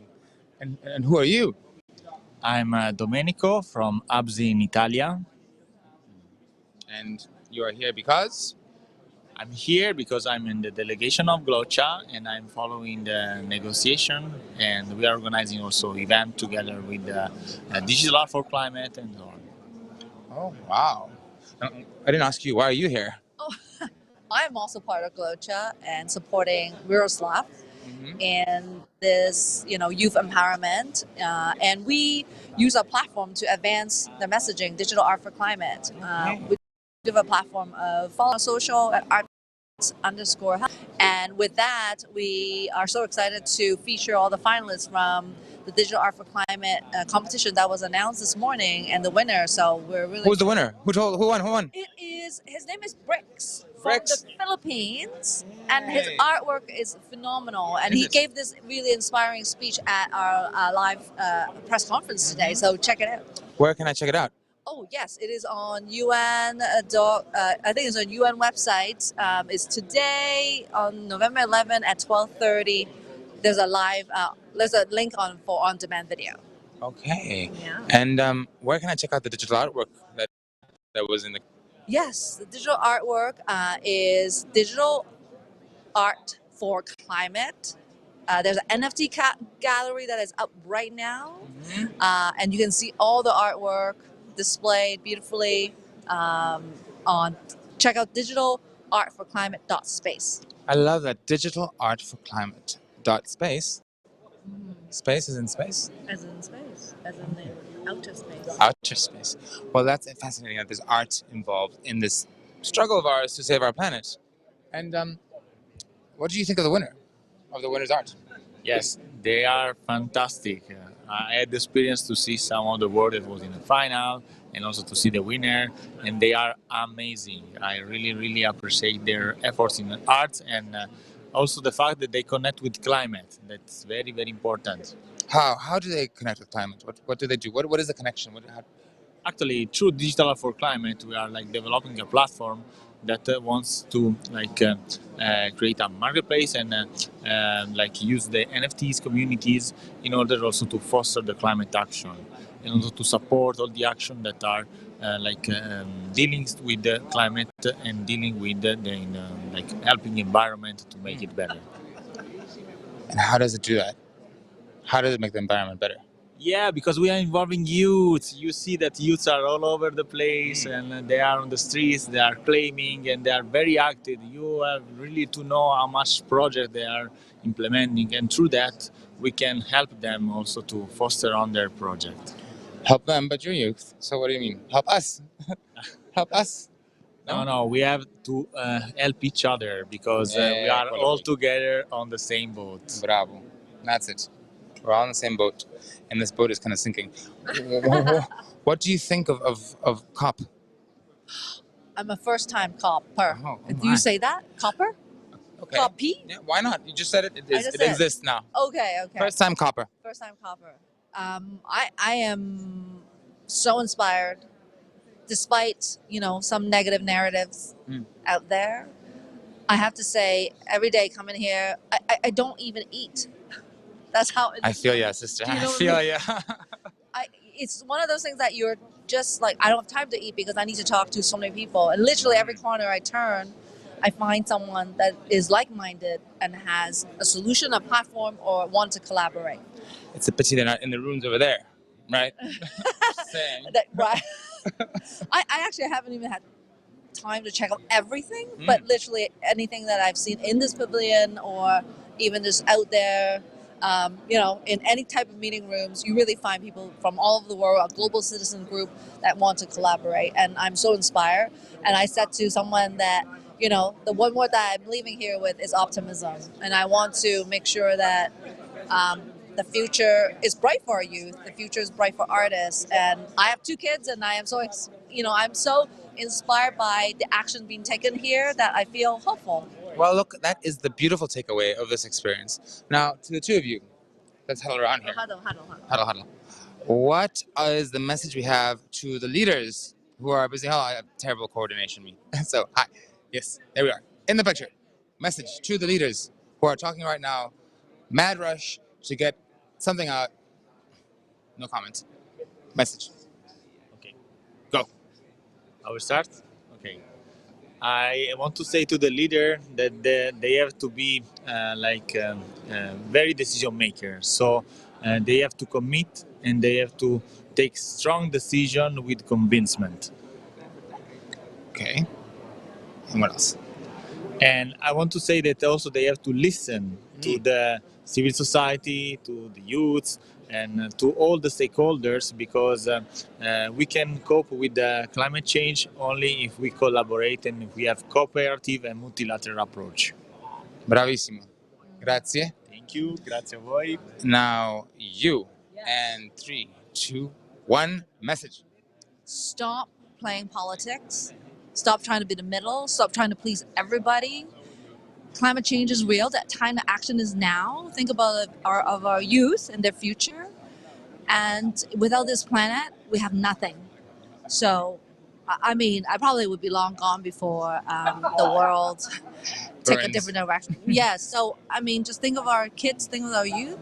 Think of what we can leave them as a legacy. So, well, thank you so much. Thank you so much. Grazie mille.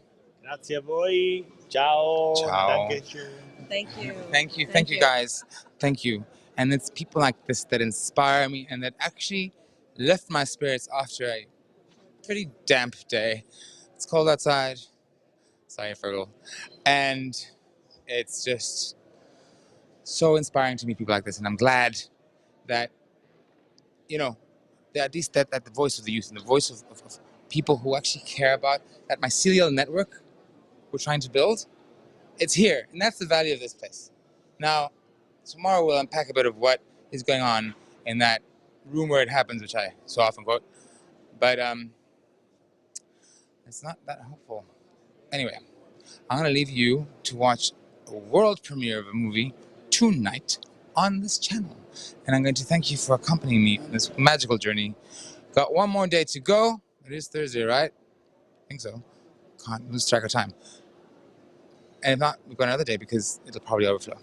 So thank you very much. Nicolás Eliades, cop in, cop out, cop26.tv. Have a good one.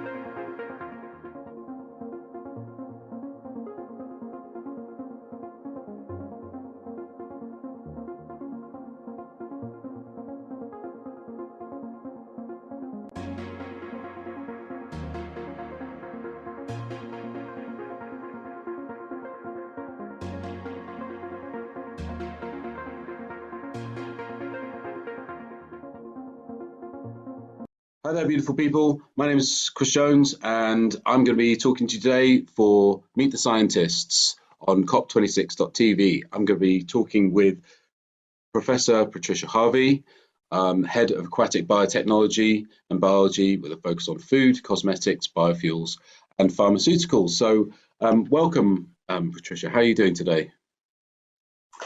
Good. I've just come hot foot from another meeting where we've been looking at algae as a food and what we can do with regard to cultivating algae, because we do need to feed another huge surge in people by 2050, and we need to increase our food supplies by about 50%. And where are we going to go? We need to go and start looking at water, which covers 70% of the earth, and about 97% is ocean. So what can we do with regard to getting use of the ocean sustainably and healthily? So that's kind of like a sort of overview summary of your focus and your research at the moment. Is that fair to say? I would say yes. I seem to be talking in lots of different directions about algae simply because we know so little about the resource base of algae. On the one hand, they've got very high value. So I spoke last week to the European Algal Biomass Association about the high value compounds that we can get out of algae. And as I say, to the Food and Drink Association today about the potential for food and cultivating algae. How can we grow them as an alternative agriculture to feed people? Mm. And so why is algae so important? And obviously, why have you chosen that as your focus of your research? Okay, one of the really important points about algae, they're plants. They consume carbon dioxide and they use light, and they are huge catalysts to be able to provide the energy in the form of food that we need, or in terms of the fuel that we enable us to do things. And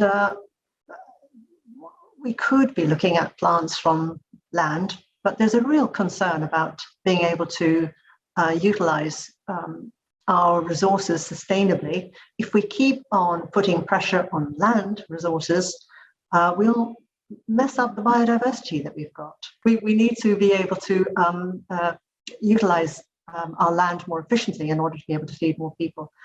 If we don't, we'll really have some big concerns about biodiversity. Also, we put pressure on water use, and we will start to run out of phosphate. If we start to look at water and the oceans, potentially we've got a big opportunity to meet some of the requirements that we've got using the plants.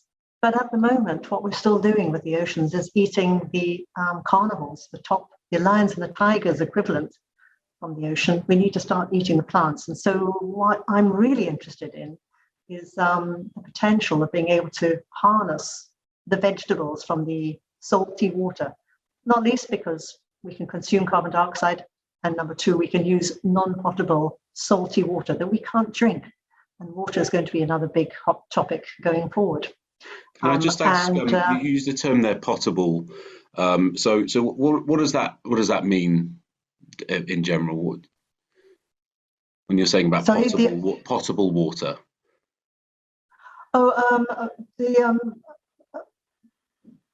Sorry, can you? I don't understand what your question. You mentioned the term potable.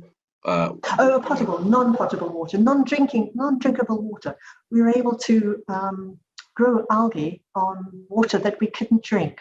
It's salty, and that we can't use to plant land-based crops. But actually, the ocean has got salt water, and it's got plants that have been adapted to grow in that salt water.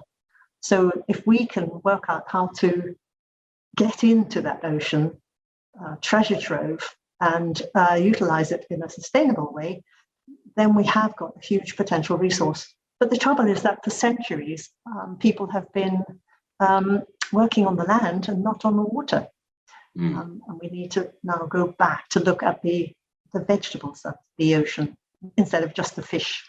Otherwise, we will land up with the problem of overfishing on water, which we're already facing quite starkly. So I'm really interested in looking at how we can grow algae to consume carbon dioxide and at the same time provide all of the natural products, the chemicals, the food that we need to feed a growing population. So I'm very interested in, there's a couple of different strands that I definitely want to talk about. Obviously focusing on COP, we're really interested in the kind of CO2 production, and obviously then food, which is, as our global population goes towards the sort of 10 billion mark, which we're getting towards fairly rapidly, we're going to need to use other areas of the planet's surface in order to generate food. So what can you tell me with regard to algae and CO2 capture? What sort of, how does it operate? Well, with regard to algae, there really are simply like our land-based plants. The alga that I'm working on consumes, well, for every 100 tons of biomass, we can consume about 425 tons of carbon dioxide. And the alga, depending on the type of alga that you're using as the catalyst, will make different kinds of products, different kinds of molecules.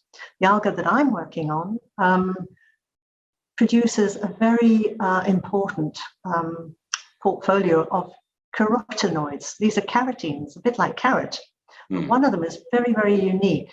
And we've been working with a number of different partners across Europe to be able to understand how best to produce large amounts of this, because we've got good evidence that this particular carotenoid, carotene isomer, is incredibly valuable if you're suffering from psoriasis. It'll help to treat psoriasis, help to treat atherosclerosis. It'll also help if you've got eye disease, various different types of eye disease, to be able to help with preventing or curing some of these eye diseases. And it's also recently been shown to have some important brain function properties as well. The alga that we're working on, which causes bright pink lakes all around the globe in salt water, very high salty water, produces up to 14% of its biomass as this beta-carotene. It's one of the richest sources of beta-carotene that we've got, that we know about.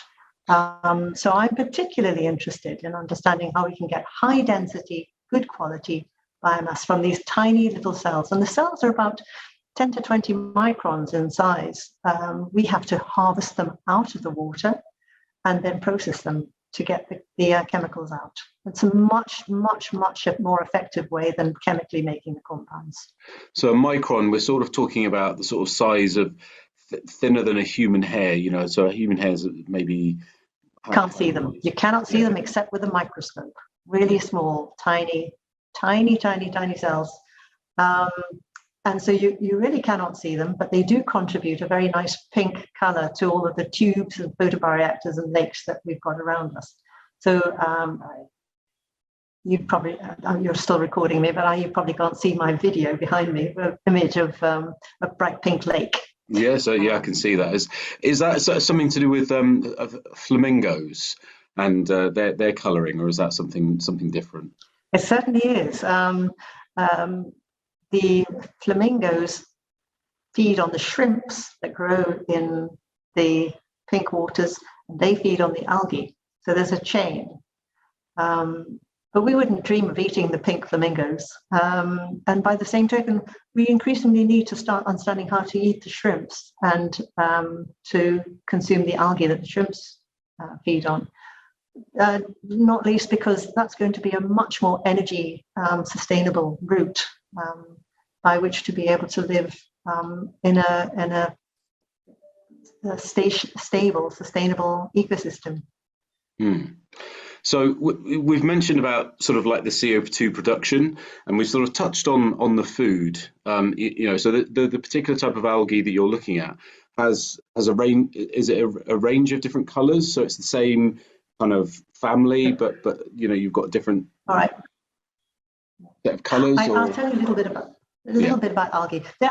We're working on two different types of algae.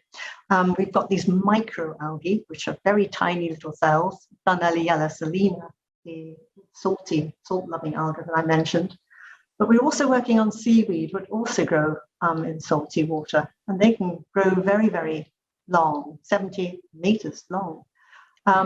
Both of them have got pretty good quality protein, and we need that protein. So in both cases, the tiny little cells and also the very big seaweeds, the challenge that we face is how to make those cells or seaweed plants available and accessible to people so that they can start to try them, eat them, and realize their value for health. Excellent. So yeah, you talked about so obviously some of these algae are producing chemicals that are, you know, the shrimp are taking up, and they're giving them their colors.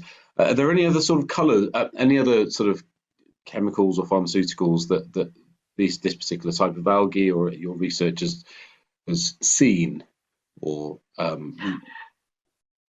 there are a huge number of different types of compounds that people are looking at in different algae. I mean, let's take seaweeds, for example. In Southeast Asia, people have been eating seaweed for a very long time. They know that they contribute health benefits. Not exactly sure the reasons why all the time, but we know that they do.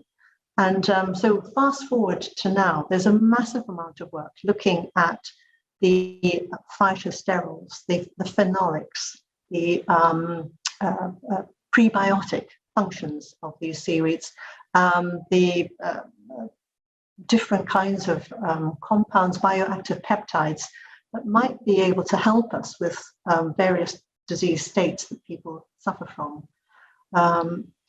And I think one of the really important things is to be able to produce sufficient quantities of these compounds and to get them eventually into human trials so that we can pass the legislation to show the benefits of these different attributes that algae have, so that we can start really labeling them as health benefiting compounds, health benefiting natural products. Until we do that, we really can't say very much about them except to get the work, get the data, and try to persuade people to support the effort so that we can stop producing chemicals based on fossil sources and start producing compounds that help us, but from natural, renewable resource bases. So another kind of application that we talked about was biofuels. Now, there's been a big sort of criticism of land-based biofuels because of their kind of reduction of land mass for food production. I'm guessing that obviously if you've got an underutilized area like the sea, that people are not necessarily producing biofuels there. It's not necessarily taking away mass for production. So am I barking up the wrong tree there? No. I'll give you an example. Way back when, I was very strong advocate of biofuel, having worked a long time on lignocellulosics from plants. When it became really important to start looking at biodiesel production from oil, esterification, we started to look at some of the crops that we could get oil from, land-based crops. And of course, that then comes into stark crossroads with the need for food. So what people and what we were doing were looking at oil from plants and then esterifying it to make biodiesel. We were very fortunate to be able to come across a company called Aquafuel, working in Sittingbourne, who pointed out that actually, if we could change the engines a little bit, then we could combust the oil as a whole, or we could even combust the byproduct of esterification, the glycerol, which was being wasted. So at the university, we set up a combined heat and power engine, a diesel engine, and set up to run the campus on biofuel. But instead of running it on straight vegetable oil, we started to look at sources of glycerol, the byproduct of biodiesel manufacture, which could also get combusted in the engine with much lower sulfur dioxide emissions, a very clean burn. But what became clear is that biodiesel, byproduct of glycerol, was going to disappear. So instead, we started to look at sources of glycerol that we could get naturally. And the alga that I'm working on naturally produces glycerol when it's growing in salty water. In fact, it will produce up to 80% of its biomass as glycerol. So that meant a really big interest to start looking at harvesting the algae for their glycerol to run combined heat and power engines. Now, the whole effort of that became diverted because what becomes clear is that it's very, very costly to get the glycerol out of algae. And at the same time, they produce some incredibly valuable compounds, these carotenoids that have got benefits for people's health. They also produce protein. So what you don't want to do is to harvest the algae and put them in an engine because they've got nitrogen-based proteins and they've got valuable pharmaceuticals that could help eye diseases. So you need to start breaking them apart and getting, if you will, a biorefinery where you get the glycerol and you get the carotenoids and you get the protein and you can satisfy all the different markets. And that would seem to be ideal. The problem comes with looking at the scale. And I think the scale issue is something that we also have on land, but we also have the scale problem with regard to the plants in the water, these algae. Because from 10 hectares of land, we could get about 100 tons of the biomass, and we would consume about 425 tons of carbon dioxide, which is good. We would need to cultivate 100,000 hectares of land in order to be able to get 1 million tons of biomass. And that would then provide us with 250,000 tons of glycerol, which would be just enough to run 10 container ships a year. That's it. So if you want to run 10 container ships a year, you'd need to dedicate 100,000 hectares of land. Of course, you'd get a large amount of carotenoid as well. You'd get 70 to 100,000 tons of carotenoids, and you'd get about 500,000 tons of animal feed. But you can see the scale. It's a question of really horses for courses. What do you want to do with your algae, and where the points are? The key for me is you must waste nothing. And you must use all of your resource base as effectively as you can. And the other point that I think for me has come out from all of the work that I've been doing on algae is that you need to think very carefully about biofuel. What do you when we get into a car and run down to the garage or wherever it might be, to the gym in a car, we're actually wasting an incredibly valuable resource. And while we can think about biofuels just cutting down the time scale for being able to provide fuel and reducing the rate at which we're emitting carbon dioxide, we should never underestimate just the millions of years that have gone in to produce that one drop of oil. So it almost provides us with a transition phase or an intermediary, but ultimately we need to be decarbonising our economies more effectively and thinking about alternative transport systems and everything else, so that finite resource is used really, really effectively there. The challenge, let me just pick up though on that decarbonising the transport and so on, and I think it's very easy to say, get on your bicycle. I'm a very strong advocate of cycling everywhere, but we are still the engine. We need food to drive that bicycle pedal bound. So, I think the big elephant in the room are probably the people, the number of people that we have, and the balance between being able to feed, to fuel people, and to be able to use the energy to do things. After all, we've got plants at the start of getting our solar power, and then enabling us to do either more people or more things, but we have choices to make. So absolutely, it's not such a straightforward equation. No, there's sort of one question that's popped into my mind as we've been talking, and it relates to a kind of problem that's popped up in the news recently with regard to the kind of sewage problem.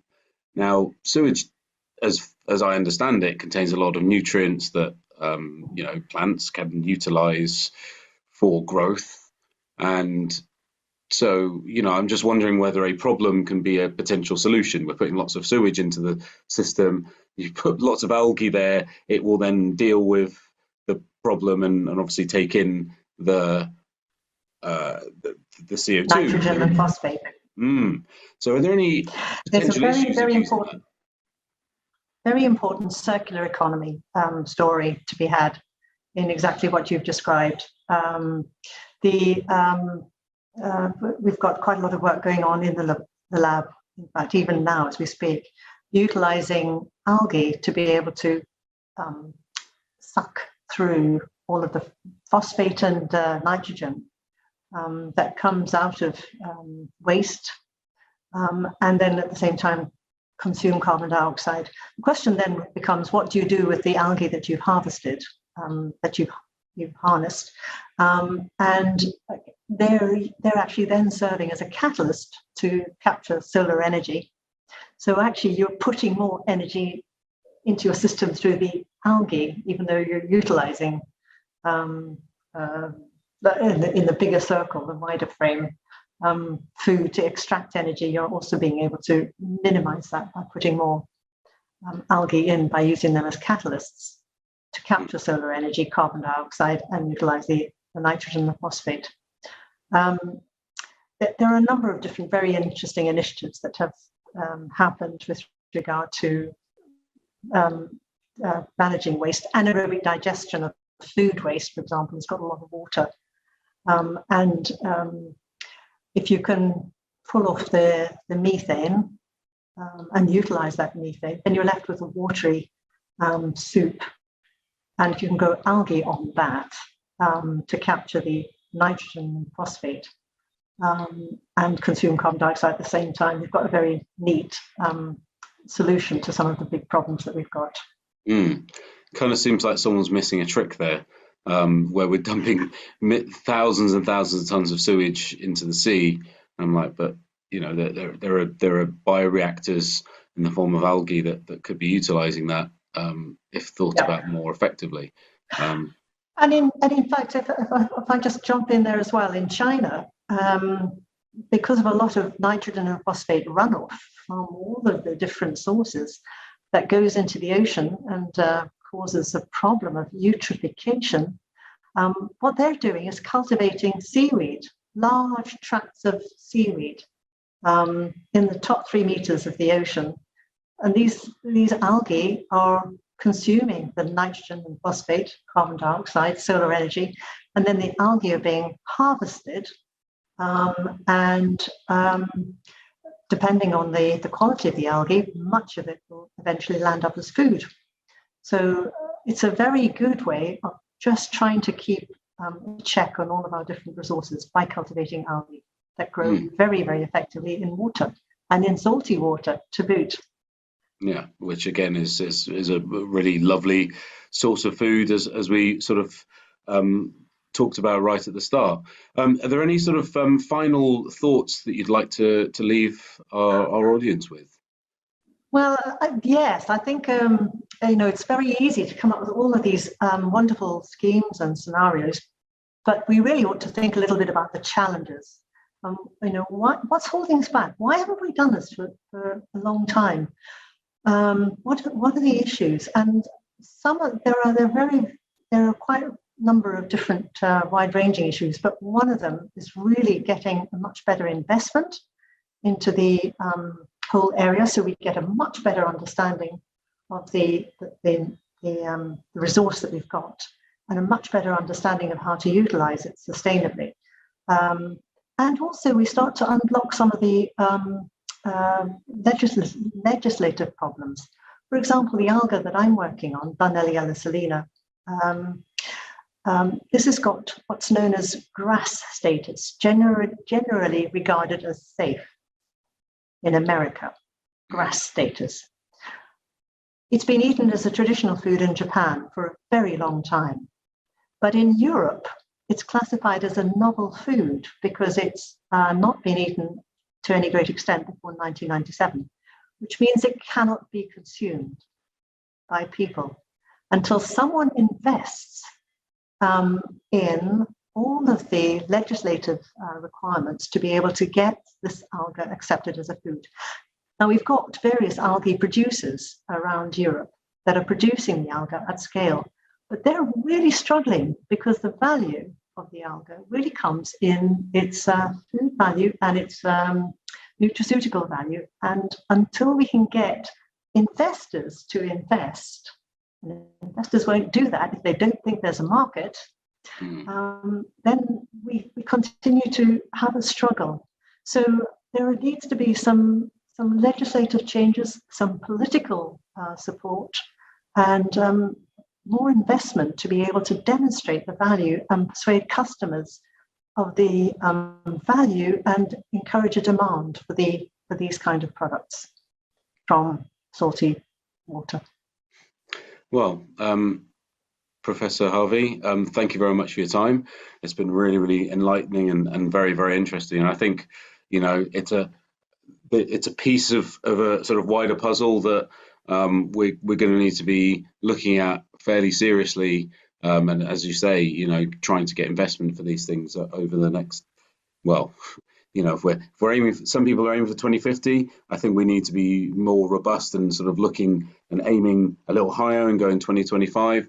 And and obviously if we fail, then at least we've got that backup plan. But if we aim for 2025, we've got to be looking at these solutions and putting some investment in. So thank you very much.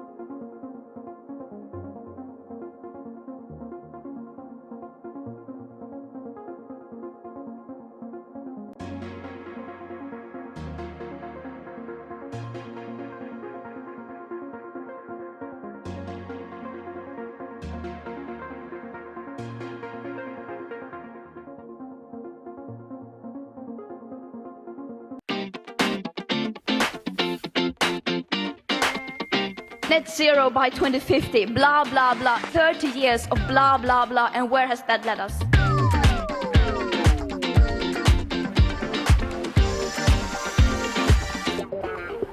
Welcome to Meaning It. Today, COP finally outed the elephant in the room, fossil fuels. It launched BOGA, the Beyond Oil and Gas Alliance, the first members of the world's fossil fuel rehab club. By 2050, the world can't afford to have extracted and burned more than 42% of our current proven oil reserves and 41% of our current proven gas reserves. That's all, absolutely all we can burn during the urgent just transition that we must have away from filthy fuels to clean energy. So we think this BOGA, Beyond Oil and Gas initiative, is so vitally important. We're giving the whole of today's show over to the press conference they held this afternoon. Now, at COP26, the need to phase out oil and gas is finally landing on the political agenda in response to the political courage and leadership of Denmark and Costa Rica and the significant work of a broad coalition of government and civil society stakeholders over the past weeks and months. So it is my privilege to introduce the co-chairs of the Beyond Oil and Gas Alliance, Minister Dan Jorgensen and Minister Andrea Meza Murillo, who will each give opening remarks. Thank you so much. I've really been looking forward for this day. It's such a pleasure to be able to announce an initiative that we hope will make a real and big difference. Our goal is not small. Our ambition is not modest. We hope that today will mark the beginning of the end of oil and gas. When I talk to scientists, citizens, and activists, they all want one thing more than anything else: bold and tangible action. Not talk, action. That is what the Beyond Oil and Gas Alliance is here to deliver. We, the 11 founding governments, have decided to move beyond oil and gas. This might sound like a straightforward course of action. After all, we are all charting a common course for net zero, and yet it is somehow provocative to state that we need to end our own production of fossil fuels. This effort, going beyond fossil fuels, will no doubt be hard, but we don't answer this call for the thrill of the challenge. We do it because we truly believe that we need to, because we're unwilling to accept the consequences if we don't, because the IPCC has sounded a code red for humanity, because there's no future for oil and gas in a 1.5-degree world. That is the bottom line of all major reports from the IPCC, the IEA, the UNEP, etc. In other words, the fossil era must come to an end. But just as the Stone Age did not end due to the lack of stone, The fossil era will not end because there's no more oil left in the ground. It will end because governments decide to do the right thing.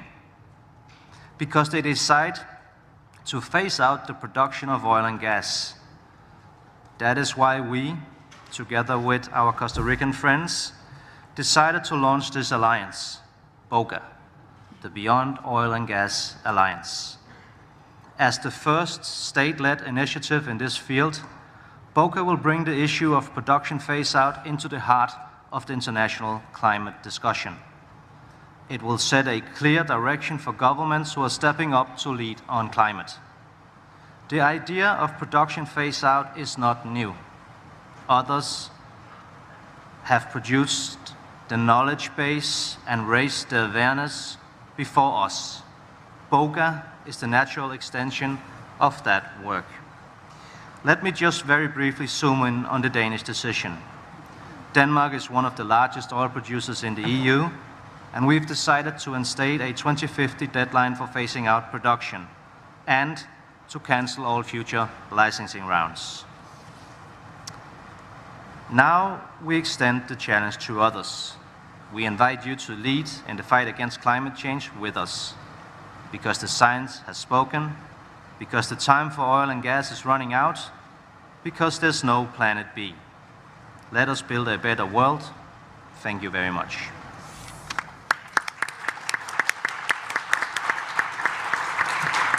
Thank you. Minister Meza.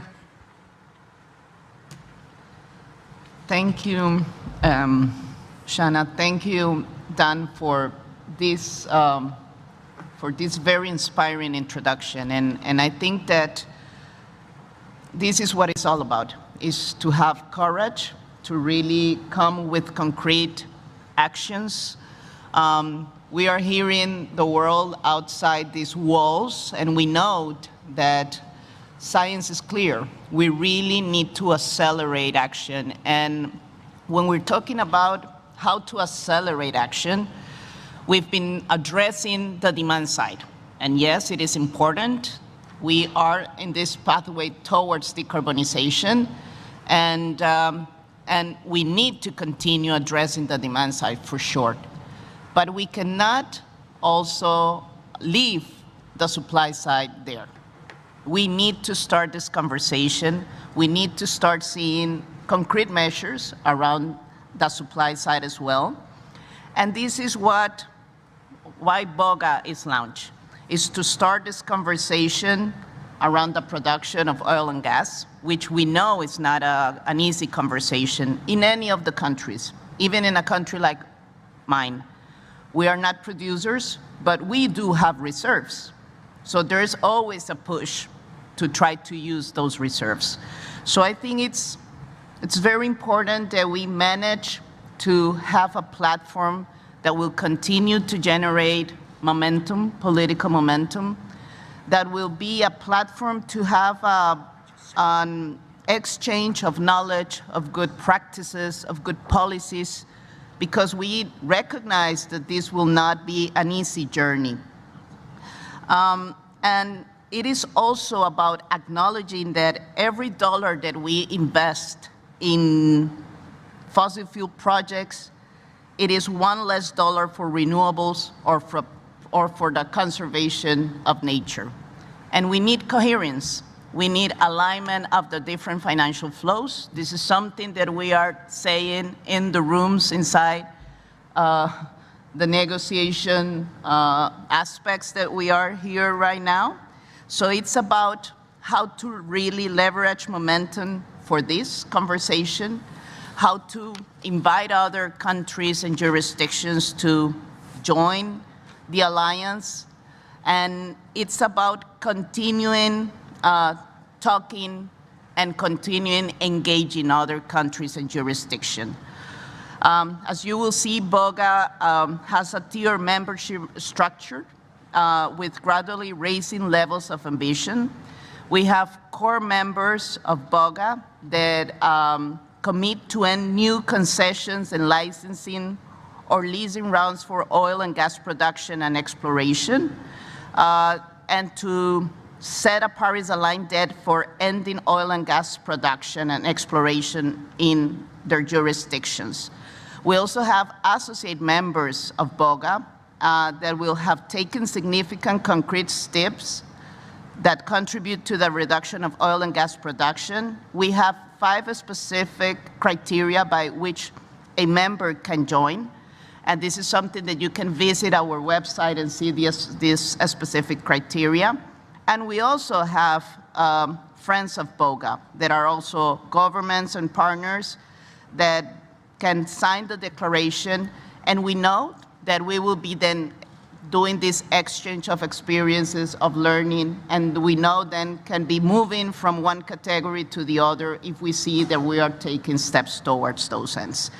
In our case, we ban fossil fuels by a decree to a moratorium on exploration and exploitation of fossil fuels almost 20 years ago.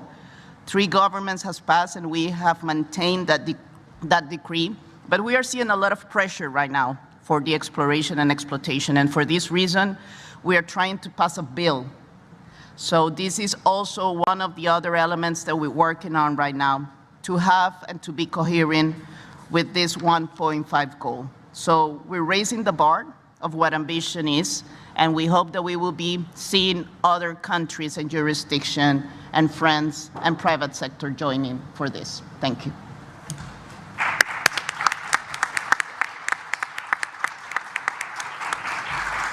Thank you, Ministers. So with introductions from the co-chairs complete, it's now time to welcome the founding members of the Beyond Oil and Gas Alliance to the stage. Minister.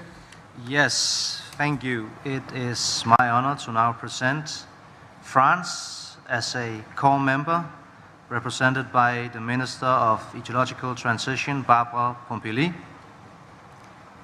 Greenland as a core member, represented by Rasmus Wendt, Head of Department from Greenland's Ministry of Energy and Environment. Yes. Ireland as a core member, represented by Eamon Ryan, Minister for the Environment. Quebec as a core member, represented by Kay Harrison, Climate Change Ambassador. And lastly, Portugal, represented as an associate member, represented by Ana Teresa Perez, Head of Delegation.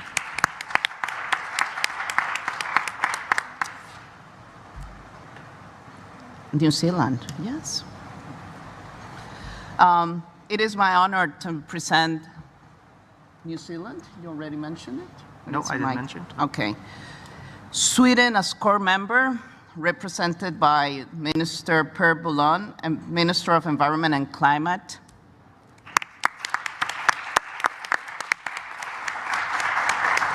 Wales as core member, represented by Lee Waters, Deputy Minister for Climate Change in Wales. New Zealand, here, thank you, New Zealand, as an associate member represented by Kay Harrison, Climate Change Ambassador. We also have California as an associate member, but unfortunately his representative is not here with us, but it is very important to know that California is also part. And Italy as friend of MOGA, whose representation, which unfortunately could not, oh, it's here, great. So here we have the whole family here now. Thank you so much.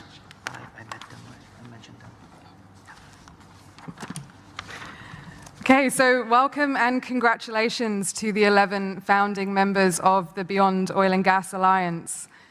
Now, we have 15 minutes for questions. We can run and take the full time allowance. We're allowed to run over slightly. We will take, so let's open the floor. We will take as many questions as possible, so we'll go in groups of 3, and please keep it concise so that we can cover the ground. So, Ministers, if we're ready to kick off the Q&A, if we take the first 3. If I can begin here in the green shirt, and then we'll go behind you, and then to the back, the far left-hand side. If you can come to the podium, please. Whoever answers first. Where's the? Yeah.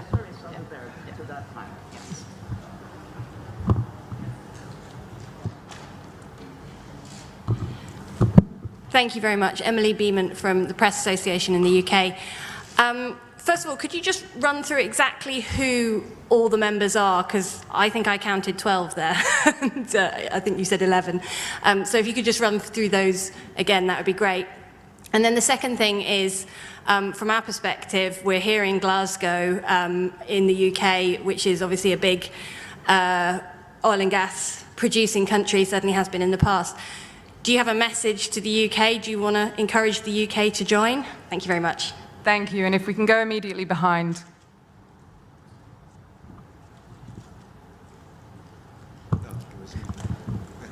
Hi, Shadia Nasrallah from Reuters.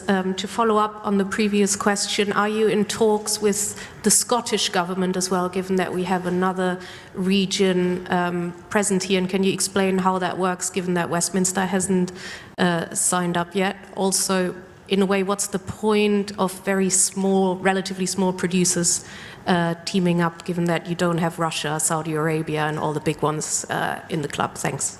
And then third question, thank you. I can lean into that. Hey, Felix van Geyer, neworator.com. In terms of developing strategies to go beyond oil and gas, I'd like to see if anyone has any preliminary thoughts as to how you're going to encourage members and other people who might yet join to do this. And I'm always favoured the idea of actually putting a cap on the carbon content versus the energy content of fuel and energy as it comes to market as a good place to start. Thank you. Minister. Okay, I will try and answer some of the questions, and then maybe colleagues also want to add things. So we are in dialogue with many other countries that are not here today, and I've promised not to mention any of them except one that I have promised to mention, which is Scotland, and we are in close dialogue with them, and I hope that we will also be able to name other countries within the next few days. There's been a lot of interest in the alliance at this COP.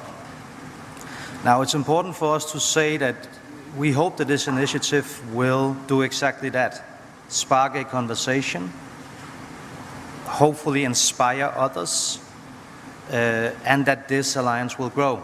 It should also be a place where we can discuss the strategies of then actually accomplishing a stop of oil and gas, because I think we all agree that a transition needs to be a just transition. So there's a need for a place where you can have the conversations about how to actually then make that. In my own country, Denmark, we've made this decision, but it hasn't been an easy one. It's been an expensive one, and it's been a decision that influences a lot of people. So for us, it's important to invest in the parts of our country that is affected by this. This means schooling, training of the people employed in the sector to get other jobs. It means investing in alternatives like renewable energy. In Denmark, for instance, offshore wind now has more than 30,000. We have more than 30,000 people working in the wind industry, and with regards to offshore wind, every time we establish new offshore wind of 1 gigawatt capacity, we estimate that that creates almost 15,000 jobs. Does anybody want to? Yes, Pierre? Well, thank you for the questions, Per Bolund, Minister for Climate and Environment from Sweden. And Sweden is joining this cooperation to show that the fossil era is, in truth, a parenthesis in time, and that the end of the parenthesis has to come in a short time. That is what science tells us, and that is what we need to act on. So Sweden is very proud to join this cooperation, and I think that we've all seen so many times during history that in order for things to happen, it takes someone to start acting, show that it's possible, showing that there is another way forward. And when that has been shown, when we know that there is an alternative to business as usual, then it's much easier for others to also join and adopt. For Sweden, we will have a legislation in place in summer next year saying that it will be prohibited by law to both take out gas, oil and coal from Swedish territory, but also to even search for gas, oil and coal on the Swedish territory. And we do that in order to really assure others and also assure ourselves and every member of the Swedish society that the fossil is not part of the future. It is the renewables that are part of the future. And every investment that we make has to make sure that that is the future we will pursue. And of course, we won't mention any specific countries or members, but we of course would encourage all other countries to join this coalition because we think that this is the path for the future that we as countries, but also the world as a whole, needs to take. Thank you. Thank you, Minister. Could I just, as the representative from Wales, the only part of the UK as a co-member, one of the reasons for joining is to encourage others to join with us. We've already taken action to ban fracking and to stop coal production as one of the first countries to have formed the Industrial Revolution. And the point of this movement is to create momentum, to show that change is possible. And that regardless of what comes out of COP, this alliance shows that action is possible by governments across the world, regardless of any treaty you had agreed here. Thank you.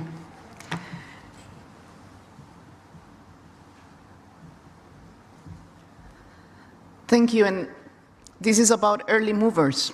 This is what this group of countries is about. And it's about having courage. And we know that this is just the starting point. Few countries, maybe not the big oil producers, but the ones who have the courage to start doing something. And this is what the platform is about. We have a recent also experience with a group of countries that started talking about the 30 by 30 goal, the High Ambition Coalition for Nature and People. And we started with 7, 8 countries, and now we have more than 76 countries as part of that alliance.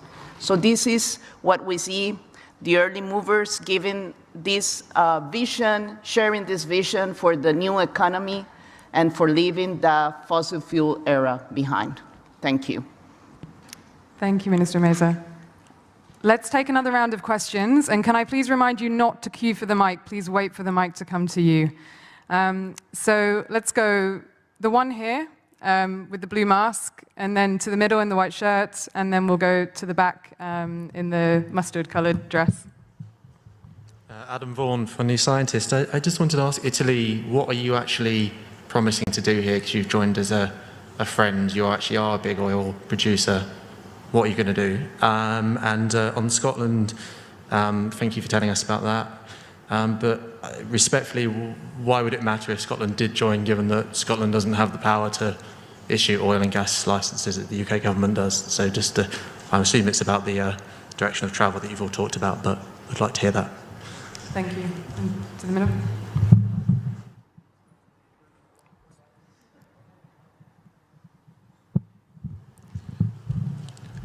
Hi, it's Ben Webster from The Times. As you all represent countries that still use oil and gas, are you not just making yourselves more dependent on imports by your commitments? Thank you. And over to the side here, please. Thank you. Hello, Audrey Garrick with Le Monde newspaper. Just to be sure, are you committed to end new license for production, including even in areas already explored? And second question, do you have an idea of the end for the production and exploration for fossil fuels, the end date you said you are going to set? Thank you. Thank you, Minister.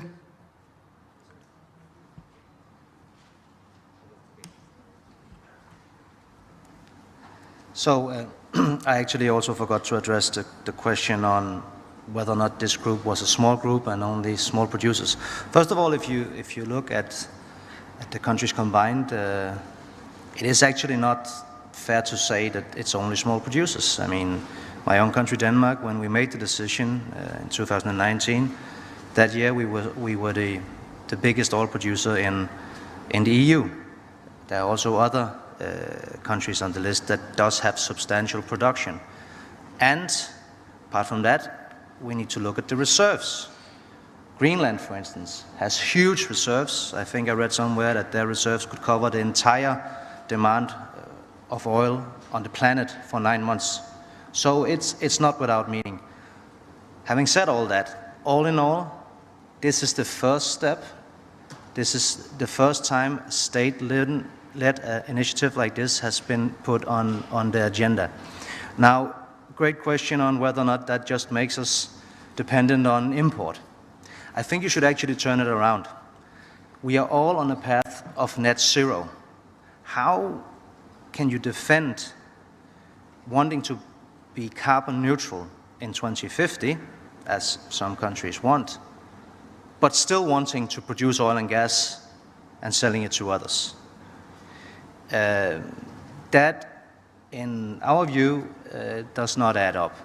So we would really urge all countries to enter into this conversation, knowing very well that we come from different points of departure, and that it will be more difficult for some countries than for others. To the question on what has actually been promised, that differs from country to country. As a core member, you set an end date, and you cancel future licensing rounds and are obliged not to give any future licensing rounds. Associate members, they have made initiatives, taking actions towards this end, and friends are signing the declaration, supporting the ideas, and working on doing these things. Yes. Anybody Thank you, wants Minister. And we have 1 minute for any further comments before we move to a group photo. Any of you want to? There was a question about Italy, so thank you for the question. This transition is a grand transition of extreme complexity. We have to tackle the issue from all the sides, from all the points of view. And this alliance is a good forum where to discuss, to create synergy, to create momentum, to exchange ideas, develop best practices, choose together the way to go ahead. The challenge is a challenge not for only one country, is a challenge for the entire planet. So Italy plays their role in this with the others, and contributing when possible, learning in many other cases. Maybe any of the colleagues want to say something, maybe Iman? Or? Thank you. Maybe to answer one of the questions, for example, in Quebec, we will end, all exploration. So we will rebuy all the permits.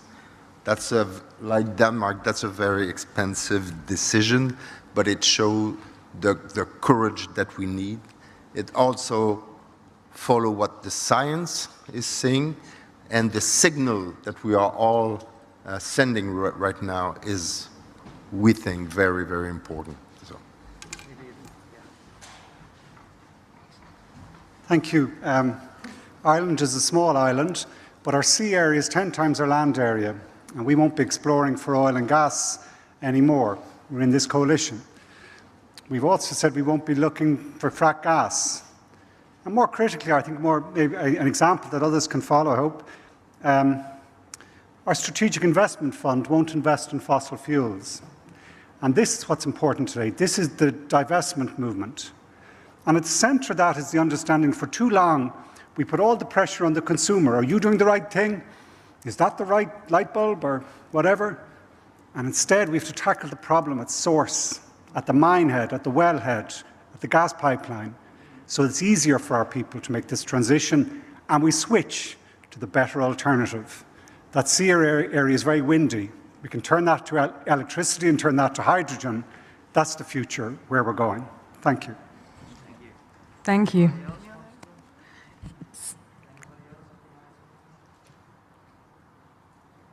Any final?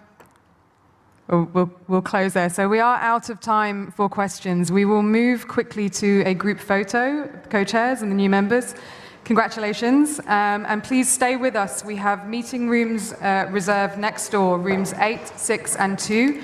And there will be a chance for further interviews and questions. Thank you all.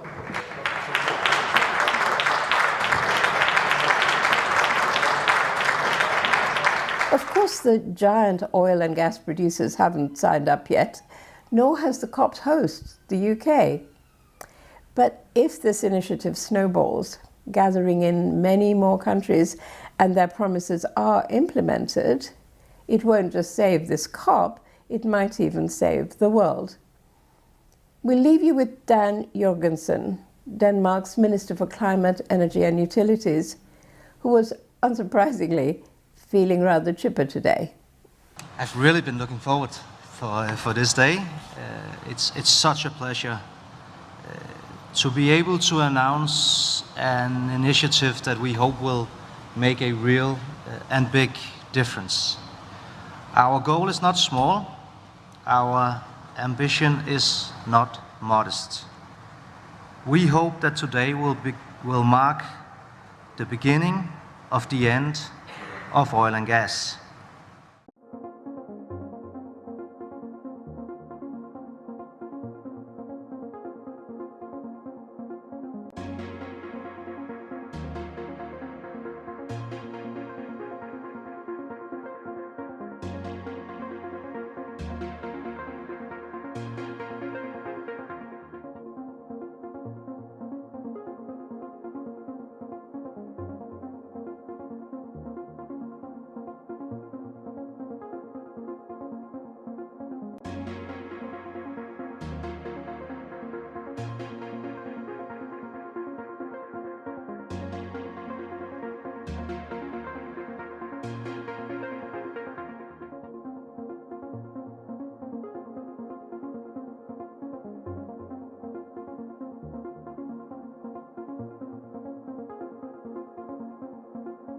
Hi, welcome back to Global Voices on COP26.tv.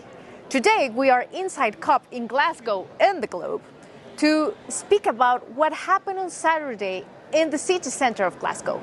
So lots of people from all around the world got together for a nice dance, trying to express how climate anxiety is hitting them.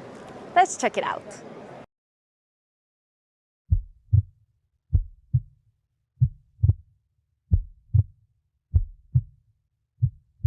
Les danseurs du todo o mundo zeigen ihr Mitgefühl 和焦虑 और इस बदलाव को गले लगाते हुए نحو a better future.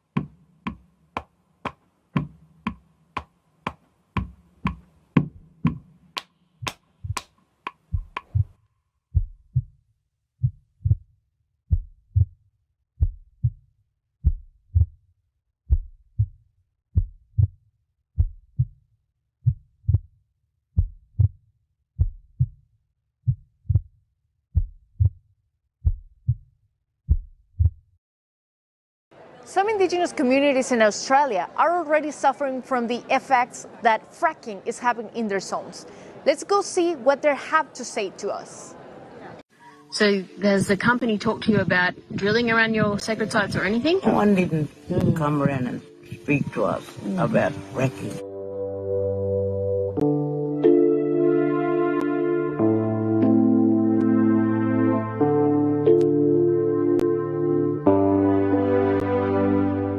It's about 99% in this community said no to fracking. My name is May August. My name is Naomi Wilford. I'm from Minyeri. We have 2 tribes lives here, Salawa and Mara. I'm the Jungai darling for this place. Me and my dad. And I'm the Jungai of this community. Behind us, we've got people that are enjoying this Billabong and love this Billabong because we born and raised in this area. And fracking gonna come in, it's gonna take away our life and our identity, you know. It's gonna be a loss.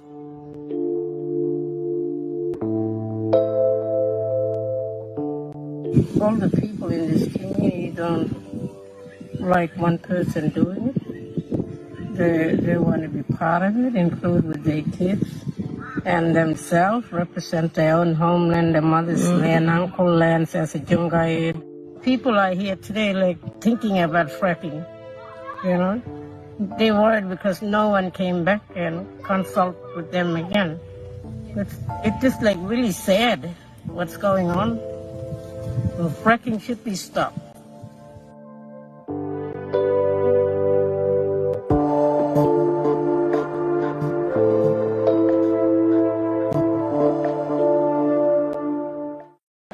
A group of Extinction Rebellion in Cadiz came up with this little Red Rebel film about how the inaction can cause violence. Check it out. Here today in Cadiz, 7th of November, we have some young people who are going to be directly affected by the inaction of the governments, by the inaction of our representatives. This blood symbolizes the price they'll have to pay in the future. We have the rich taking advantage of people without any chance to change their lives, without any way to escape the death that will be due to heat waves, due to failure of the crops, due to flooding. This city of Cadiz is pretty much on the sea level, and a rise of a meter or 2 will put us underwater. The city, which is 3,000 years old, will disappear because of climate change in the next decades. This area won't need to be cleaned, which we will do after, because it won't be here. And these people won't have a home. This symbolic protest against the inaction in the COP26 in the local governments, and the blood symbolizing the death of species, the death of young people, old people, our very own deaths. Here in a symbolic monument in the center of the city,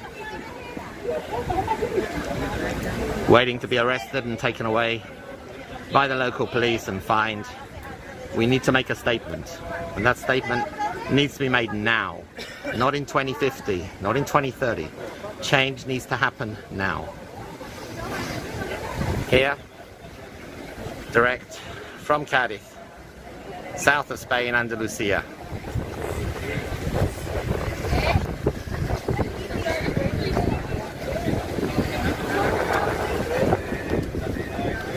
Let's wish us all luck in the next decades.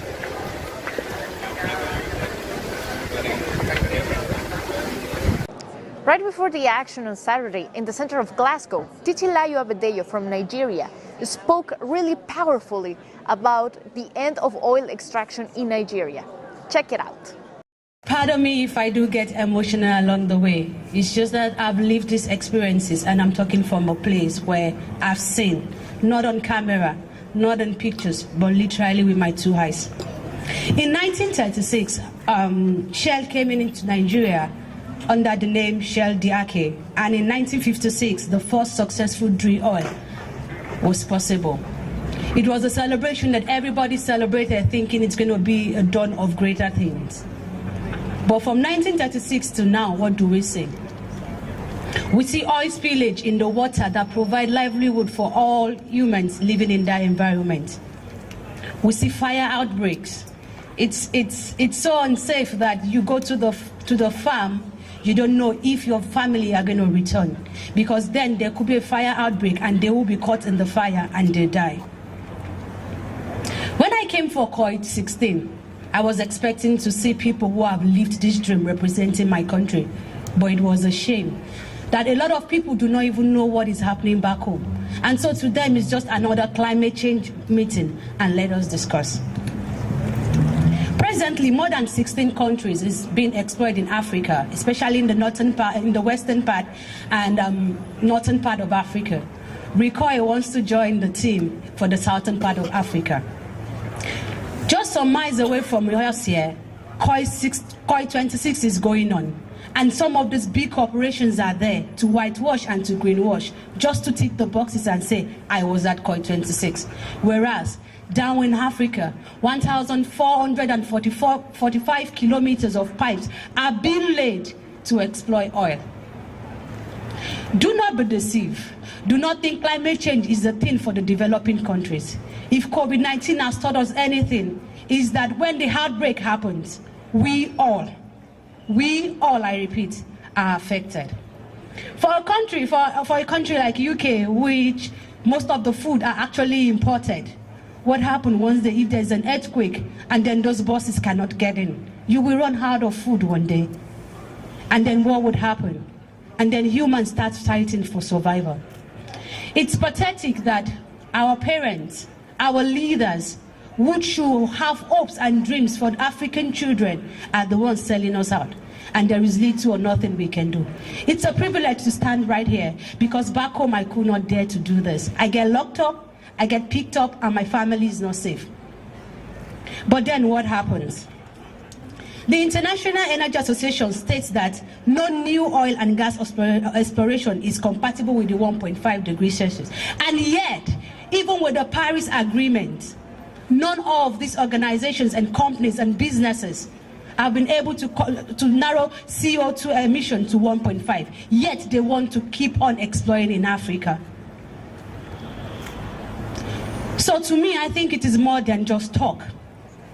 It is more than COP26. For crying out loud, it is 26. That means there has been COP25. 25 different meetings of companies coming together and saying the same thing. Why they say something and do something else. But the thing is, Africa, what can we do? We are the vulnerable ones. We are the ones that suffer it most, especially in the global south. We are the ones fighting for survival.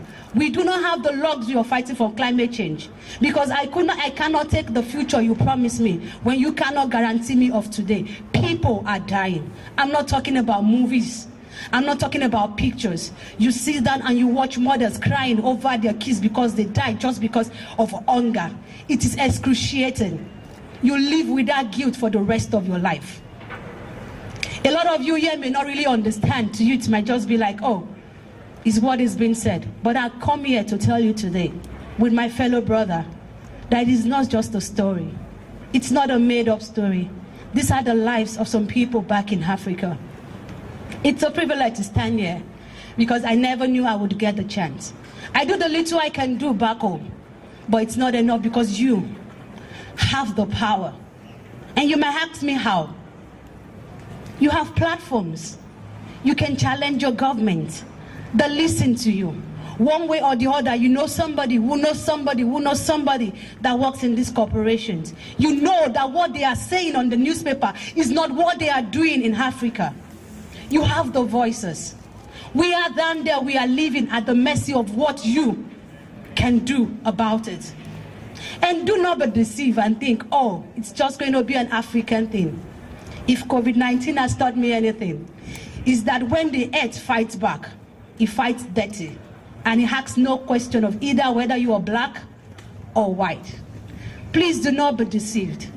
COP26 might go on. A lot of developed countries are yet to even pay the commitment they made in COP25 to make sure that these developing countries can survive. Clean energy is not difficult. It is good for the people and it is good for business. In Africa, we have sun, we have solar energy, we have wind, we have water. We can have clean energy in Africa. It doesn't have to be the oil that they are drilling. Do not be deceived.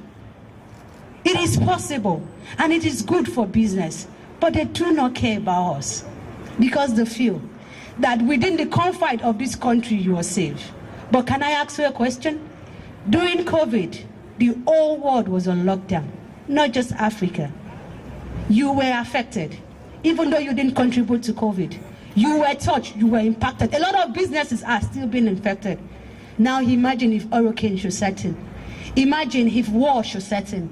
Imagine that in the corner of your house, somebody is down in Africa dying just because some people want to make money. And yes, they get to have their status in public places. And what do we have? The skeletons of people dying. We have the graves to show for it. Please, do not be deceived. And I think personally that ecocide should be criminalized. You ask me why? Because number one, humans are driven by punishment and reward. If I say to everybody here today and say, oh, if you would give me a yes, if you will give me a yes answer, I would give you £1,000. Every one of you here will lift up your hand and say yes, because you have a reward for it. If these companies know that what they are doing is illegal and they cannot get away with it, they will not do it because it's bad for business. But then, ecocide is not being criminalized. So that it's a thin line. It's like, it's not that bad. But I'm telling you, it is that bad. Our lives depend on it. Our livelihood depend on it. Why should ecocide be criminalized? Because necessity drives adaptation. We've noticed that if this company thinks it's necessary, they would actually do something about it. But they think it's not necessary because people back home are comfortable. Because people back home do not raise their voices. But here you are gathered just to raise a voice and a platform for people like us to speak. So I do not take it for granted. Why should ecocide be criminalized? Because we are interdependent. We are a whole global village. With social media nowadays, you can know what's happening in Botswana, in Africa, in Nigeria. Do not be deceived. These are not just made up stories. These are the lives of children especially. These are the future of children. These are the future of the nation. It's not just about one person. Why should it be criminalized? Because life is at stake. One thing I've come to learn during COVID is that once you lose somebody, you cannot get him back. Yes, you might visit the grave every day and drop a rose every day there, but you know it's not the same feeling of losing somebody. Please, amplify our voices. Let this company know that back in Africa, we may not have the power and resources to fight them. But I have a brother in the UK. I have a sister in the US. I have somebody in Canada who would stand up and fight for me. Because we are one. If anything, we know that together we can beat anything. We are standing here today because we beat COVID and we are here. Together, we can win this fight against this oil. They are people. They are not ghosts. They have names. We can call them to order. Please join me. My name is Titilayo Adebayo, and I represent the voices of those on head. Thank you.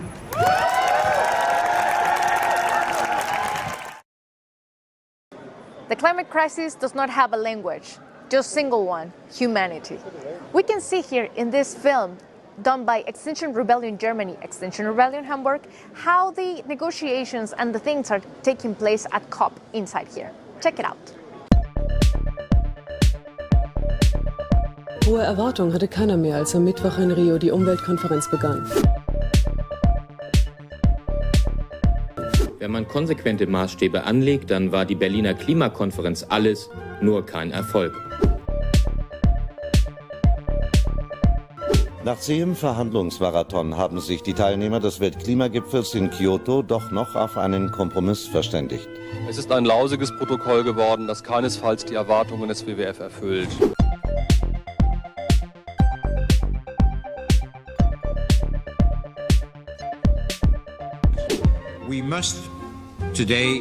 Wir müssen heute einfach konstatieren, wir haben unser Ziel nicht erreicht.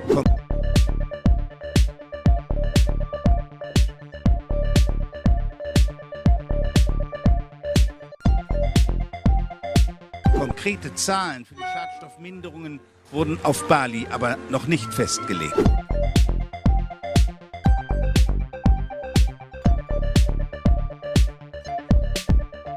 Trotz aller guten Vorsätze hat Obama gestern verlauten lassen, es werde beim großen Klimagipfel in Kopenhagen im Dezember keine verbindlichen Beschlüsse geben.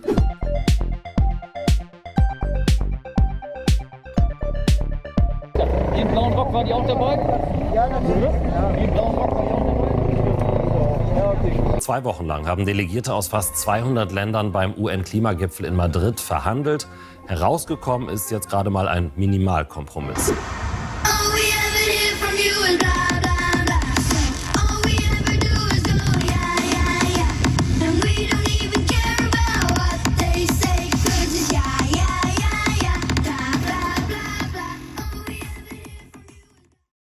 A group of activists in Tanzania are starting to raise awareness about how climate change is affecting the region. So let's go and see what they have for us.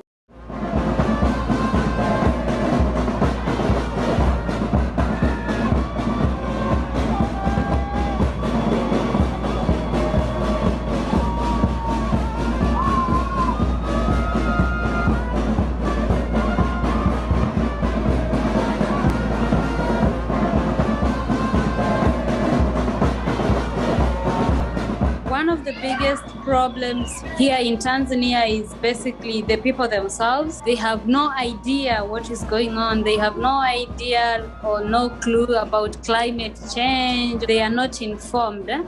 It is a very big problem here in Tanzania, which should be addressed not just locally or in Dar es Salaam, but the whole of Tanzania.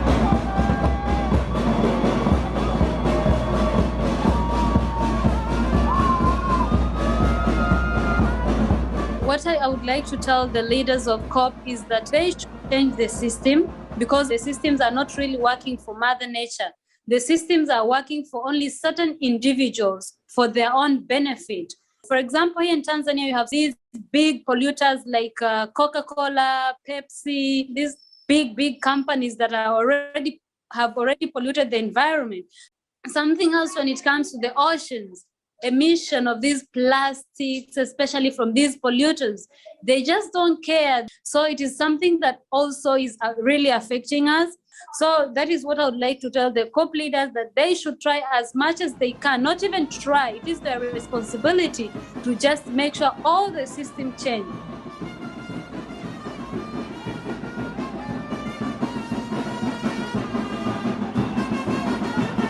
In Zanzibar, cutting down of trees is one of the biggest problems.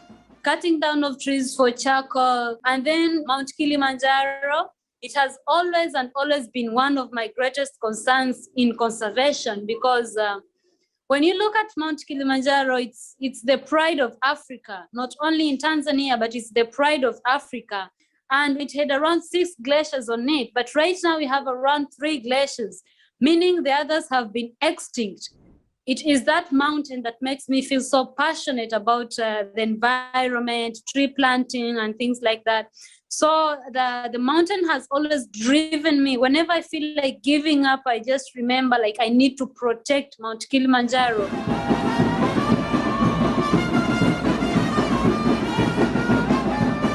Let these COP26 leaders, let them just stop making us fake promises. If they cannot do it, let them just shut up.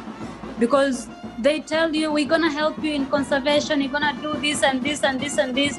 Maybe they make pledges and things like that, but by the end of the day, they're not doing it. Let the people know, open up their mind, let them know what is going on. Let them stop hiding these things from us. Let them just do that. And when they do that, I'll be very much at peace. Yeah, thank you.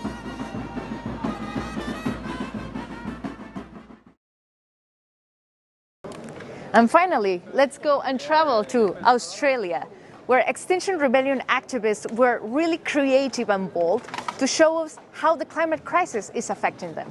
Check them out and see you tomorrow.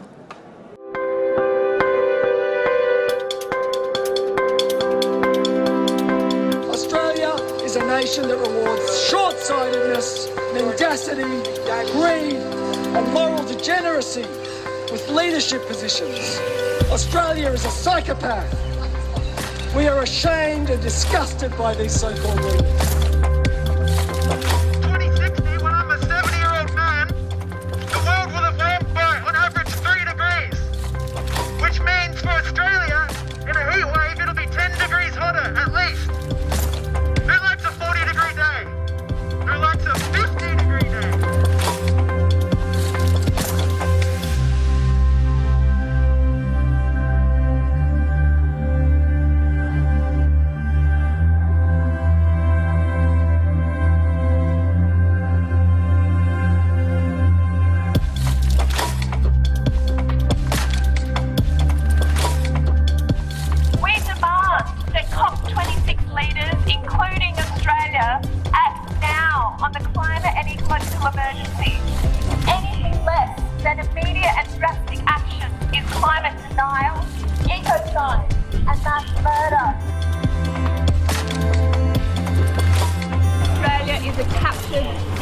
Both major parties are owned wholly by the fossil fuel industry.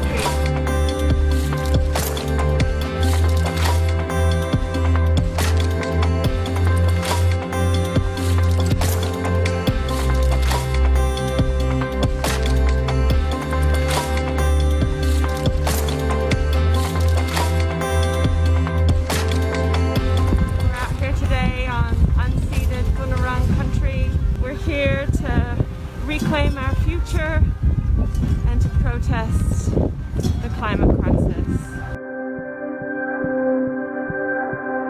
This is the Koala Funeral March. We're out here with Blinky, a 4-meter high, half-a-ton, smoking, screaming koala, the emblem of the Australian bush that our government is driving to the edge of extinction. Code red for humanity, it's code red for koalas, it's code red for every living thing on this planet.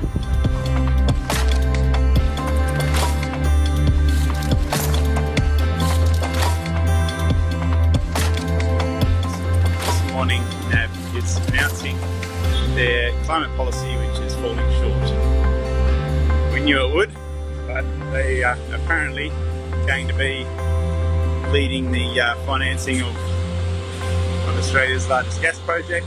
They haven't learned about climate, about acting on climate change. And so we're here to give them a little bit of a reminder. We're live from Gadigal land, unceded Aboriginal land, outside NAB branch, and we're protesting the fossil fuel policy that they put out today, saying that they will continue to invest in fossil fuels, and we don't accept that. That is just not good enough now. You need to divest now.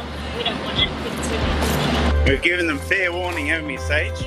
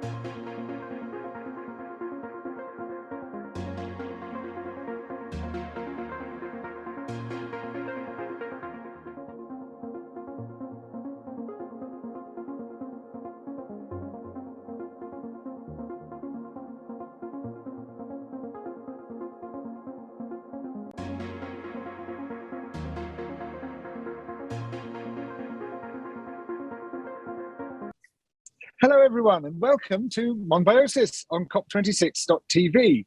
And today we're talking about the false solutions to climate breakdown, solutions which could be even worse than the problems they claim to solve. And top of my list are two which are being pushed very hard at the climate talks by lobbyists.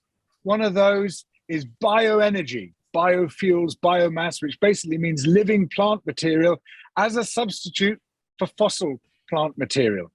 And the other is fracked fossil gas. People talk about natural gas.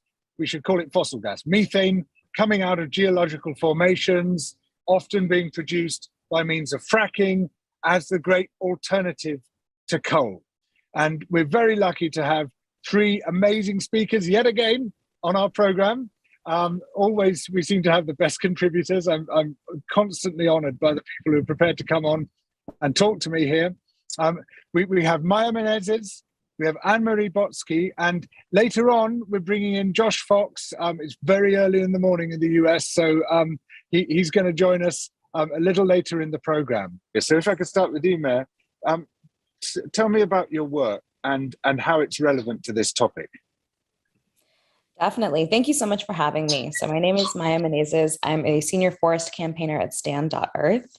But I'm a new kind of to the forest campaigning scene. I used to work for The Leap as the director of programs. So we did global kind of climate action. And what is, I have just a list of things I'm enraged about bioenergy expansion at the COP. But the reason it's so, relevant right now is because the whole COP is about the race off of fossil fuels. And it is a frantic race for the finish line at this point. And I say frantic because people are in countries, states, companies are so desperate to lower their emissions that they're willing to do it even if it's fake. And that's really what bioenergy is, specifically with biomass. So biomass is being welcomed as the solution to coal, which is a very important part here. And the solution to coal in many companies' eyes is for the transition of coal plants to biomass plants, forest biomass plants. So these coal plants that have been making billions of dollars for many, many years off of burning fossil fuels are being subsidized by governments to transition to burning wood, which is obscene on so many different levels. The first is that the science now is very clear that burning wood at the smokestack is actually dirtier than coal. We know that. The second thing is, of course, that not only are you depleting a resource that is not actually renewable, because you cannot cut down a 500-year-old tree and then plant a 500-year-old tree, but you're decimating delicate ecosystems that are, in many ways, and many scientists will tell you, forests are our best offense and defense to climate action. And the next thing that makes it really relevant here is that, and this is kind of my talking point on this, because I think it's so important to draw this connection, is that when we're talking about subsidies for fossil fuel companies, I'm calling forest biomass a fossil fuel company in a trench coat, because I think that's exactly what it is. The subsidies, when you're talking about convincing people that, when we were convincing people that coal is dangerous, that oil is dangerous, that natural gas is dangerous, it was less difficult to convince people that these were poisonous industries than it was that it was a smart economic decision to divest from them. And as we race towards subsidizing bioenergy, we're realizing it is going to take precious years that we do not have to get financial institutions to pull their funding from this industry in the few years that we have to invest in wartime-like investments in wind, solar, and tidal. And so this race to get the UK government specifically to divest from companies like Drax, where they're pouring almost £1 billion a year into, is really where the campaign crux is right now. Thank you very much, Maya. That's a great introduction. And Anne-Marie, could you introduce us to this other false solution, which is dragging up fossil gas from geological strata as an apparent substitute for coal? Sure. Thank you also so much for having me on the show and for drawing attention to these super false solutions, actually. Yeah, I am a climate activist and I'm a campaigner with We Move Europe. So I focus very much on the EU decisions that are being taken, the crucial climate decisions. And in the EU right now, the politicians, the decision makers are falling for the gas lobby's narrative that gas is the bridge fuel and that it is natural and green and safe. And we're actually at a crossroad where they are deciding right now to give gas a green label in the financial rule book that is being written right now in Europe. And also pouring billions into new infrastructure projects, into new pipelines, into new LNG terminals, which would then import fracked gas, for example, from the US, from South America, from other countries. So fracking, there's been a long struggle and fight going on in Europe to stop fracking by lots of people on the ground that want to stop this destructive industry. But yet we're building import terminals to then import it from somewhere else.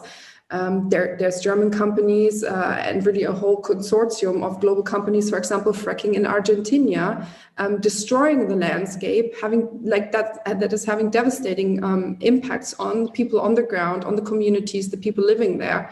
Fracking there and then importing it to Europe and calling that, that is nowhere near any kind of climate solution.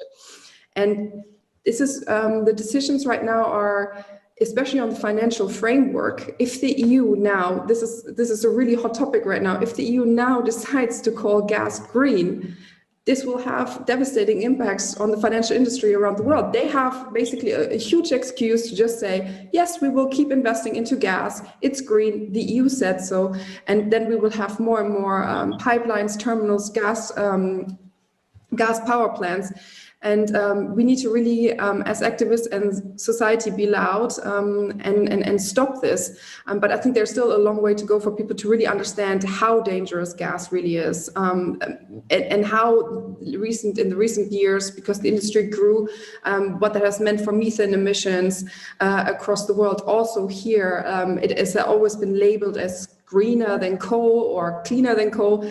And if you really look at the emissions along the production scale, all the flaring and all the release of the gas along the production line, it is not cleaner. It is super dangerous right now. And it's a crucial time to say no to gas right now. So just to stay with you for a moment, Anne-Marie, we often are told, well, how can we possibly keep the lights on if we don't switch to fossil gas? We're switching away from coal. We have to switch to something. Yeah, it's quite funny. We are actually doing the campaigning. This is an actual worry of a lot of people, and I think we have to be honest about it. And as campaigners and activists, we have to also really offer solutions and show what is the other way, not just how to keep the lights on, but how to heat our houses. And there's a long way to go for like a heating transition. And the same goes actually for biomass. Lots of countries in Europe are using biomass and thinking this is burning wood is a solution. But of course, we have gas infrastructure. We need to think about how to wind that down. We need a concrete plan. We need a concrete plan on alternatives. But also every penny, or actually every billion spent on gas infrastructure right now is not being spent on solar and wind. And we need to ramp that up. And we know we need to ramp that up and really increase solar, wind, heat pumps, and give incentives to people to have green solutions. But yet the money is flowing into new infrastructure projects, which we really don't need and which will become stranded investments. So this is just burning our money. Like just one example, in Germany, we have a massive pipeline, the Nord Stream pipeline, and the German government goes ahead and builds another one, the Nord Stream 2 pipeline, which is the biggest fossil emission project in Europe right now. We can still stop it. And there's legal challenges to this project, but like why in a climate crisis where we are reaching tipping points, are we building these massive gas projects? It's really unbelievable. Maya, the term biomass or biofuel or bioenergy, it sort of distances people from what we're really talking about, doesn't it?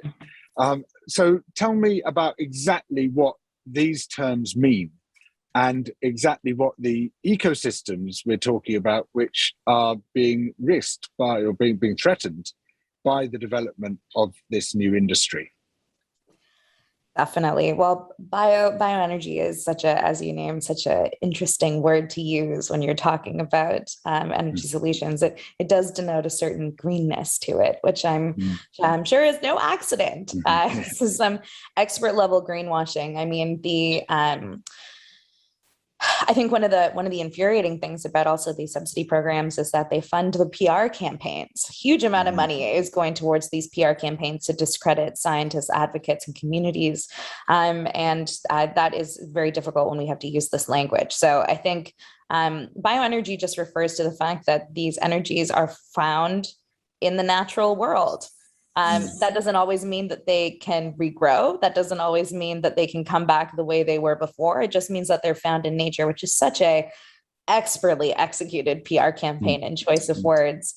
But in respect to what is at risk, the stakes have never been higher. The World Wildlife Fund, actually this morning, World Wildlife Fund Canada released one of the most detailed soil carbon maps that has ever been done in Canada. And I encourage everyone to look at it. It really digs into forest carbon and soil carbon. And when we're talking about wood pellet creation, which is specifically what is feeding the biomass industry, we're not only talking about the trees themselves, which, truly horrifically, we have drone footage at stand.earth where we found out that these companies are not collecting. My colleague Mary Booth said recently that no cursory understanding of biomass would believe that multi-billion-dollar companies are foraging for pine cones and pine needles for industrial burning. And that's what they'd have you believe. So we have drone footage in British Columbia that these companies are taking whole trees, not only whole trees, but they're implicating old growth forests, which in Canada has had some of the biggest protests that we have ever had in our history, protecting old growth trees. So we know that they're taking full logs. We know that they're getting into areas that are impacting old growth forests, but also they're disturbing soil carbon. And in Canada specifically, a whopping 384 billion tons of our carbon stores are in soil. And when you disturb the forest, you disturb that soil. And so that is what at stake. Entire ecosystems are at stake. Our watersheds flow through our forests in Canada. And when you cross the northern boundary in Canada, all rivers flow north and south to the Arctic. So these, the ecological implications of this cannot be understated. But in addition to that, the places where wood is being burned, specifically also in the southern United States, these stations are positioned quite purposefully, as it often is, near Black communities, near poor communities, near working class communities, where the particulate matter is poisoning people. So, there's the ecological implications, there's the social justice, racial justice, working class justice implications, but we cannot get these forests back. And in some places, the growing cycle is 500 years. We're predicting not to make it into the next 5 years without ecological collapse if we continue down the path that we are. So there's a very strong parallel between what you're both saying. That on the one hand, you've got this projection of these green fuels, which are going to get us, going to be the bridge which make the transition towards the new energy economies that we need to see. But in both cases, they turn out to be at least as bad and possibly worse than the fuels they're intended to replace, Maya. And it's interesting that even in carbon terms, as both of you have spelt out, we're looking potentially at greater carbon emissions from these new fuels than there were from the old ones. Maya, could you just add something about the carbon implications there? Sorry. Oh, absolutely. I mean, this is carbon that we cannot sequester at this pace. And I will kind of get into a little bit the carbon capture systems, because it is maybe the most insidious part of all of this. In the bioenergy and biomass sector specifically, these corporations are betting on a technology called BECCS, bioenergy carbon capture systems. And these are hypothetical modeling. They have not been activated, they have not been working, and they're being used to justify the level of burning, the level of carbon release that these companies are following through with. Betting our lives on hypothetical modeling is the height of insanity. And moreover, we already have the most advanced carbon sequestration systems in our known universe, and they're called standing forests. There's no reason why we need to, Anne-Marie, you were touching on this earlier, but the production that is being ramped up, the permits that are being released for more exploration, we don't have room for carbon in the atmosphere to the tune of the permits that are out there. And so the transition to green energy and talking about the carbon release and this, lattice work of trading systems to allow fundamentally business to continue as usual is what we also must challenge in our language. Obviously, the ways in which we live our lives need to change. Everyone can't have an electric car. Everyone can't live in a 5-star gutted house that will allow them to survive anything. We have to have lifestyle changes that prioritize the most vulnerable in our world. And the bioenergy sector is saying that they're going to solve that, and they're not. So, we have to challenge so many levels of inequality that are allowing this industry to lie to us. Yeah. Anne-Marie, one of these lies is this illusory promise that eventually there'll be carbon capture and storage, which sounds to me like, carry on smoking, because eventually there'll be a cure for lung cancer. And this has been a dominant theme, hasn't it? Both with bioenergy and with fracked fossil gas. Yeah, there's the industries use these fairy tale stories to really justify just producing dirty energy. We can also not just see that with carbon capture and storage, which is a big promise that eventually we'll suck the emissions out and bury them somewhere. But also the gas industry is going for the hydrogen hype right now. So there's, it's really hard to, it's very energy intensive and very hard to produce actually clean hydrogen. I mean, maybe it can play a role, but they're really just using this as an excuse to build new pipelines, and then eventually hydrogen will flow through it. And then there's brown and blue and gray, and there's all sorts of dirty hydrogen. That's the majority. There's a little bit of maybe green hydrogen, but this is also the next thing they're using really as a massive loop or backdoor entrance to build new infrastructure, and then eventually green gas will flow through these pipelines, which is it's another one of these false solutions. So it's but yeah, just if I can also touch up not just on the gas thing, but also on the biomass situation in Europe, because this is so interesting. When I found out, and I've been kind of working on energy for quite a while, and I found out that most of the renewable energy in Europe actually comes from burning biomass. I found that quite shocking. Around 60% of the renewable energy comes actually from burning biomass. So Europe is presenting itself as this champion of clean energy and climate targets, and then actually we're burning crops and we're burning forests. We're importing them also from Canada, from the US, importing trees and pallets, but also we're cutting down the forest. And Sweden is really big, Finland is really big. It has huge implications on the Sami indigenous communities in the north of Europe. We're really losing our forests that are the buffer. And also in Germany, for example, exactly what you're talking about, George, is turning coal plants into burning our forest now. How is that a good idea? And giving subsidies to this and creating another, we've seen the impacts that drugs has had in the UK. This doesn't work. This isn't a clean solution. Yet Germany is now thinking about turning coal plants into forest burning plants. And it's very shocking trends. But what gives me hope is that actually it is if we do put this on the agenda, on the desk of policymakers, if we really increase the pressure, and it's very hard to compete with the industries that are spending billions on this, obviously, but they can say in Europe, burning biomass, burning our forests is declared renewable energy. Like this is not, it has the label of renewable energy. So billions of subsidies are flowing into this as well. So we can stop this. Like this is a decision on the table right now. So for me as a campaigner, this kind of gives me hope. There are these clear decisions. So if we exert pressure now, let's try to stop the worst right now. Yes, thank you, Anne-Marie. And to stay with you just for a moment, one thing which constantly amazes me is that people such as yourselves have so clearly and cogently, as you're doing on this program, spelt out the case against these so-called miracle fuels and how utterly disastrous they are. It's been happening for years now. People have been showing what is wrong with it, and yet the policy sticks with them. That's what I don't understand. What's going through the heads of European governments? I wonder as well.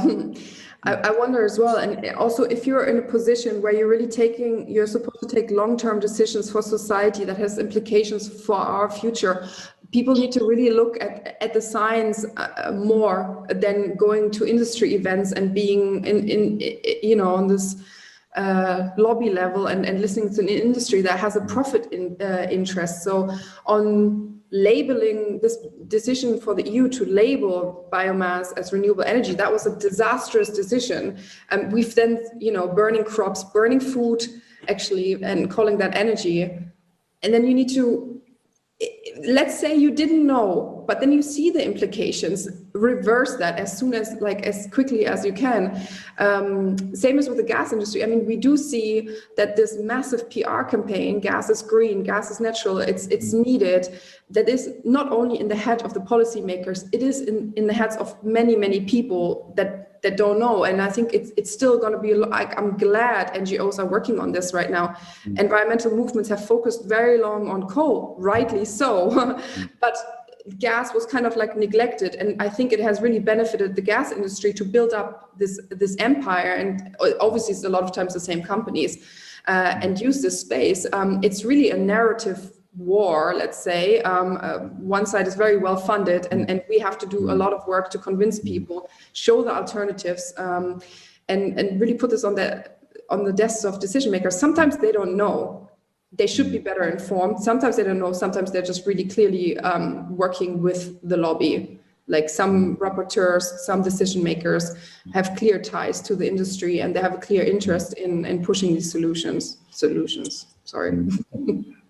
One of the many good points there that Anne-Marie makes, Maya, is that the big NGOs have taken a long time, some of them, to switch on to this. I remember I was first writing about this issue in 2004, and there were really a small handful of us, and we were generally it was people in some micro groups which were really specialized on this issue, but we couldn't get the penetration into the big NGOs. Why do you think they've taken so long to see it? I think the world of NGOs is it's the critical, underfunding, overworked, always in a race to respond to industry. And I think that's always the big fault of our movement in a lot of ways. We're in a constant call and response with a PR machine that is working with the amount of money, time, and space that so many of us just do not have. And I think that's what we actually need to break out of in order to fight this industry head on. We don't need to wait for them to produce some false declaration on saving the world for us to decide what our response to them is going to be. And in a lot of ways, we've had conversations this COP about, we've had a lot of Indigenous communities talking about nature-based solutions as another way to reframe land grabs. We talked a lot about the rights of poor communities to be able to live in their homes safely as, we have to respond to it as emergency response instead of the fact that they have a right to live on their land in a safe way. And I think that if we can change our tactics in that way and stop responding to industry and instead build an offensive movement, I think that's where NGOs are finally starting to come around a little bit. So we're realizing that tactic is not working. It's not working and it's slowing us down. Mm-hmm. And so what should global citizens do, Maya, to basically get everyone's minds focused on the enormous danger of these false solutions? the easy questions this morning. I really think that people need to get very informed about where your energy is coming from. The strongest social movements happen in place-based areas, where you live, where you get your energy, what affects the communities around you, whose indigenous land that you're on, how your decisions are affecting the global economy. These are things that we can get informed about, very informed about. I was at a beautiful direct action with Biofuel Watch and Extinction Rebellion and our other allies who've been working on the biomass issue, specifically with Drax, where we were blockading the World Bioenergy Association's event, where they were clapping each other on the back for the Glasgow Declaration and saying, we're the leaders in green energy. We scared the bejesus out of those guys. They wouldn't be able to, they wouldn't leave the building, they wouldn't come in, they canceled events, and that was a big coalescing of organizers and activists from all over Europe, from all over the US and Canada. And we all met in the street for the first time and got to talk to each other about how this is affecting us in our communities and how we're going to double down on building stronger relationships with each other so that our feedback loop is tighter, so that we know if something happens and we know how to frame this in our homes. And I think that's the type of public education and solidarity building that we will need to take this industry on head on. And Anne-Marie, do you see such movements building at sufficient speed in Europe?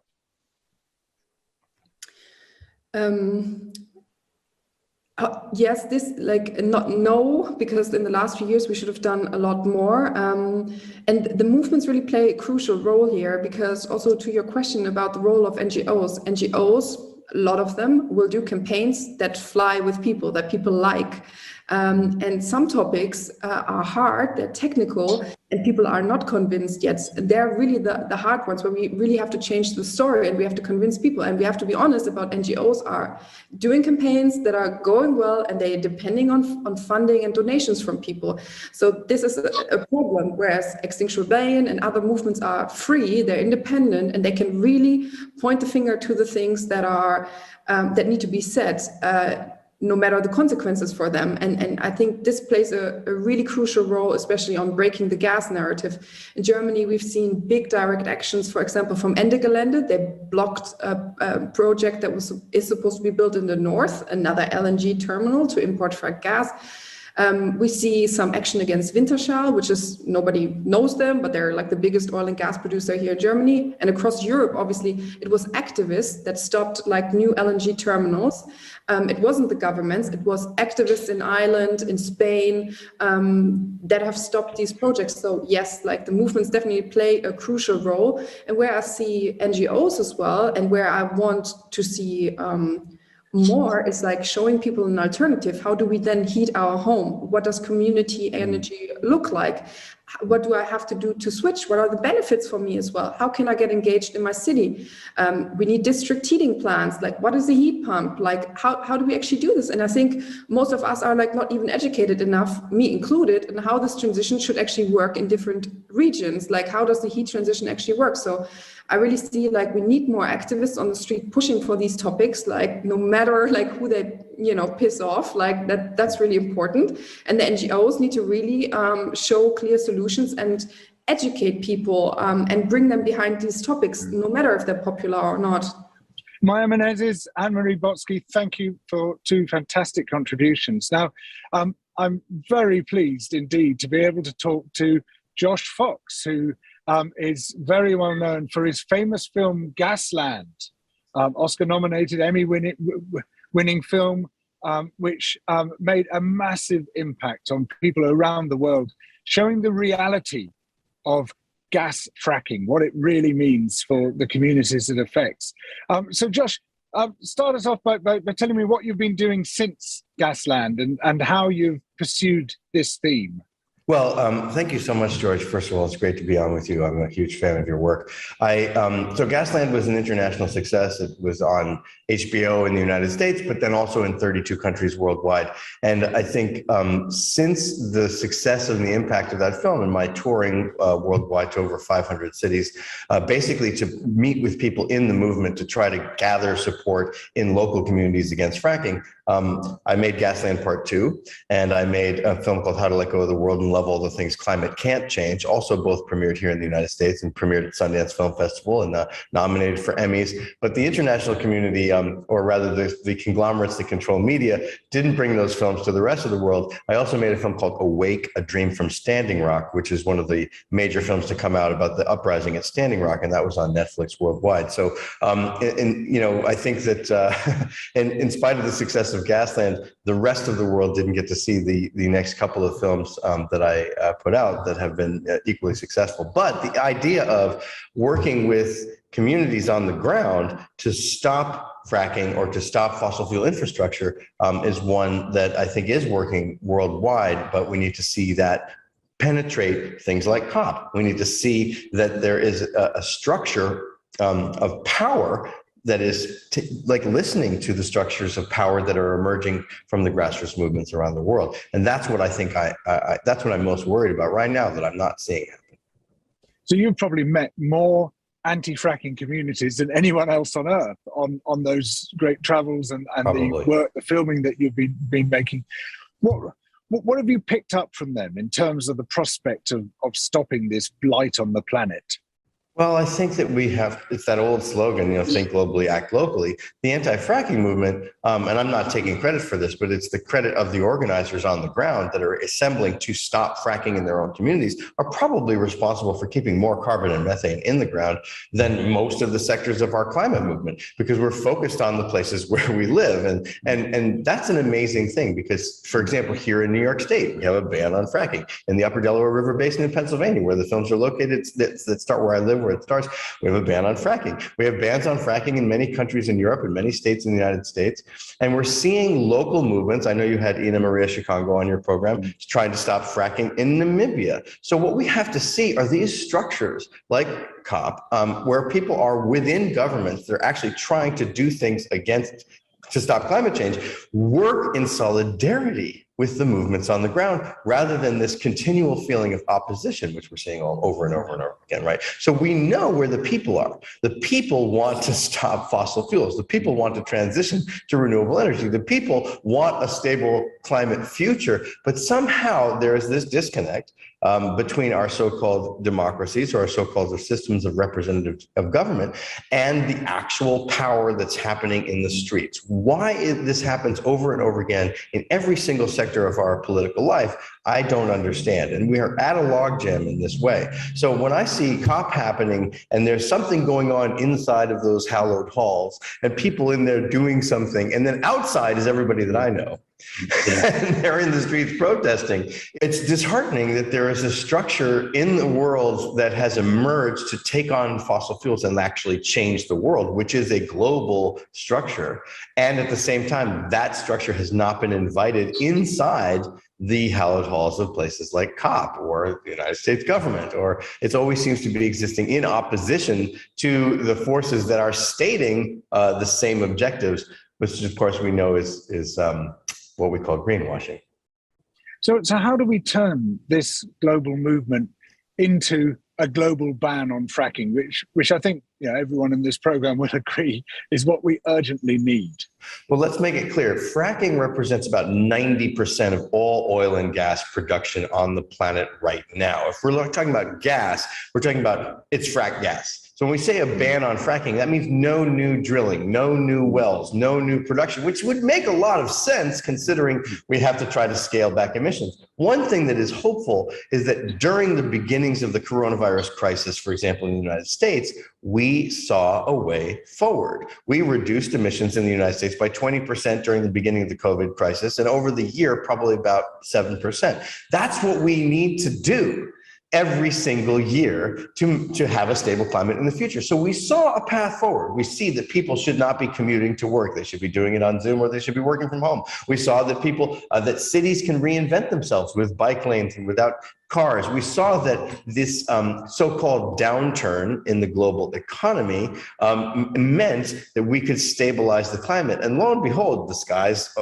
turned blue again, and you could see things that were actually rebounding in this thing that we call the planet Earth. So we know where we need to go. The issue right now, in my view, is that we don't have democracies worldwide. We are living in a state of oligarchy. That is certainly true in the United States. In the United States, we don't have what we call representative democracy. We have one person, Joe Manchin, who is a coal baron, able to block the climate legislation, even the meager, moderate climate legislation of a person like Joe Biden that most of America agrees with, certainly everybody in his party agrees with, but he's able to block it because that's the system that we have in place. We have no less task than defeating this oligarchic economic system, which goes hand in hand with emissions. So fundamentally, the fight for a habitable planet is a fight for democracy. And it's a fight for against colonialism. I mean, what we're seeing here is a 500-year experiment where we treat the Earth as an extraction zone for the benefit of the hierarchical class that siphons all the wealth up to the 1%.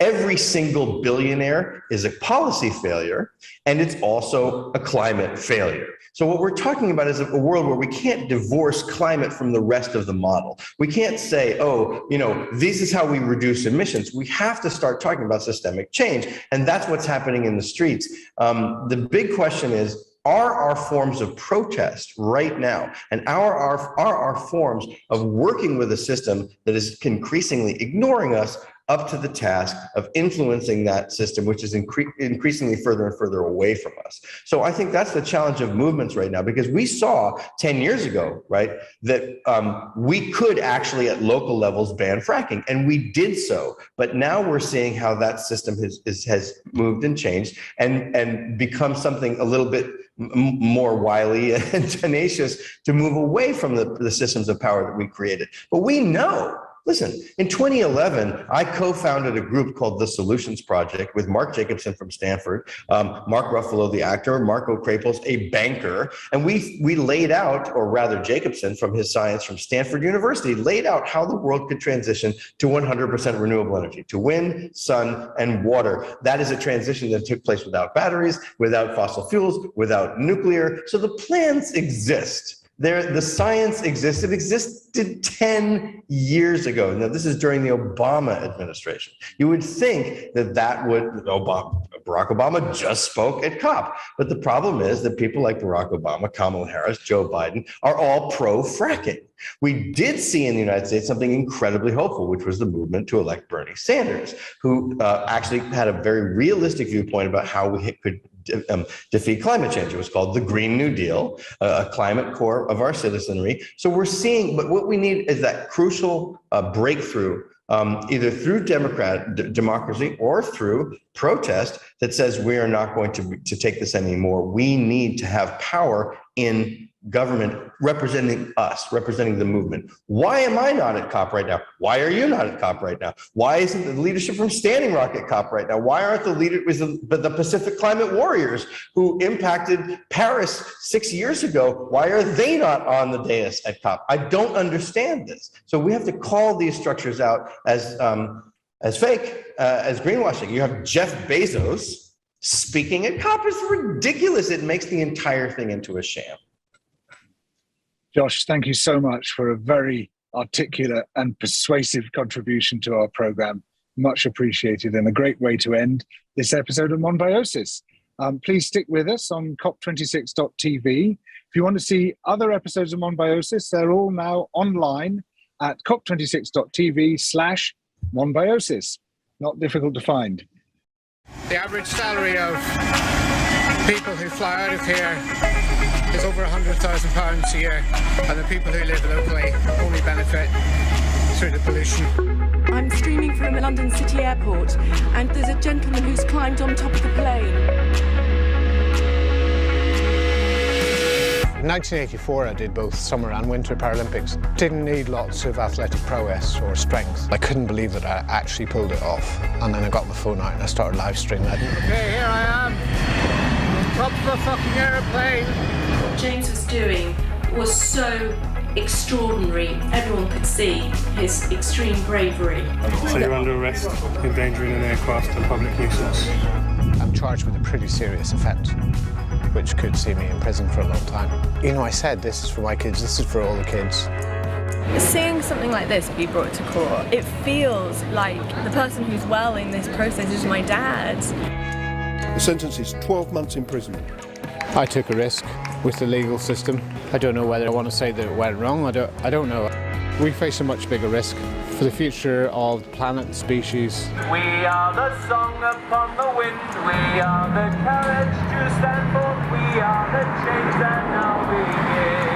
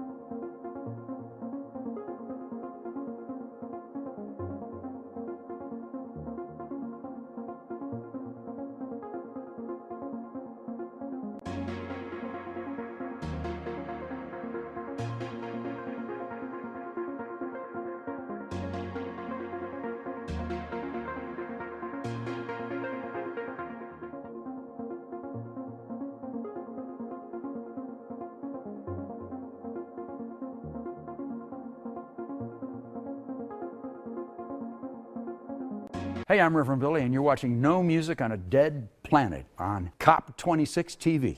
Amen? Welcome to No Music on a Dead Planet TV, COP TV. Yay! So nice to meet you. Yeah, so lovely to meet you too. My name is Sophie. I'm Jolie. Hi, Jolie. Hello. Can you tell me a bit about yourself, please? Yeah, I'm a theatre maker. Right. I lived in Brighton for 20 years.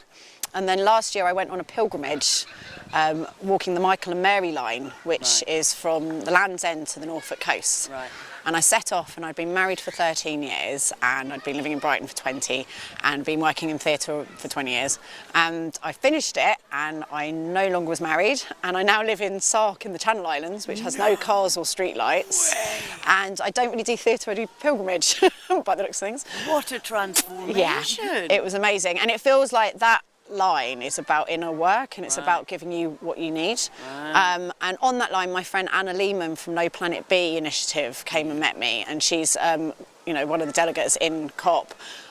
She's a climate policy advisor, and she was like, oh my god, it'd be amazing if you led a pilgrimage to COP. And I was like, I was thinking of how pilgrimage is a form of performance. Yeah. So like you're an archetype, and people treat you in this kind of reverential way, like you're a travelling confessional, and people just, it taps into some ancient knowledge. And I was like, I feel like this is a form of performance, and actually, you know, with COVID and everything, this is a way of us doing theatre outside in a safe space, outdoor space. And she said, yeah, let's do it, let's take something to COP. So I applied for Arts Council funding, got the money, and we then looked for a route to walk, and I found the Spine of Albion. So look. Oh my gosh, it's forever there. So the pilgrims. COP is on your arm. COP's on my arm. So so this is where the Michael and Mary line cross, which is in Uffington. So Glasgow's here. And we walked from the Isle of Wight, and then we stopped in Uffington, and we've been doing ceremonies all the way along the route, and we've been working out what we think are like the chakra points. So they had the root point in the Isle of Wight, and then Uffington was is it sacral it's called?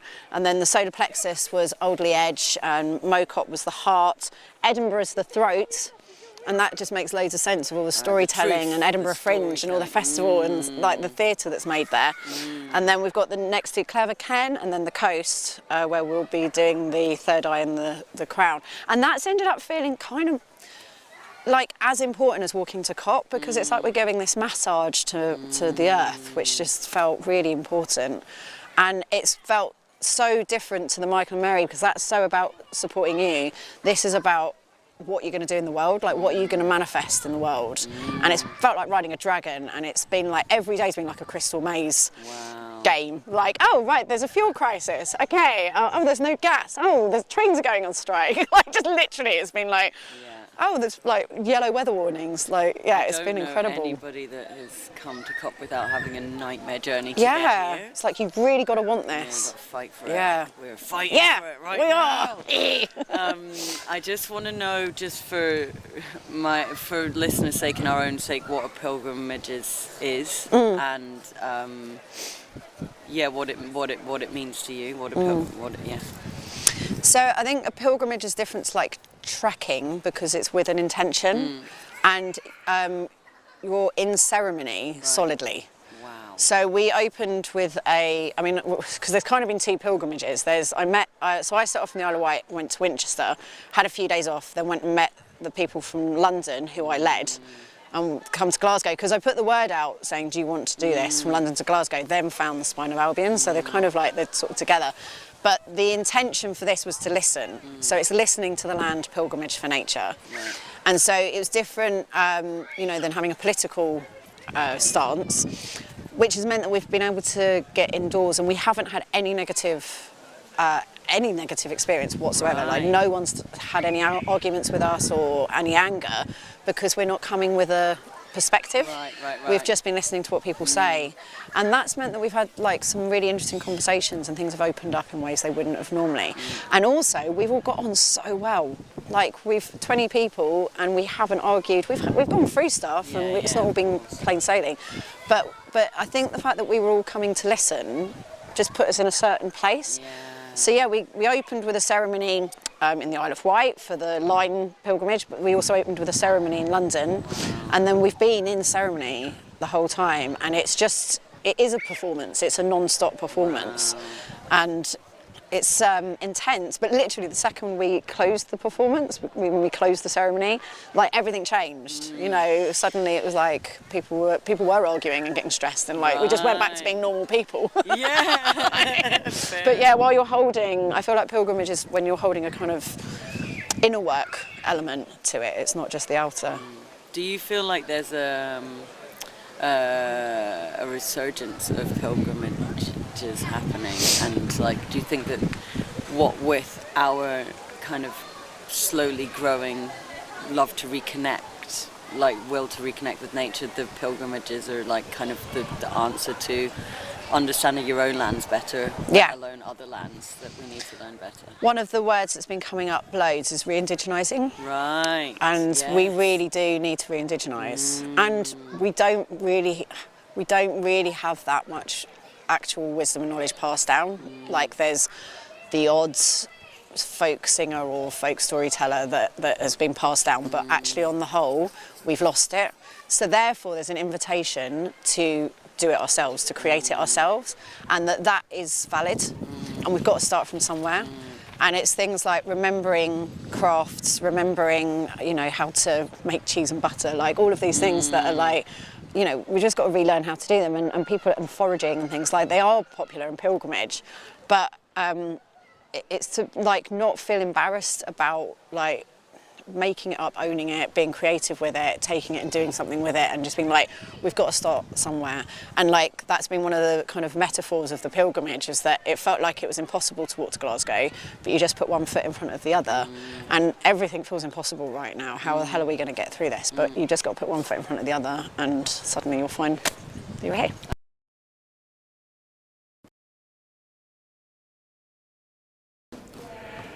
We've been touring around England. It's called the Earth Riot Tour. 25 of us, some of us from New York City, some of us from London. We sing songs about extinction. We are looking for new ways to defend the Earth. Maybe some of the people listening to me right now agree that we're coming up short. The Earth is calling out to us with the storms and the virus and the wildfires, and we're not getting it. There's a language in the wind that we haven't been understanding for centuries, since the Industrial Revolution, since Christianity, since Enlightenment, since lots of consumerism. Consumerism. That's why we call ourselves the Church of Stop Shopping. The most virulent, fundamentalist church we have in the United States, certainly. Scotland looks like you have some of the same problems we have. That's the first break that we've got to make. Seems to us that the source of an effective Earth activism is the Earth itself. The Earth is the great activist. The Earth is showing us the way. There is death in life. If we started accepting life for what it is, this mysterious, unexplained thing that we're gifted, this amazing thing we've got, but it has death in it. Death, birth, growth, love, work, death, growth, birth, love. We're in a cycle of things, and consumerism tries to kick the death out. You buy this product, we'll give you eternal life, is fundamentally what's going on here. Consumerism replaces the old militaristic God. You're the chosen people. You're the chosen people. If you buy this product and go into debt enough, you're the chosen people. That's prosperity. That's eternal life. We just have to get out of that whole bad trip and spend some time with the Earth. And the Earth will give us the songs. The Earth will give us the... We feel like our songs in the Stop Shopping Choir are Earth gifts. Can you give us the songs, sir? An excerpt from one of your... do you call them hymns or do you call them songs? Well, I just invite people to come to the CCA and come and hear this 25-voice choir of radicals who risk arrest together, sing those songs, come from the Earth. We go into corporate space, go into banks that finance fossil fuel. We go cross property lines and trespass. We're trespassers who sing. And as we sing, we slow the police down. We slow the people who are screaming at us, the store managers and everything. We slow them down because there's a trance there. That comes from the Earth. That's an Earth idea. That's an Earth culture idea. Well, I guess it's a consumer idea too. The advertising is supposed to be a kind of low-grade, sugary trance state. But this is a deeper trance. We have to trespass and sing, invade, walk forward into the products, into the minds of the executives. The investor class has to be dismantled. The whole stuff thing is simply not anything that the 26 cops have been able to solve. Not the NGOs either. The Sierra Club and those people, they're just not doing it. They don't like the Earth, it seems like. Go into the Earth. Go into the Earth. It's radical. It's sexy. It's strange. You lose your way. That's a good way to get lost. Earth-alleluia. Thank you. All right. Fantastic. Maybe we'll see you at CCA. So praise be. Earth-alleluia. Beautiful, sir. We will see you tomorrow night. So my name is Johnny Cypher and I'm a rapper. I'm a community activist and I also do like workshops and a bunch of things that are related to hip hop, music, education and climate change. This Is It is a music video that we worked on with Oi Musica, and their project's called Let It Grow. They had a Soundhouse Orchestra piece called Enough Is Enough.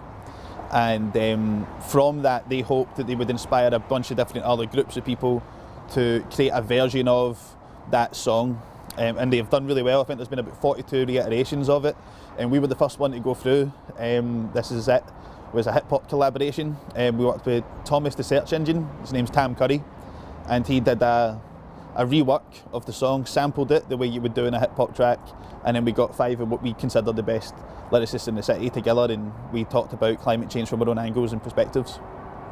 Fantastic, yeah, I loved it. As I said, I've shown it twice in the show already. Yeah. You're talking again, I'll probably show it again. Amazing. Yeah, so what's it been like having COP here? What's the general, how are you and your mates and your scene feel about having all these weird people here talking all this stuff?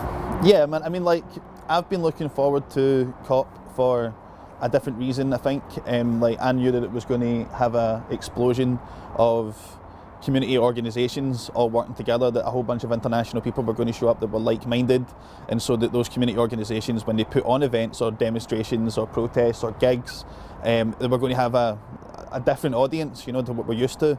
It sparked a lot of conversation, definitely. There's a lot of people that, you know, weren't necessarily anti-climate change or anything like that, but are now, you know, this is a problem. We see that people care about it, and there's lots of discussion happening, and I think that's really, really good.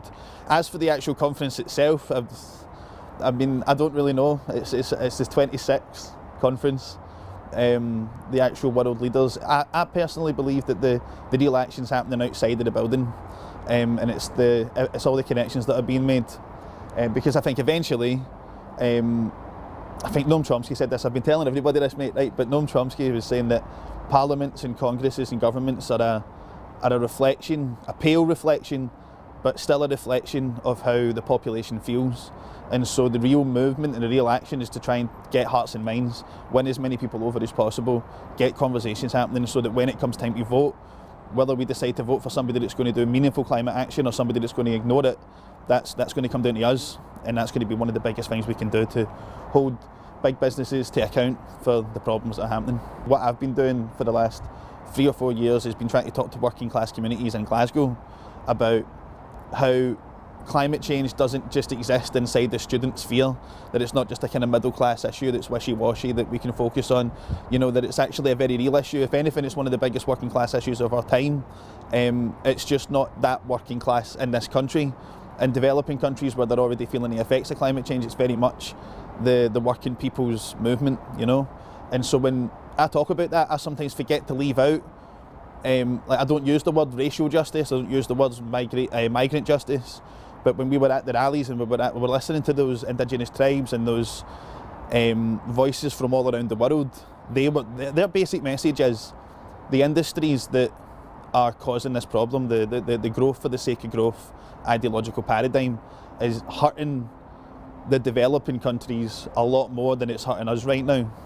And so I guess the cry is that we're over here now behind, we're insulated from a lot of the worst of the problem, and so we've got a responsibility to hold our governments to account, to do something about it, and we do that kind of on their behalf. And so I think educating ourselves on that helps us to understand the problem more, and then allows that unity maybe to actually happen.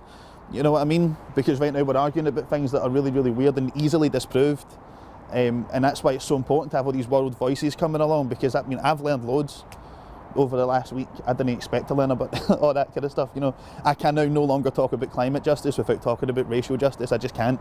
It would feel really dishonest of me, you know. So that's been a real positive. Awesome. Cool. Okay, so tell me a little bit about tonight. What's happening so tonight? So the Celtic Connections, it's a big thing that we do in Glasgow every year, celebrating sort of like Scottish music and Scottish culture. It's beautiful styles, it's always really, really high class. But we've been invited along to one of the sort of warm-up events before February kicks off, and we're doing This Is It as the video. And each of the rappers, Becky Wallace, Tickle, Pack, Jamie Harvey and Erin Friel will be there, and they're going to be doing a little bit of their own songs and their own styles, so that we can sort of introduce who each of these rappers are, what is it about their character, what their background, a wee bit about their story, and then we're going to do the song in front of the live audience, and hopefully with a wee bit of context, you know, people will understand where each person's coming from, because each rapper in the video is really coming from their own perspectives. It's like quite interesting. We're not all beating the same drum exactly, and so it's like these people are all from really, really different areas, but we're all in Scotland and we've all got an opinion on climate change, and we're just looking forward to getting that opinion out there. Fantastic, and me too, and I'm really glad as soon as I found you just in time. Yeah, thank you very much, Duncan. Born name or punk rock name? Punk rock name, I guess. Yes, Yeah. All right, Johnny, I'll see you tonight. Right, cheers, Duncan. Thank you.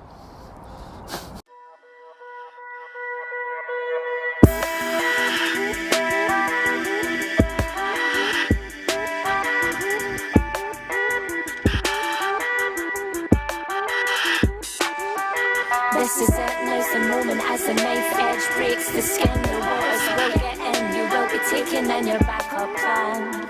We'll keep you safe and will it matter then? We're all together in this. Alright, you're probably wondering why I called this meeting with the poets, with the people that give this kind of confidence meaning. I don't want to step at anybody's toes, I'm sure they're all trying the hardest. Just while they chat about managing targets, I thought a gallery artist, cause we all got a stake in this. MCs are no scared of taking risks, of saying how they really feel, so I'm wondering what we say to this. I think Scotland's green movement needs to consider who it involves. Any environmental movement without the working classes don't move it at all. Social ecology, I honestly think they were missing the trick by thinking the climate's a hobby for middle-class ipsos and miserable gits. The same thing causing the inequality, discrimination and stress. It's the same blind hungry machine digging us ever deeper into this mess. And I see no need to resort to the recent IPCC report to get these people on board. Do we need to explore the depressing statistics? News reports so keen to be told that the talks just run too deep, and a cause for a peaceful approach. And I feel like we've seen this before, so enough is enough. It's all it should be. We gave you quarter. You hacked the forest with poison, bred life for slaughter. We lined your pockets, human fodder. As the borders crack, the earth expands and contracts, and in the midst of that the hierarchy blame the impoverished. I wasn't taught to be thoughtful, advertising for profit. I acquired an awful lot of pointless objects, as we all did, a philosophic subordinate of the global order. I come to the table with a lot to learn but more to offer. So here's a cautionary story of how not to die. Surround yourself with your possessions as the stars collide. The richest purchase weapons for the inevitable reckoning when the Western population realise that they're next in the firing line. No community left amidst the panic. I predict that this is a moment where we suddenly accept it's happening, holding on to the agonal gas of society, anarchic agony, starving in the violence of the irony. This is it, there's a moment as the knife edge breaks the skin. The waters will get in, you will be taken in your backup plan. We'll keep you safe and will it matter then? We're all together in this. Wish someone had told us, we wish that we had known. Sister Earth could not afford us, so the system took what's owed. The man should have been that I found out the shit is his alone. But they pick out the sick of the victims while the richest live in domes. So we're far from ready, man, for the Armageddon slam. Yeah, there's hardly any plan, that's why billions gonna die. And we'll all carry the can to pour the ordinary gang caught short, unfortunately damn Joe. So billions gotta try to get up, stand up, put your hand up, be counted at. You bet I'm fed up getting help at the insurmountable fact that the boss's class is like the masses, weak so we can wipe their asses, seeking equal rights. Strike a last to fight the bastards, so people side the planet, resist this climate damage. It seems some missed the kind of savage signs of ravage. Retreating ice caps happening, see the seas are rising rapidly. Beast disease and blight it, baffling past our time we try to battle it. If it'll come, if the climate will change, feel the heat for the sun, standing under the rain. More ups and pain, clear the air in my name, cause since I was a win, I've watched the climate change. Made a new mucker, Mick D's walker, wait you sitting in the heat and a huffer, try to suffer for a vegan burger. Well, I need another reason to wonder where am I in this world full of wonder. I dropped a hunter, folks, a lightning bolts and a ball of thunder. Wet put your eyes in your pockets if you move look it. Well, plan doesn't work cause we broke it. You don't know what you love till it's gone, and we don't know what we hate till we've got it. And I guess they guess that we're not putting in effort when we're all just trying to lick a necessity desert. But if they take no, we've been here before, could show you the door. Lies, no look to the sky, they're asking us why. We all deny science. There's plastic cups, plastic case, plastic bags, plastic waste, plastic fans, plastic noise, your plastic kid bought your plastic face. The world's a better place cause ours. But wait a minute, time will show you how good it could be if we weren't the in it. It's been so long since you were first breath. I'm airing through and I'm keeping it real. I write these bars down to express the way that I feel. In this day and age, we always try to conceal, but I'm not making it up. You see, this life's so surreal, it's hard to deal with how fast the surf is moving. But we haven't done it by looking after or improving, taking things for granted. If you can't see, we're losing. You need to wake up from your blinded confusion. I don't find it amusing, what the fuck are you doing? You need to refrain from using the words that you're using. We need to stop abusing this planet that was blooming. Stop producing the poison and pollution. We should stand up, we need to find a solution. Need to start with straight talking and no delusion. Begin a revolution to start redistributing the wealth. We need a contribution, we need your help. This is it, there's a moment as the knife edge breaks the skin. The waters will get in, you will be taken in your backup plan. We'll keep you safe and will it matter then? We're all together in this. The climate's changing, planet rearranging. Where's our haven? Where's our heaven? Been fighting demons since age of 7. Better watch for serpents up in the places we're lurking. The earth is giving us birth and we're only giving a burden. Take me back to Pangea, back to the future. My two-seater with 2 blunts and 2 levers. I could've swore that they knew Peter. Dear Mother Nature, I'm so sorry for my part. Noise pollution, light pollution, trying to shine up in the dark. Fire in the park, rainforest going up in sparks. Now I gotta swim the flood, they're already building arcs. So the pandemic just seemed like a slight message. Messing with the Messiah and the maker just might end it. Politicians, yeah, I call their bluff. Yeah, they think they're tough, making up the rules for us, but they don't know when times get tough. Times get rougher in the dirt, we find the diamonds in the world of anti-climate. We just got to rise and climb it.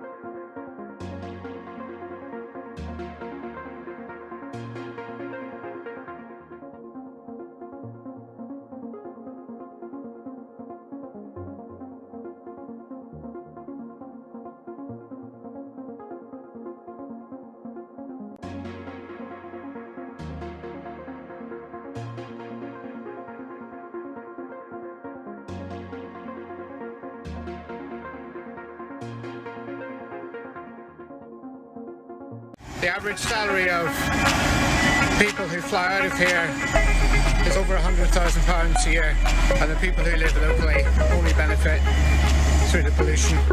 I'm streaming from London City Airport, and there's a gentleman who's climbed on top of the plane. In 1984, I did both Summer and Winter Paralympics. Didn't need lots of athletic prowess or strength. I couldn't believe that I actually pulled it off. And then I got my phone out and I started live streaming. Okay, here I am, on top of a fucking aeroplane. What James was doing was so extraordinary. Everyone could see his extreme bravery. So you're under arrest, endangering an aircraft and public nuisance. I'm charged with a pretty serious offence, which could see me in prison for a long time. You know, I said this is for my kids, this is for all the kids. Seeing something like this be brought to court, it feels like the person who's well in this process is my dad. The sentence is 12 months imprisonment. I took a risk with the legal system. I don't know whether I want to say that it went wrong, I don't know. We face a much bigger risk for the future of the planet and species. We are the song upon the wind, we are the courage to stand for, we are the change that now begins.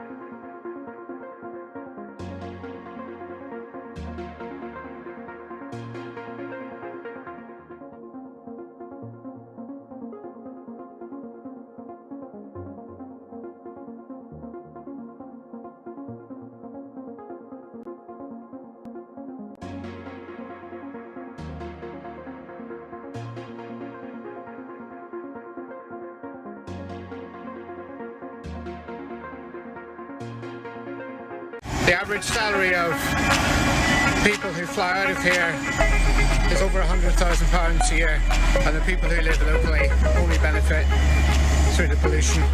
I'm streaming from London City Airport, and there's a gentleman who's climbed on top of the plane. In 1984, I did both Summer and Winter Paralympics. Didn't need lots of athletic prowess or strength. I couldn't believe that I actually pulled it off. And then I got the phone out and I started live streaming. Okay, here I am, on top of a fucking aeroplane. What James was doing was so extraordinary. Everyone could see his extreme bravery. So you're under arrest, endangering an aircraft and public nuisance. I'm charged with a pretty serious offence, which could see me in prison for a long time. You know, I said this is for my kids, this is for all the kids. Seeing something like this be brought to court, it feels like the person who's well in this process is my dad. The sentence is 12 months in prison. I took a risk with the legal system. I don't know whether I want to say that it went wrong, I don't know. We face a much bigger risk for the future of the planet and species. We are the song upon the wind, we are the carriage to stand for, we are the change that now begins.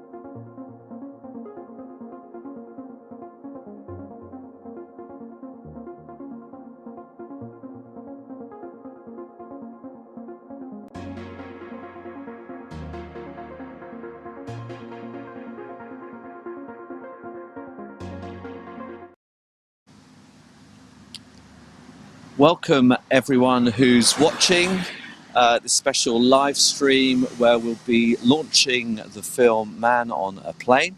My name's Bernard Kelly, and I'm part of XR Wandsworth, and this is Serena, and I'm part of XR Lewis, and I was live streaming that day at London City Airport, and I come out of retirement specially at James's request to live stream here outside Wandsworth Prison. Yeah, so we're outside Wandsworth Prison today, and we've been outside Wandsworth Prison since the 24th of September, when James was unjustly imprisoned. And every day, XR Wandsworth, Southwark, Lambeth, Kingston and rebels from elsewhere have been coming to the prison, and we've had this presence here now. For tomorrow, it'll be now 50 days. 50 days James has been imprisoned. And we've been talking to members of the public as they pass by, and I've not had one conversation with anyone who thinks James should be in prison. We've been telling his story, and everyone is outraged, and that James is now held in prison as a prisoner of conscience, a political prisoner. At the time when we have COP in Glasgow, James is languishing in prison here. And we've had such a lot of support when we've stood here. And one day when I was standing here, a father with his two children came along and asked about what we were doing, who James was. And at the end of when we told him about James, he turned to his two little boys and said, "This man is a hero, and he's made this sacrifice for your future." So we're very privileged to be here to support him. And as Serena said, she was there on the day. Do you want to tell us something about that? It was 2 years ago now. I think it was the 10th of October. I went to London City Airport and went airside, and I was feeling pretty inexperienced and pretty scared by it, and wasn't really sure how it would unfold. But at the end of the stream, I was arrested. You probably saw in the trailer. I was arrested, and James was shortly afterwards.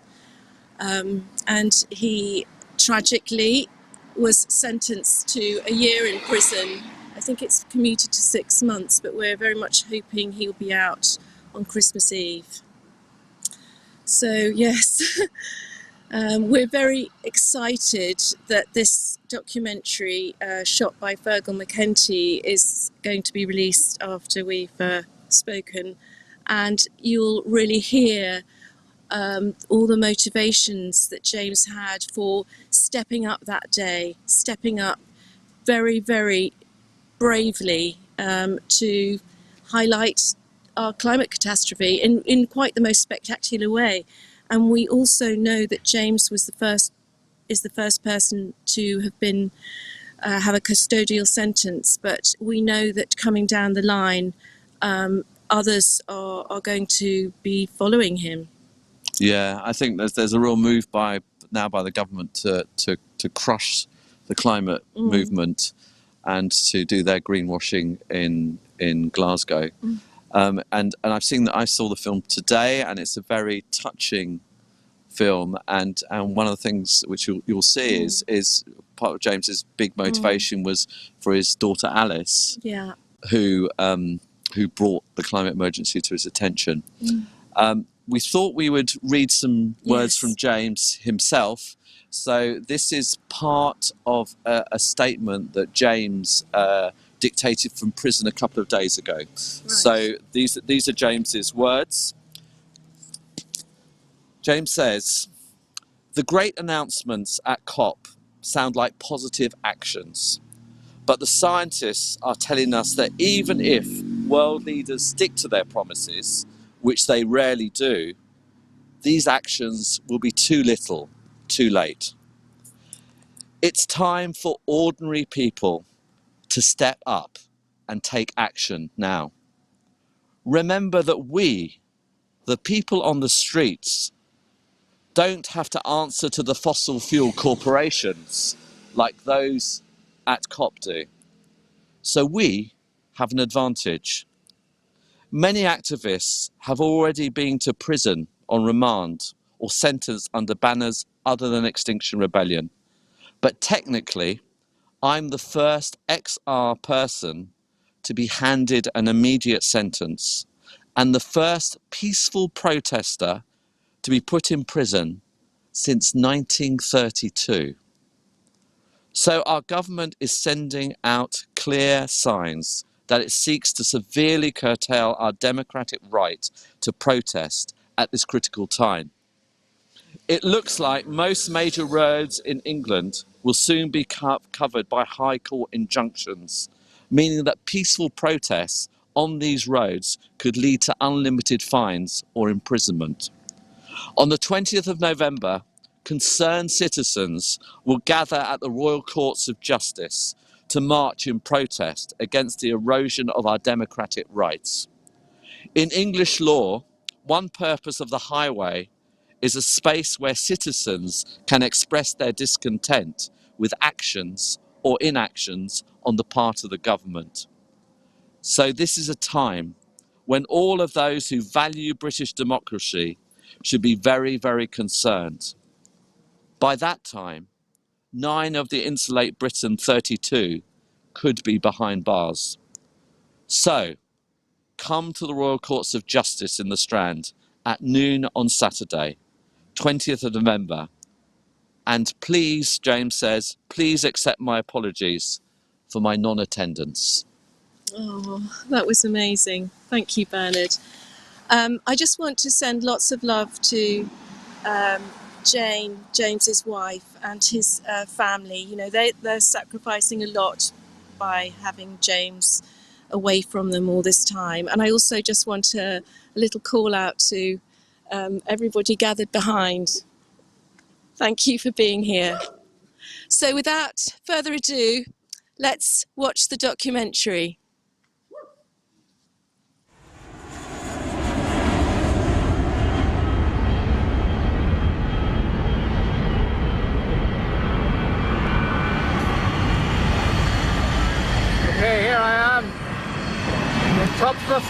aeroplane. Man on plane.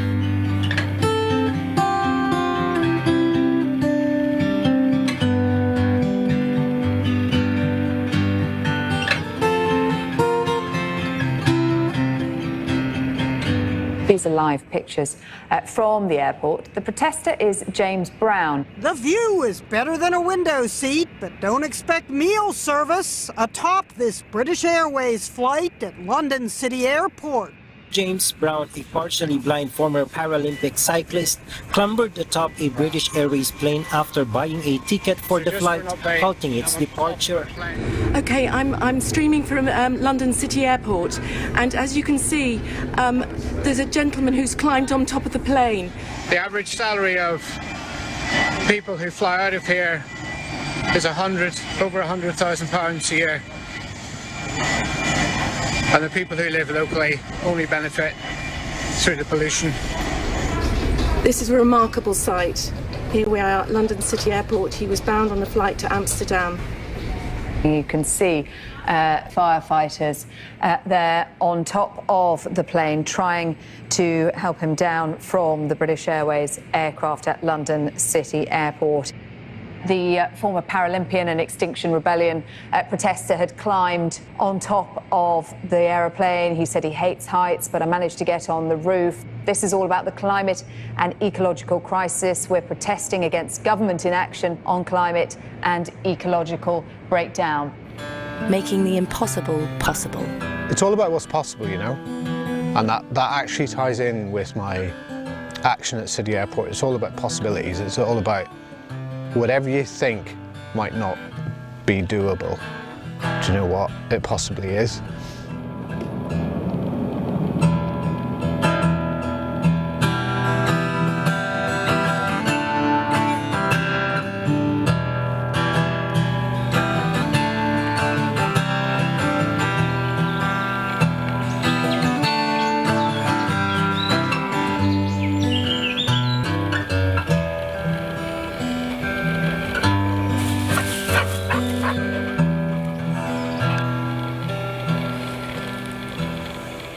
In order to tackle the climate crisis, the climate and nature crisis, and avert the worst impact, it's happening. I mean, let's not beat about the bush.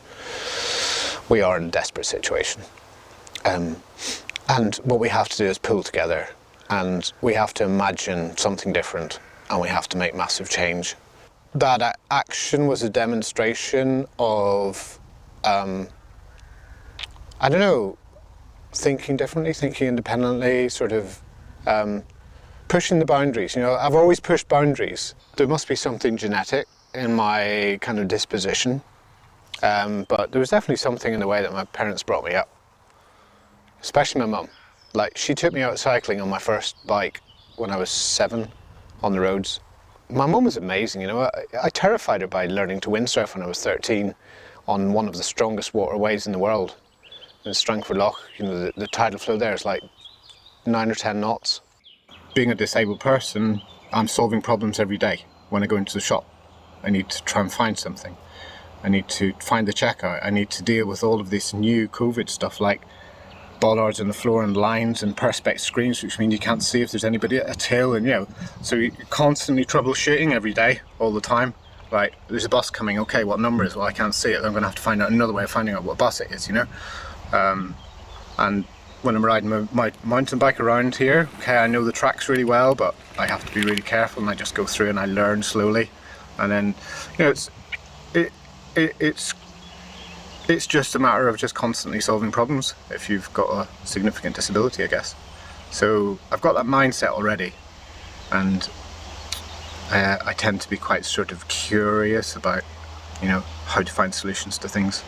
My first World Championship event was on cross-country skis when I was 17. I'd only been skiing for a week. In 1984, I did both summer and winter Paralympics, and in the summer games, I was fortunate enough to take golds in both 800 and 1500 and the world record in the 8. And I kind of, you know, I just sort of thought that's my standard. Like, you know, I guess it wasn't arrogance, but it was sort of it's all about what's possible, you know. Fastest bike so far as I know, and there's I think 5 more to come in, so just hope all of them don't beat us. You were flying out there, incredibly quick. It felt really good, I have to say. You know, Damien handled the bike so well. It's a great bike, actually. Very pleased with the bike as well. And sport-wise, yeah, I mean, I've sort of done a reasonable level, sort of world championship level. I've done 7 different disciplines. Alice Brown, daughter of James. I suppose I gained a certain worldview from having my dad competing in the Paralympics. He was loving, he was it's really fun. We just had so much fun. Some of the stories still make me cry laughing today about the sort of things he did with us growing up. I always remember knowing that my dad didn't sort of follow the same rules as everyone else. So my dad has a disability, he's registered blind, and I'm sure that shaped his, first of all, how he understands the other people around him. It's very different actually to the sort of social cues and norms that we're used to. But also he always had a drive for I guess proving people wrong, to be honest, and that was in any sense. My fear for my kids is much greater than my fear for myself when I was sat on top of that plane. And what was going through my mind? I think I said it all, you know, in the live stream, and I said this is for my kids, this is for all the kids. I also touch on inequalities, I think, in that live stream. That was definitely a big part of what I was feeling. I really felt it profoundly actually that day, that I was amongst privilege. I was amongst all of these wealthy people with, you know, average salaries in excess of £100,000. This is also inextricably linked with the crisis that we face, is inequality. It's utterly inexplicable to me. It is baffling. Why do we need such inequality? We don't, actually, but why have we allowed it to exist? I think most human beings have a pretty sound heart. I think we make mistakes when we get together in organisations. I think that's when things go wrong. And there's an awful lot of great work that's being done on how to run organisations in an ethical way, and you know, without these massive differences between the lowest and the highest paid. And so yeah, I touched on that on top of the plane. When I was maybe 22, 23, I started a geography course, so it was a mixture of physical geography and human geography. I started to learn about the sheer scale of the collapse of ecosystems. When I read that particular thing and everything around it about sort of insect Armageddon and something, I can't describe it, I felt it rather than reading it. I really felt it, and I would go as far as to say it was the beginning of being quite traumatised by the scale of the climate and ecological crisis and the humanitarian crisis. So I shared this with my dad. I'm pretty late to this stuff, you know. It was my daughter that woke me up. My daughter and I met at Exeter train station. I was invited to go and give a talk at the university. I specialise in social enterprise, and the engineering department at the university, there's a few people in there who really get this stuff about why social enterprise is needed.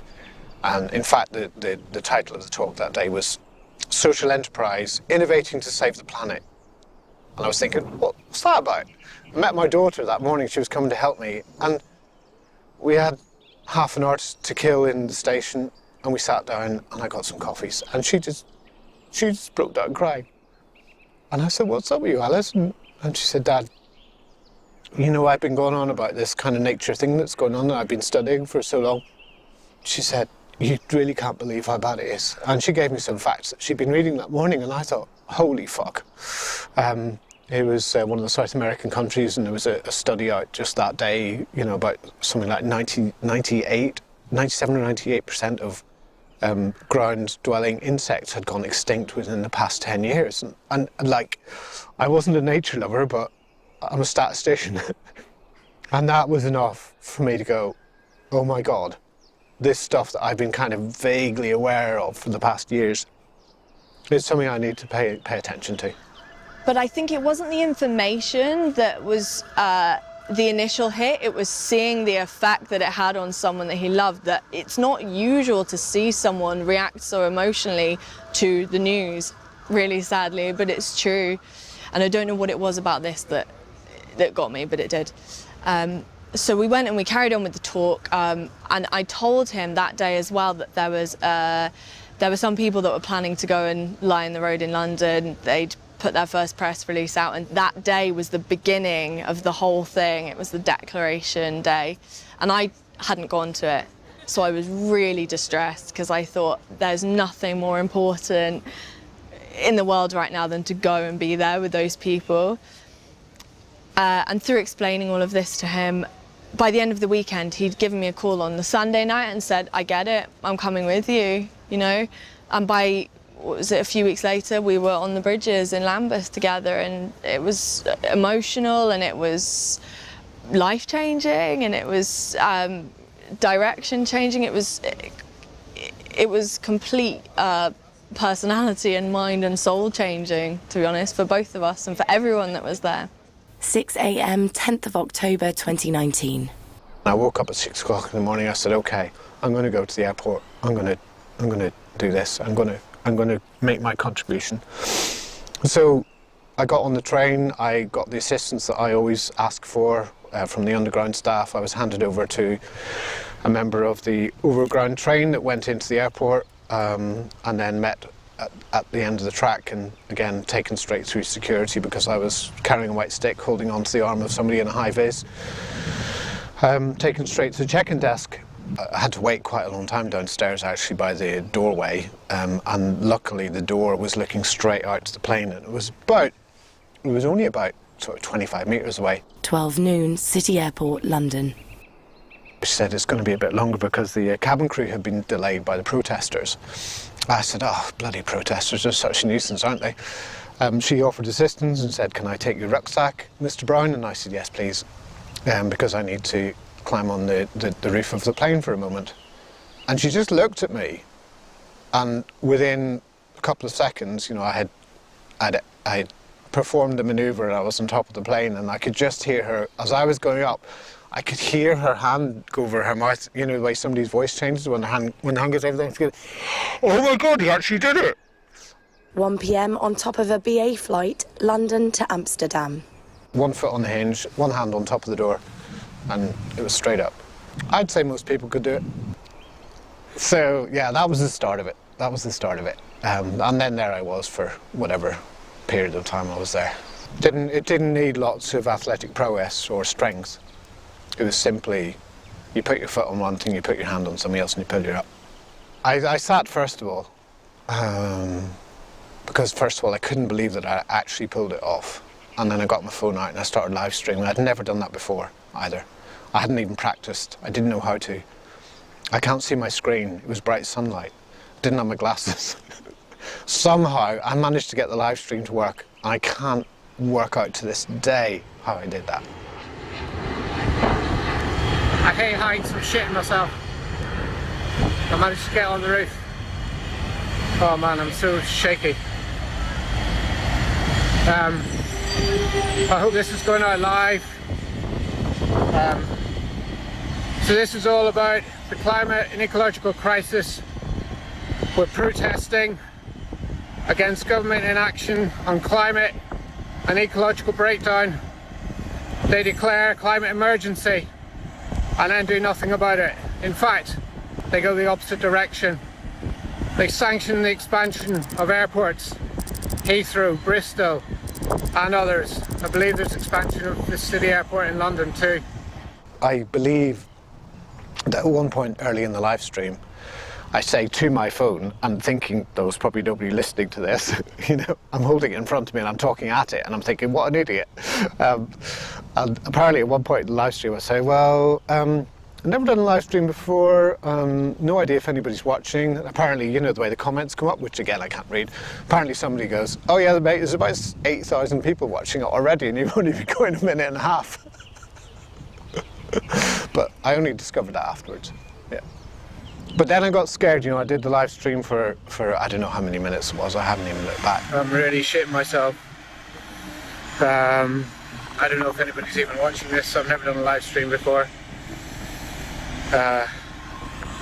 Oh, it looks like there's some comments coming through, so fuck. Then I started to get scared. Sorry, just got a bit dizzy there. Yeah. Oh, fuck. This is scary. We're at London City Airport. James is a Paralympian from 2012 Olympics, and he's bravely got on top of the plane today to highlight the government's inaction of reducing our carbon emissions. It's so serious. He's doing this for his children. He wept this morning when I did a little pre-record of what he was going to do. And I stopped the live stream, and I turned around and just lay down on the plane then, you know. Guess the adrenaline was going away. So no, there's no other passengers on board. James, being partially sighted, was the first one to be taken on board. I've had information that you've helped this gentleman to get on the plane, that you've given him a ticket to do so. So you're under arrest on suspicion of aiding and abetting, endangering an aircraft and public nuisance. I'd only met James that day. It was a scenario of, if not me, then who could live stream that day. So I'd met him in the disabled bay, and we'd had a hug and a bit of a chat and just wished each other luck.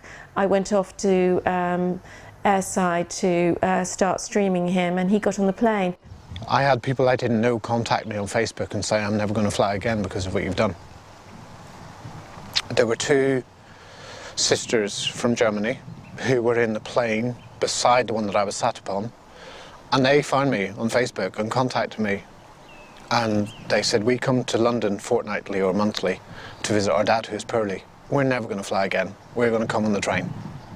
I also appreciate, as a live streamer, that our job is to share with the greater public what's happening, and without that stream, not everyone wouldn't have appreciated his extraordinary actions that day. I was contacted by a head of a private school in London who said he will never sanction a school trip that involves plane travel. I worked in advertising for 30 years. I worked on many brands that now make me cringe because of what they're doing to our climate. And I've realised that since that day I want to focus on making our world a better place and not promoting consumerism. And James's action that day absolutely made me realise I need to quit and concentrate on climate activism. I got a pretty harsh response from some members of my family. Specifically family members, actually, rather than friends. I think friends, if they see what you're doing and they go, no, I don't like that, they'll just ignore you then. But family members, it's a bit tighter, and invariably you will hear from them, even if it's indirectly. So I had family members talking to other family members about why they didn't appreciate what I was doing, and that it was embarrassing them, and I was bringing shame on the family. And that was really, really hard. Really hard to deal with, to be honest. I'm not sure I still can deal with that. I think we're brought up to think that we'll be all right, you know? We're brought up to think the government will look after us. I mean, they don't. They're not going to look after us. They've proven that. Boris Johnson, you know, all this bluff and bluster about, you know, world leaders in tackling climate change, and he flies to the fucking G7 in a fucking plane. And then he puts on a Red Arrows display. How arrogant is that? How can anybody take him seriously? How can anybody take Britain seriously when we do that shit? There's so many examples we could give. The bailouts, billions and billions of bailouts for fossil fuel industries, you know, through the pandemic. If my dad is found not guilty through this trial, I don't believe that any of these individual trials, will be the breakthrough, to be honest, because the systemic problem is so deep. But I know that when you look back at history and you see that this fight happened, justice was won, this is what we have today. That process itself at the time was over 10, 20 years or so, We can look back on history and say that's how it works, that's how change works, but I'm aware that this is one part of a huge battle that we still have to fight as people that are taking responsibility for the climate and ecological crisis. If he's found to be guilty, I don't think I'll be surprised in any way. Because we're fighting something, like I've said, we're fighting something really strong here. And I think, to be honest, it's just more determination for us to just keep going. Like, there's everything to lose here, so there's also everything to gain by just carrying on the fight, so. I feel apprehensive about the court case, of course. I'm charged with a pretty serious offence, which could see me in prison for a long time. I believe there is no limit to the prison sentence that can be handed down to somebody for public nuisance. There is, believe it or not, an actual offence specific, a bylaw specific to London City Airport, which says, effectively, thou shalt not climb on planes. I'm really, really hoping that I can make my case well to the jury and that they will get it, even if the judge doesn't. I think I'm fortunate in that the judge who's presiding over my case is the same judge that presided over the acquittal of the Shell 6. So I guess he's not going to want to see another acquittal. Since understanding what is really going on in the world, I've been profoundly affected. I mean, I didn't know how badly I was affected, but when I look back on a year ago, I couldn't even think 10 minutes ahead. I was just existing from one minute to the next. I wouldn't say I wasn't suicidal, but I didn't want to live either. It was a really weird experience. I was just kind of existing in the middle of something. The support from others around me who are either involved in XR or not really get the crisis and the extent of it, the seriousness of it. And I'm really fortunate to be surrounded by many people who get it, who understand the extent and the seriousness and the speed. I think it's the speed, actually, maybe that people don't get. I think maybe many get, oh yeah, it's really serious, and yeah, this stuff could happen. Oh no, yeah, it's 2100. But you know what? A lot of shit's going to be coming down the line much, much sooner than that. That's going to affect them directly and their kids. We actually, as humans, can live in harmony with the planet, and we don't have to destroy it. There's so much learning, man. There's so much to learn. There's so much to do. Yeah, and to do it together is just the most wonderful thing. If it wasn't for that, life would be unbearable. If it wasn't for the support and the camaraderie and... yeah, it would be impossible. Verdict hearing, 28th of July, 2021. Judge Perrin was really careful to close down James Brown at every twist and turn to ensure that he did not use the defence of necessity, nor even imply it. Now, the crucial thing is that I think that if a jury hears a defence of necessity, they're far more likely to accept it, they'll understand it and understand why we do what we do. So I think that I was really astonished by the extent to which the judge really worked so hard throughout the 3 days to ensure that nothing mentioning necessity or even implying it was put to the jury. So I think the lesson that people have to take from this is that we have to be more bullish and we have to be willing to push back against the judges and make it clear that we do act out of necessity. That is what this is all about. I mean, for goodness sake, what Extinction Rebellion and people working in our movement are trying to do is the very definition of necessity. Climbing on top of a plane, you don't do that because you just fancy an afternoon out and doing some kind of extreme sport. James did that because he genuinely fears for the lives of his children and for the lives of everybody on this planet. He genuinely understands the science. That's why he took that extreme act. That is the very definition of necessity. And I don't think any member of our movement should ever let go of that. We're in the right and the judiciary are absolutely wrong. Let's keep pushing all the time. Don't give up on it. We act out of necessity. It's now only a couple of hours since the verdict. My initial thoughts when I came out were just that I was devastated. And I just thought, oh, why do I do this? Why? Is it worth it? And I kind of still don't know. I don't know if these, I guess, sacrifices or whatever you want to call them, madnesses, you know, it was a crazy thing to do. But you know, it's not the first crazy thing I've done in my life. And the prosecution barrister was really pushing me hard on the risk side of things. But you know, we face a much bigger risk, and that's the risk that I'm highlighting. So relatively speaking, you know, I'm just one person. I took a risk with the legal system. I don't know whether I can say, whether I want to say that it went wrong. I don't know. I just don't know what the outcome is going to be from this. And like you say, there's loads of people who are out there challenging the system every day.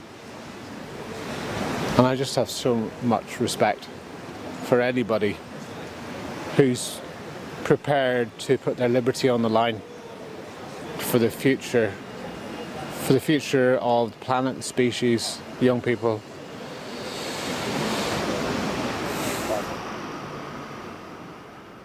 Sentencing hearing, 24th of September 2021. We're at Southwark Crown Court this morning for James Brown's sentencing hearing. He's already had to go into court this morning, just a little bit ahead of us, because he's talking to his lawyer about some inaccuracies that have appeared in the judge's summing up. Now, they've got to work through those and see what the implications of those are. So unfortunately, he's not going to be outside the court here today to talk to people in the media. So this is just a quick message to say there's a gang of us who are here to support him in court. We are very worried about what the sentencing outcome may be, and we will know presumably in a few minutes.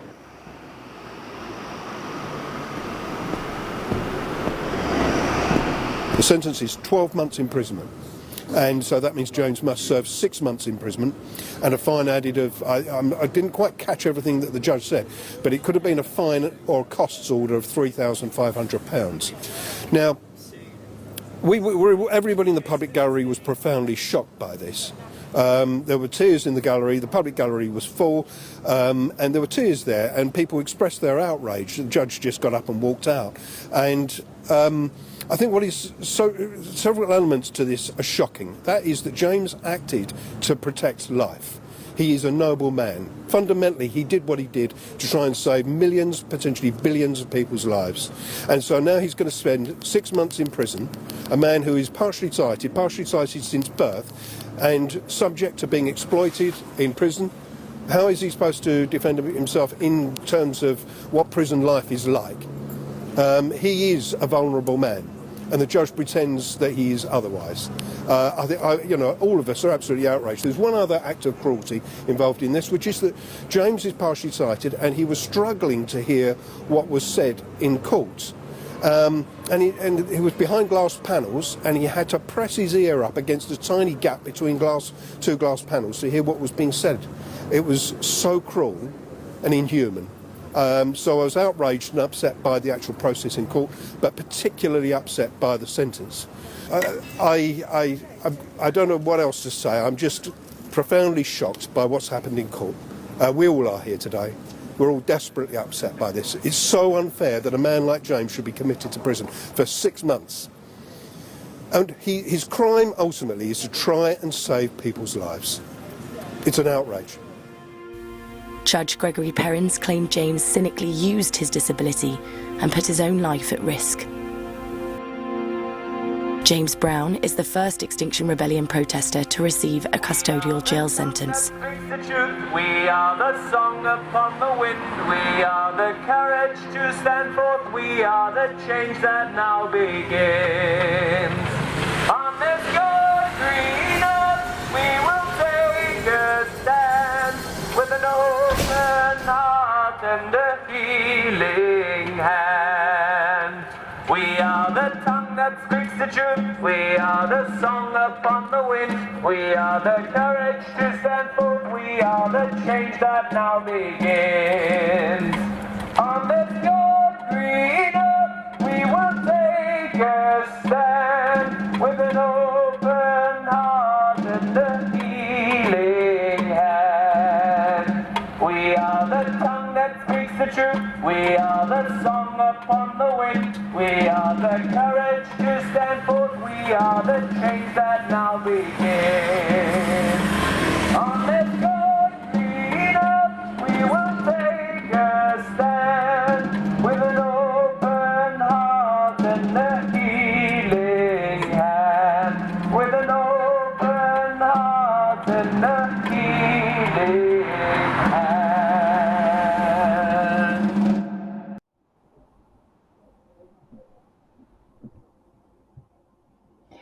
Wow. Well, what an amazing and a powerful film we have just been treated to. I have to say this one actually really got to me today.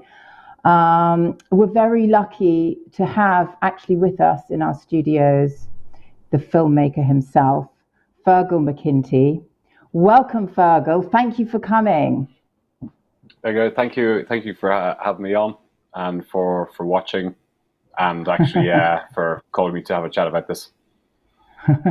Well, so what's amazing, this is the world premiere of our Man on Plane actually.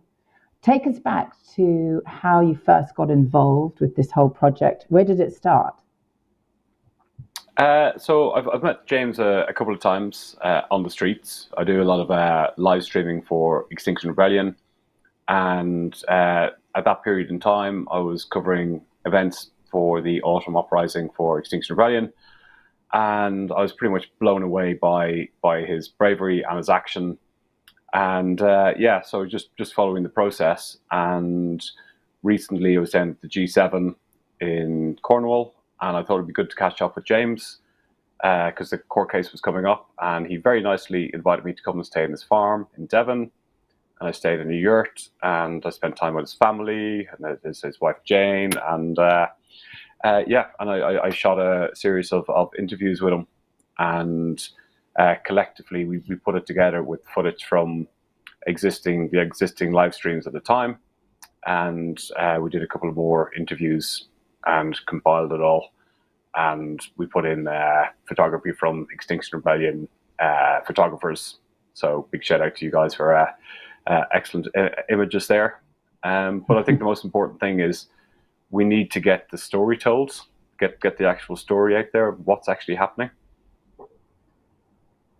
Yes, I mean, what I found quite shocking in the film in a way was the fact that here we had a former maths teacher, a person that had won gold medals for England, for the UK, through cycling. I think he had 5 different disciplines, didn't he? He was also head of a charity. He'd done lots of services to charitable organizations for disabled people. I think he even set up an organization that catered for disabled people in festivals and events like that. So at every corner you turn, he's been giving and offering and putting his life to service.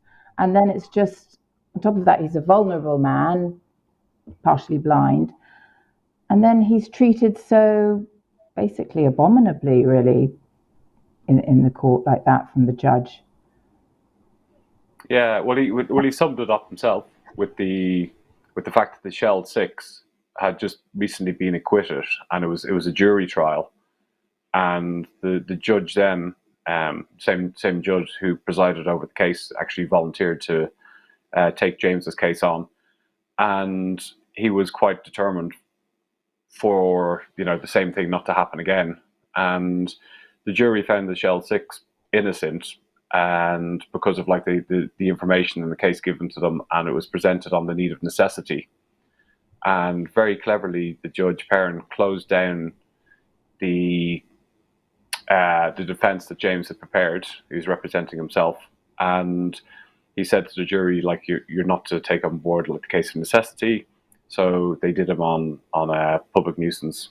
So it seems to be like they were trying to, well, the judge is trying to make an example of James, and he basically came down very, very hard on him.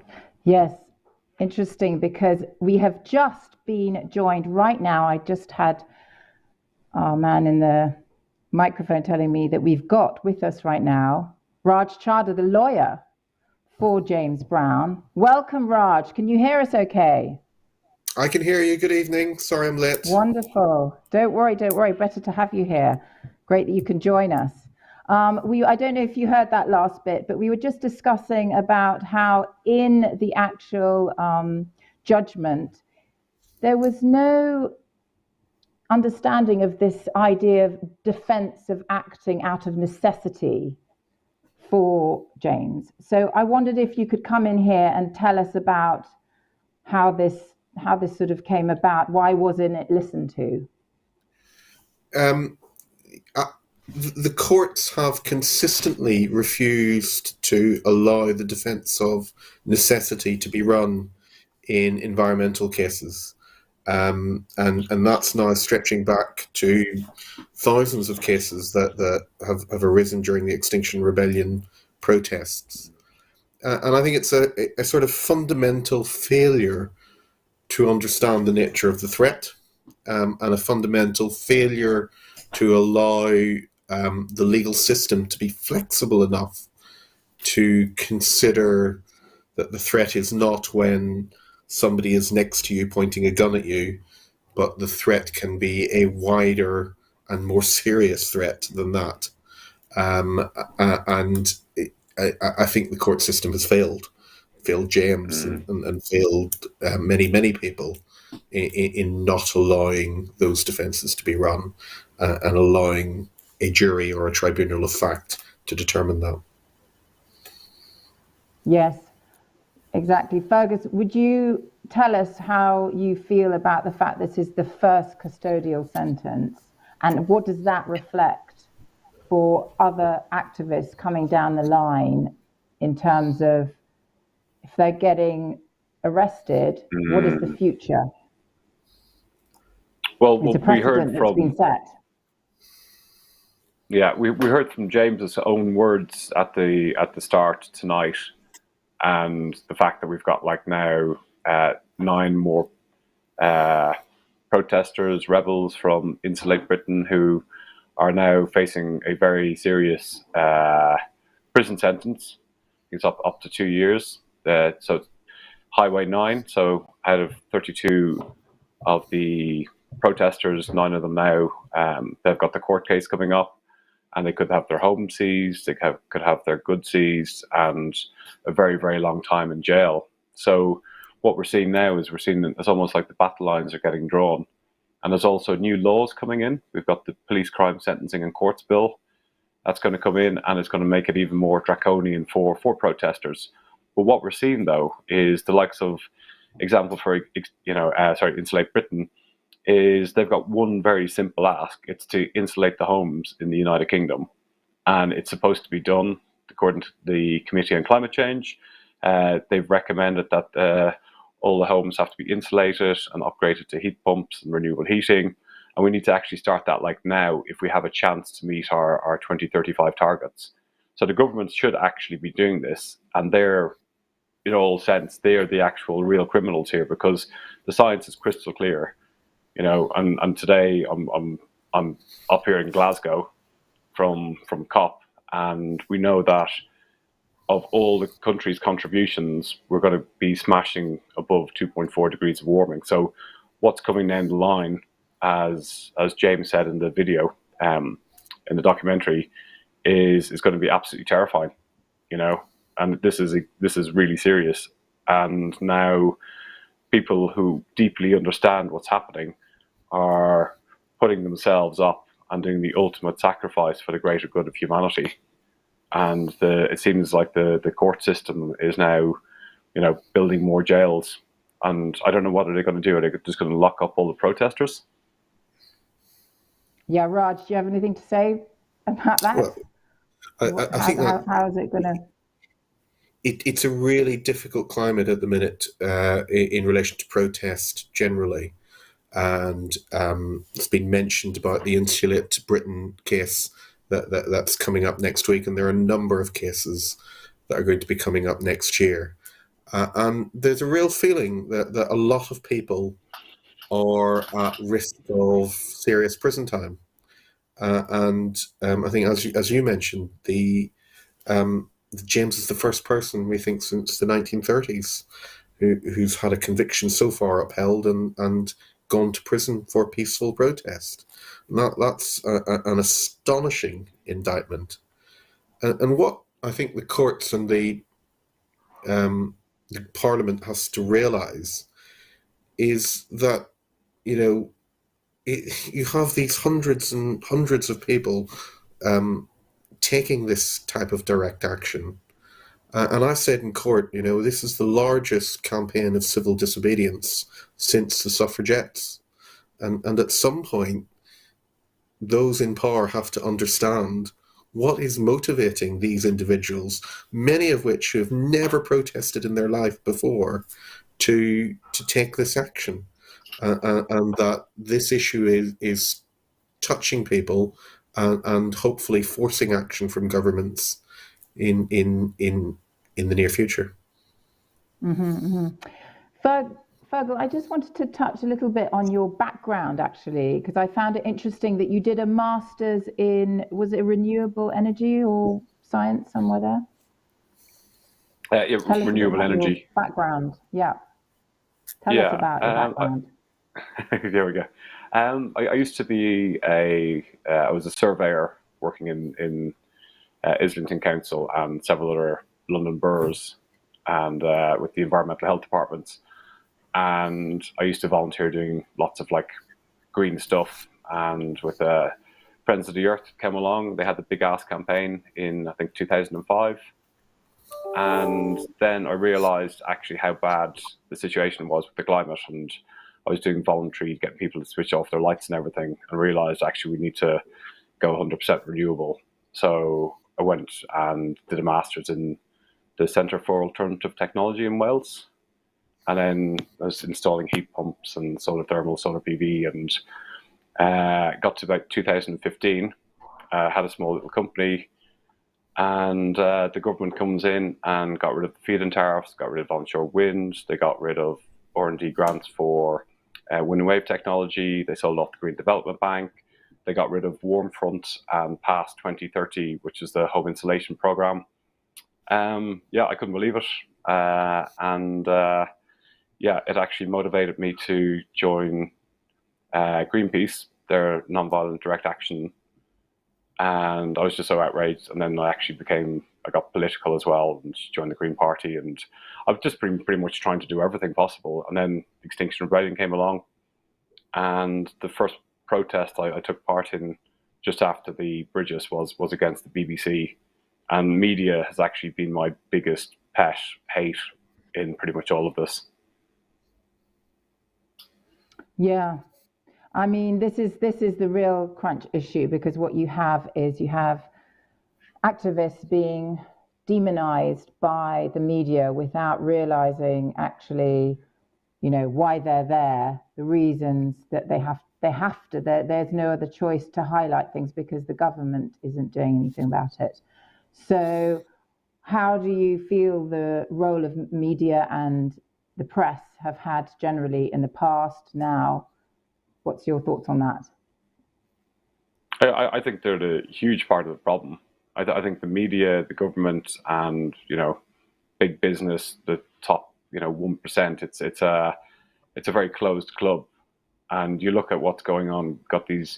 We've got these think tanks that nobody knows who funds them. They influence governments.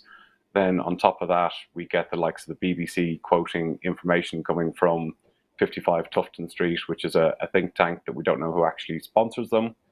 And on the other side of it, we've had in 2019, when James took this action, the BBC was still bringing climate change deniers onto our public broadcaster to debate climate scientists and argue against it. So the likes of the BBC, the mainstream media, the tabloid newspapers, the 4 billionaires who control 70% of our media, they all have a lot to answer for. And people are going to be looking back in history and they're going to be judging the media for, why didn't you tell us what was going on?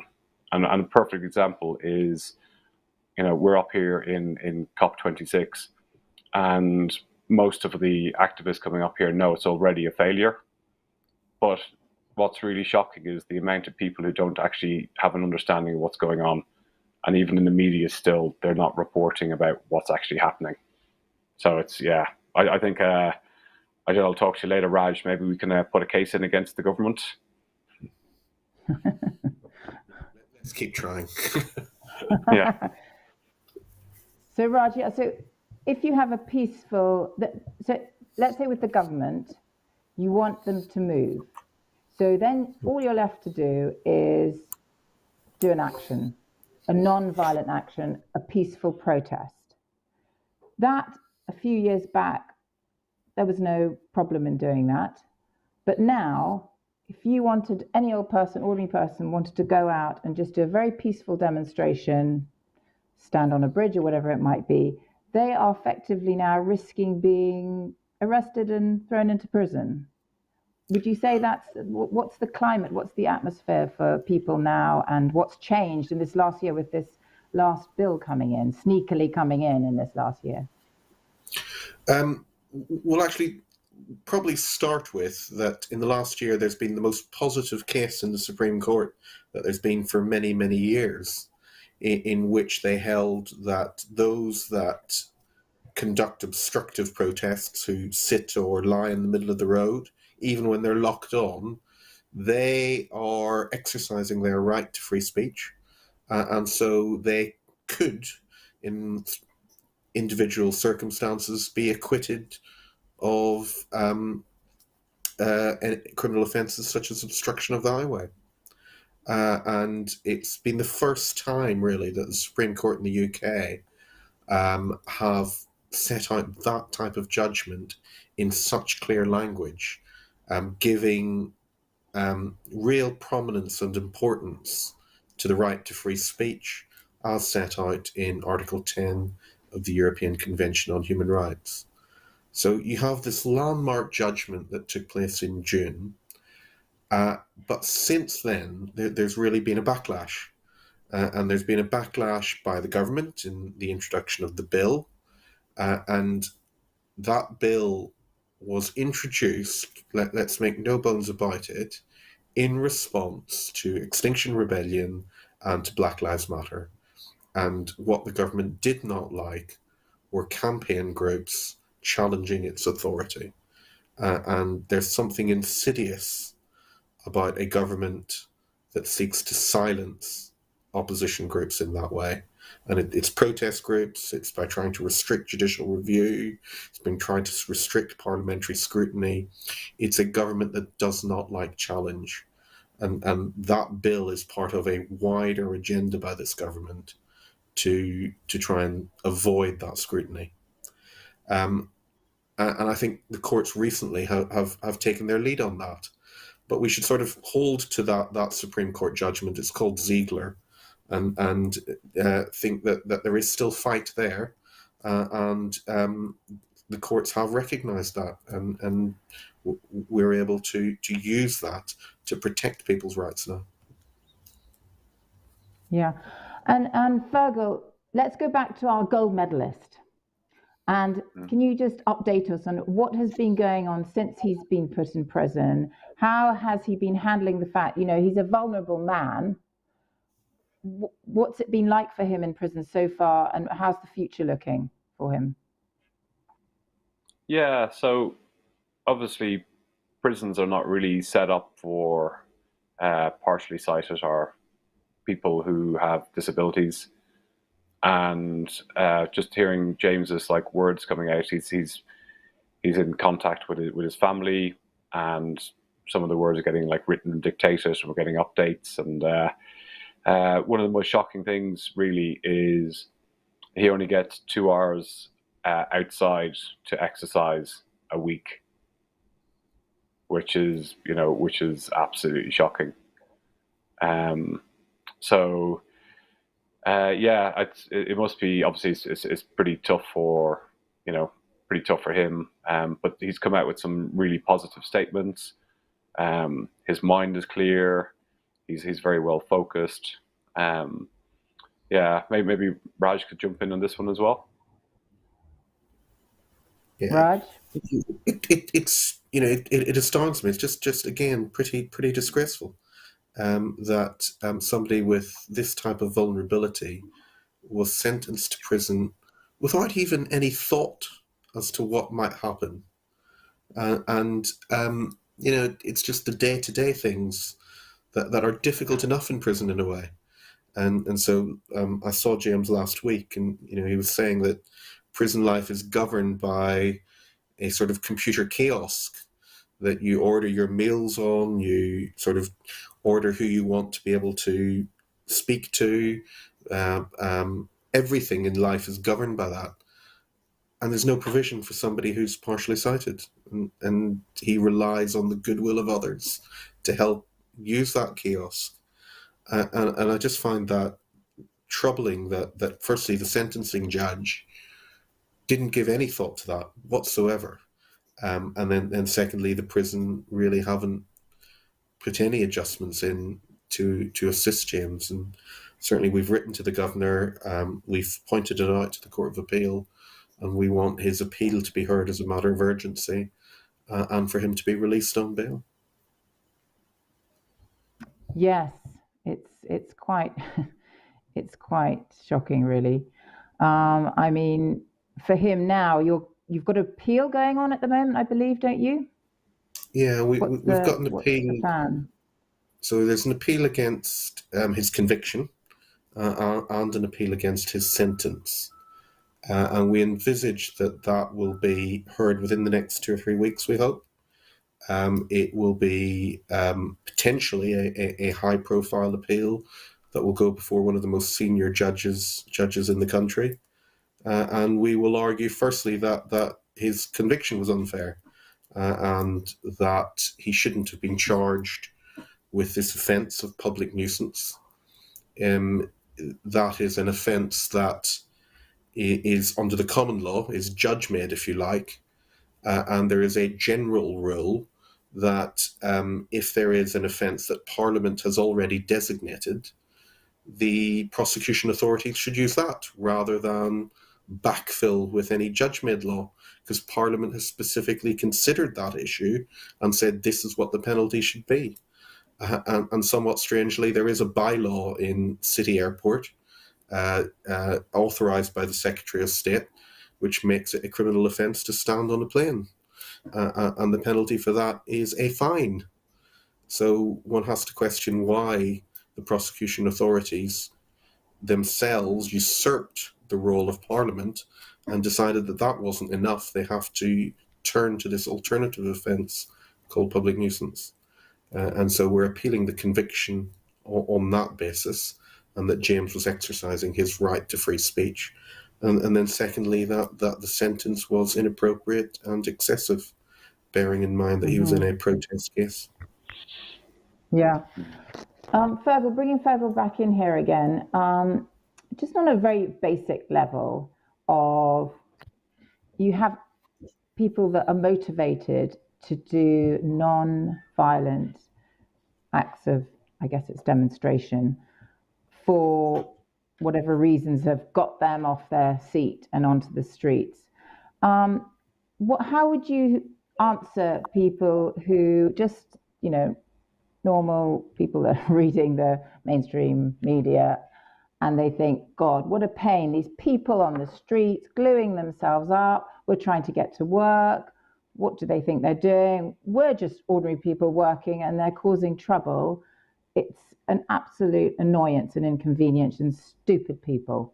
That kind of attitude where they don't really get it. What are your thoughts on that?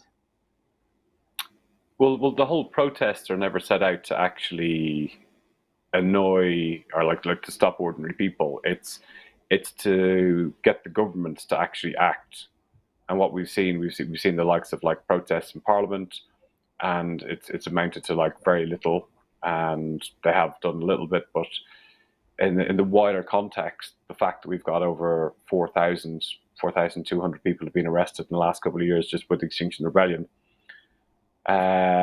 it just shows that like the governments are still not listening. The governments are still, funding fossil fuel expansion, coal expansion here in the UK. They're giving more licenses to oil and gas fields, more road building, 30 billion to road building, airport expansion. All these things fly in the face of the climate science. And what you've got is people who are genuinely fearful and terrified for their future and their children's future. And the minor inconvenience of a protest compared to what's coming, it greatly outweighs people sitting on the road for an hour or two. And when people do, they're fully ready to actually take their own actions and to give their names, to get arrested and go through the courts and to fight it there. So I think a lot of people who see the protesters don't actually understand, or they actually don't want to understand how severe the situation is. And if you think about it, look at COVID. It's a mindset. It's people. It's burying their heads in the sand. It's something that doesn't happen here. It happens somewhere else. It's a weird kind of human. It's a problem that we've got. So we've got a problem that, science is so abundantly crystal clear.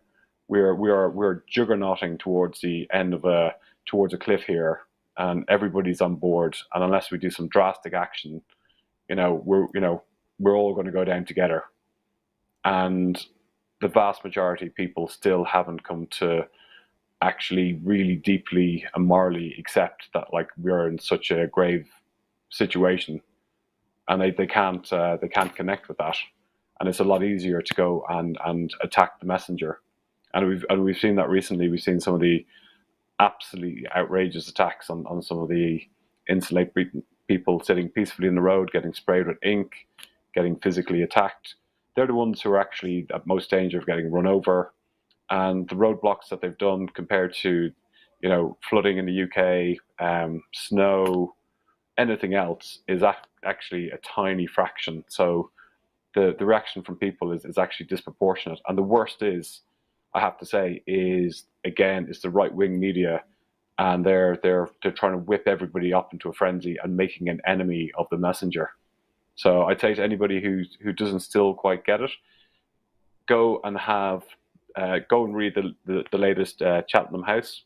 It's a risk assessment report that just came out a couple of weeks ago, and it spells crystal clear what is coming down the line. And people need to actually take responsibility and start understanding what's going on. And we need to have more people protesting, more people lobbying the governments. We need to just redesign our whole economic system.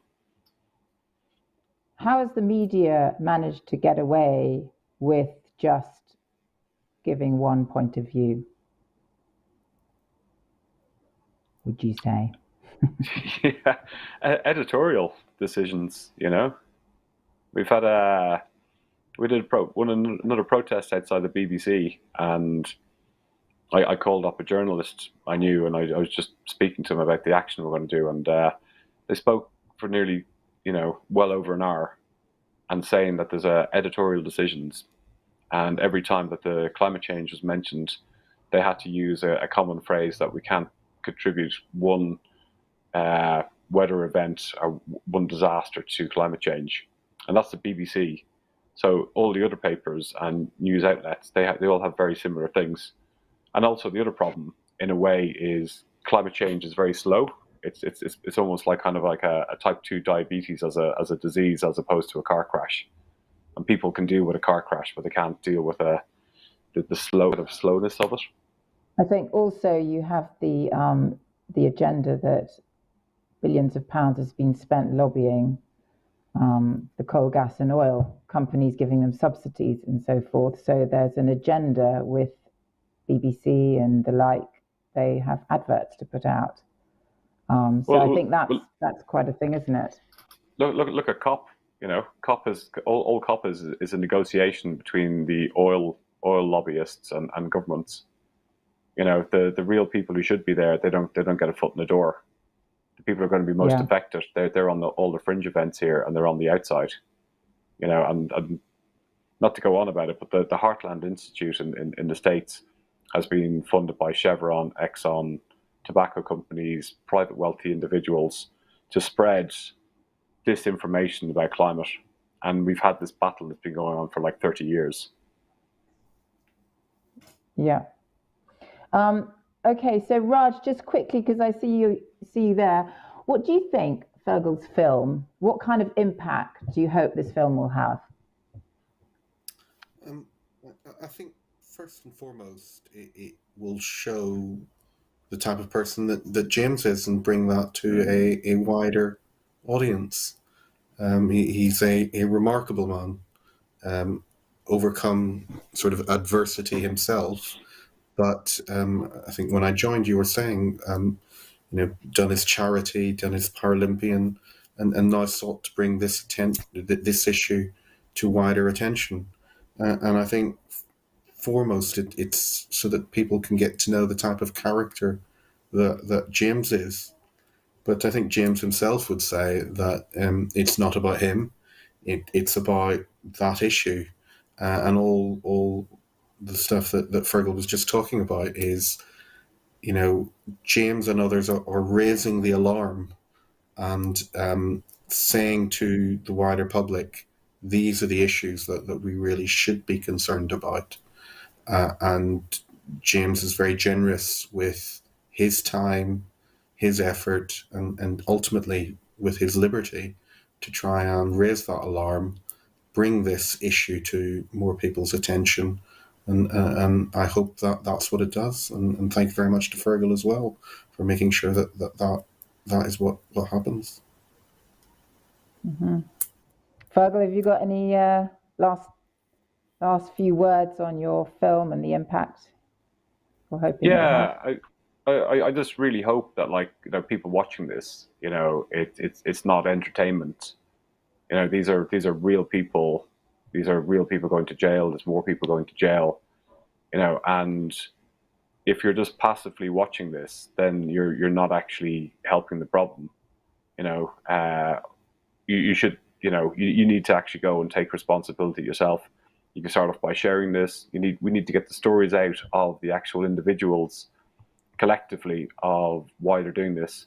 And I've spent a long time on the streets with Extinction Rebellion covering protests, and I've seen so many different people arrested, and talked to everybody from crusties to climate scientists to doctors, nurses, grannies, granddads, from all different walks of life, all different religions.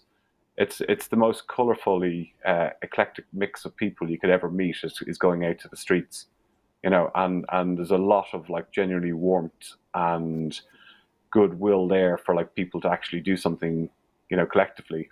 And before doing this type of protesting, I had a kind of a very normal, group of friends, and we're all very similar.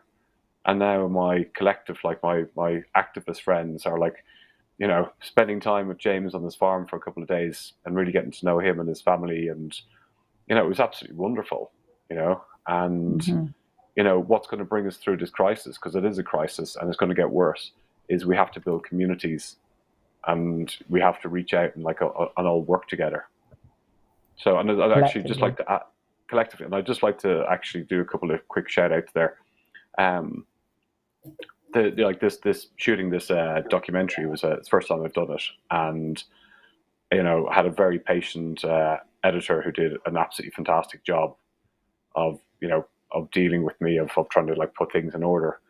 And we've also got people that could not be named because they actually work for the very organizations that we're talking about, and their hands are tied, but they do an incredible amount of work as well. So a big shout out to all the people who can never be named, but keep doing what you're doing. Great. That's wonderful, Fergal. I think we're going to have to wrap this up now. Thank you for joining us, Raj. Great that you managed to hop in there. We weren't sure whether you were coming or not. And Fergal, brilliant that you could be with us tonight. And I guess we will see you soon, and people tune into his film. Thank you very much. About it as well. Tell everybody. Okay then. And thank you, Raj. Thank you very much. Thank you, Sasha. Speak soon. Bye. Okay, don't forget to tune in to cop26.tv/live from 12 noon tomorrow, where we will be covering all sorts of events inside and outside COP with our program COP In, COP Out. For the moment now, it's good night from all of us at COP26 TV.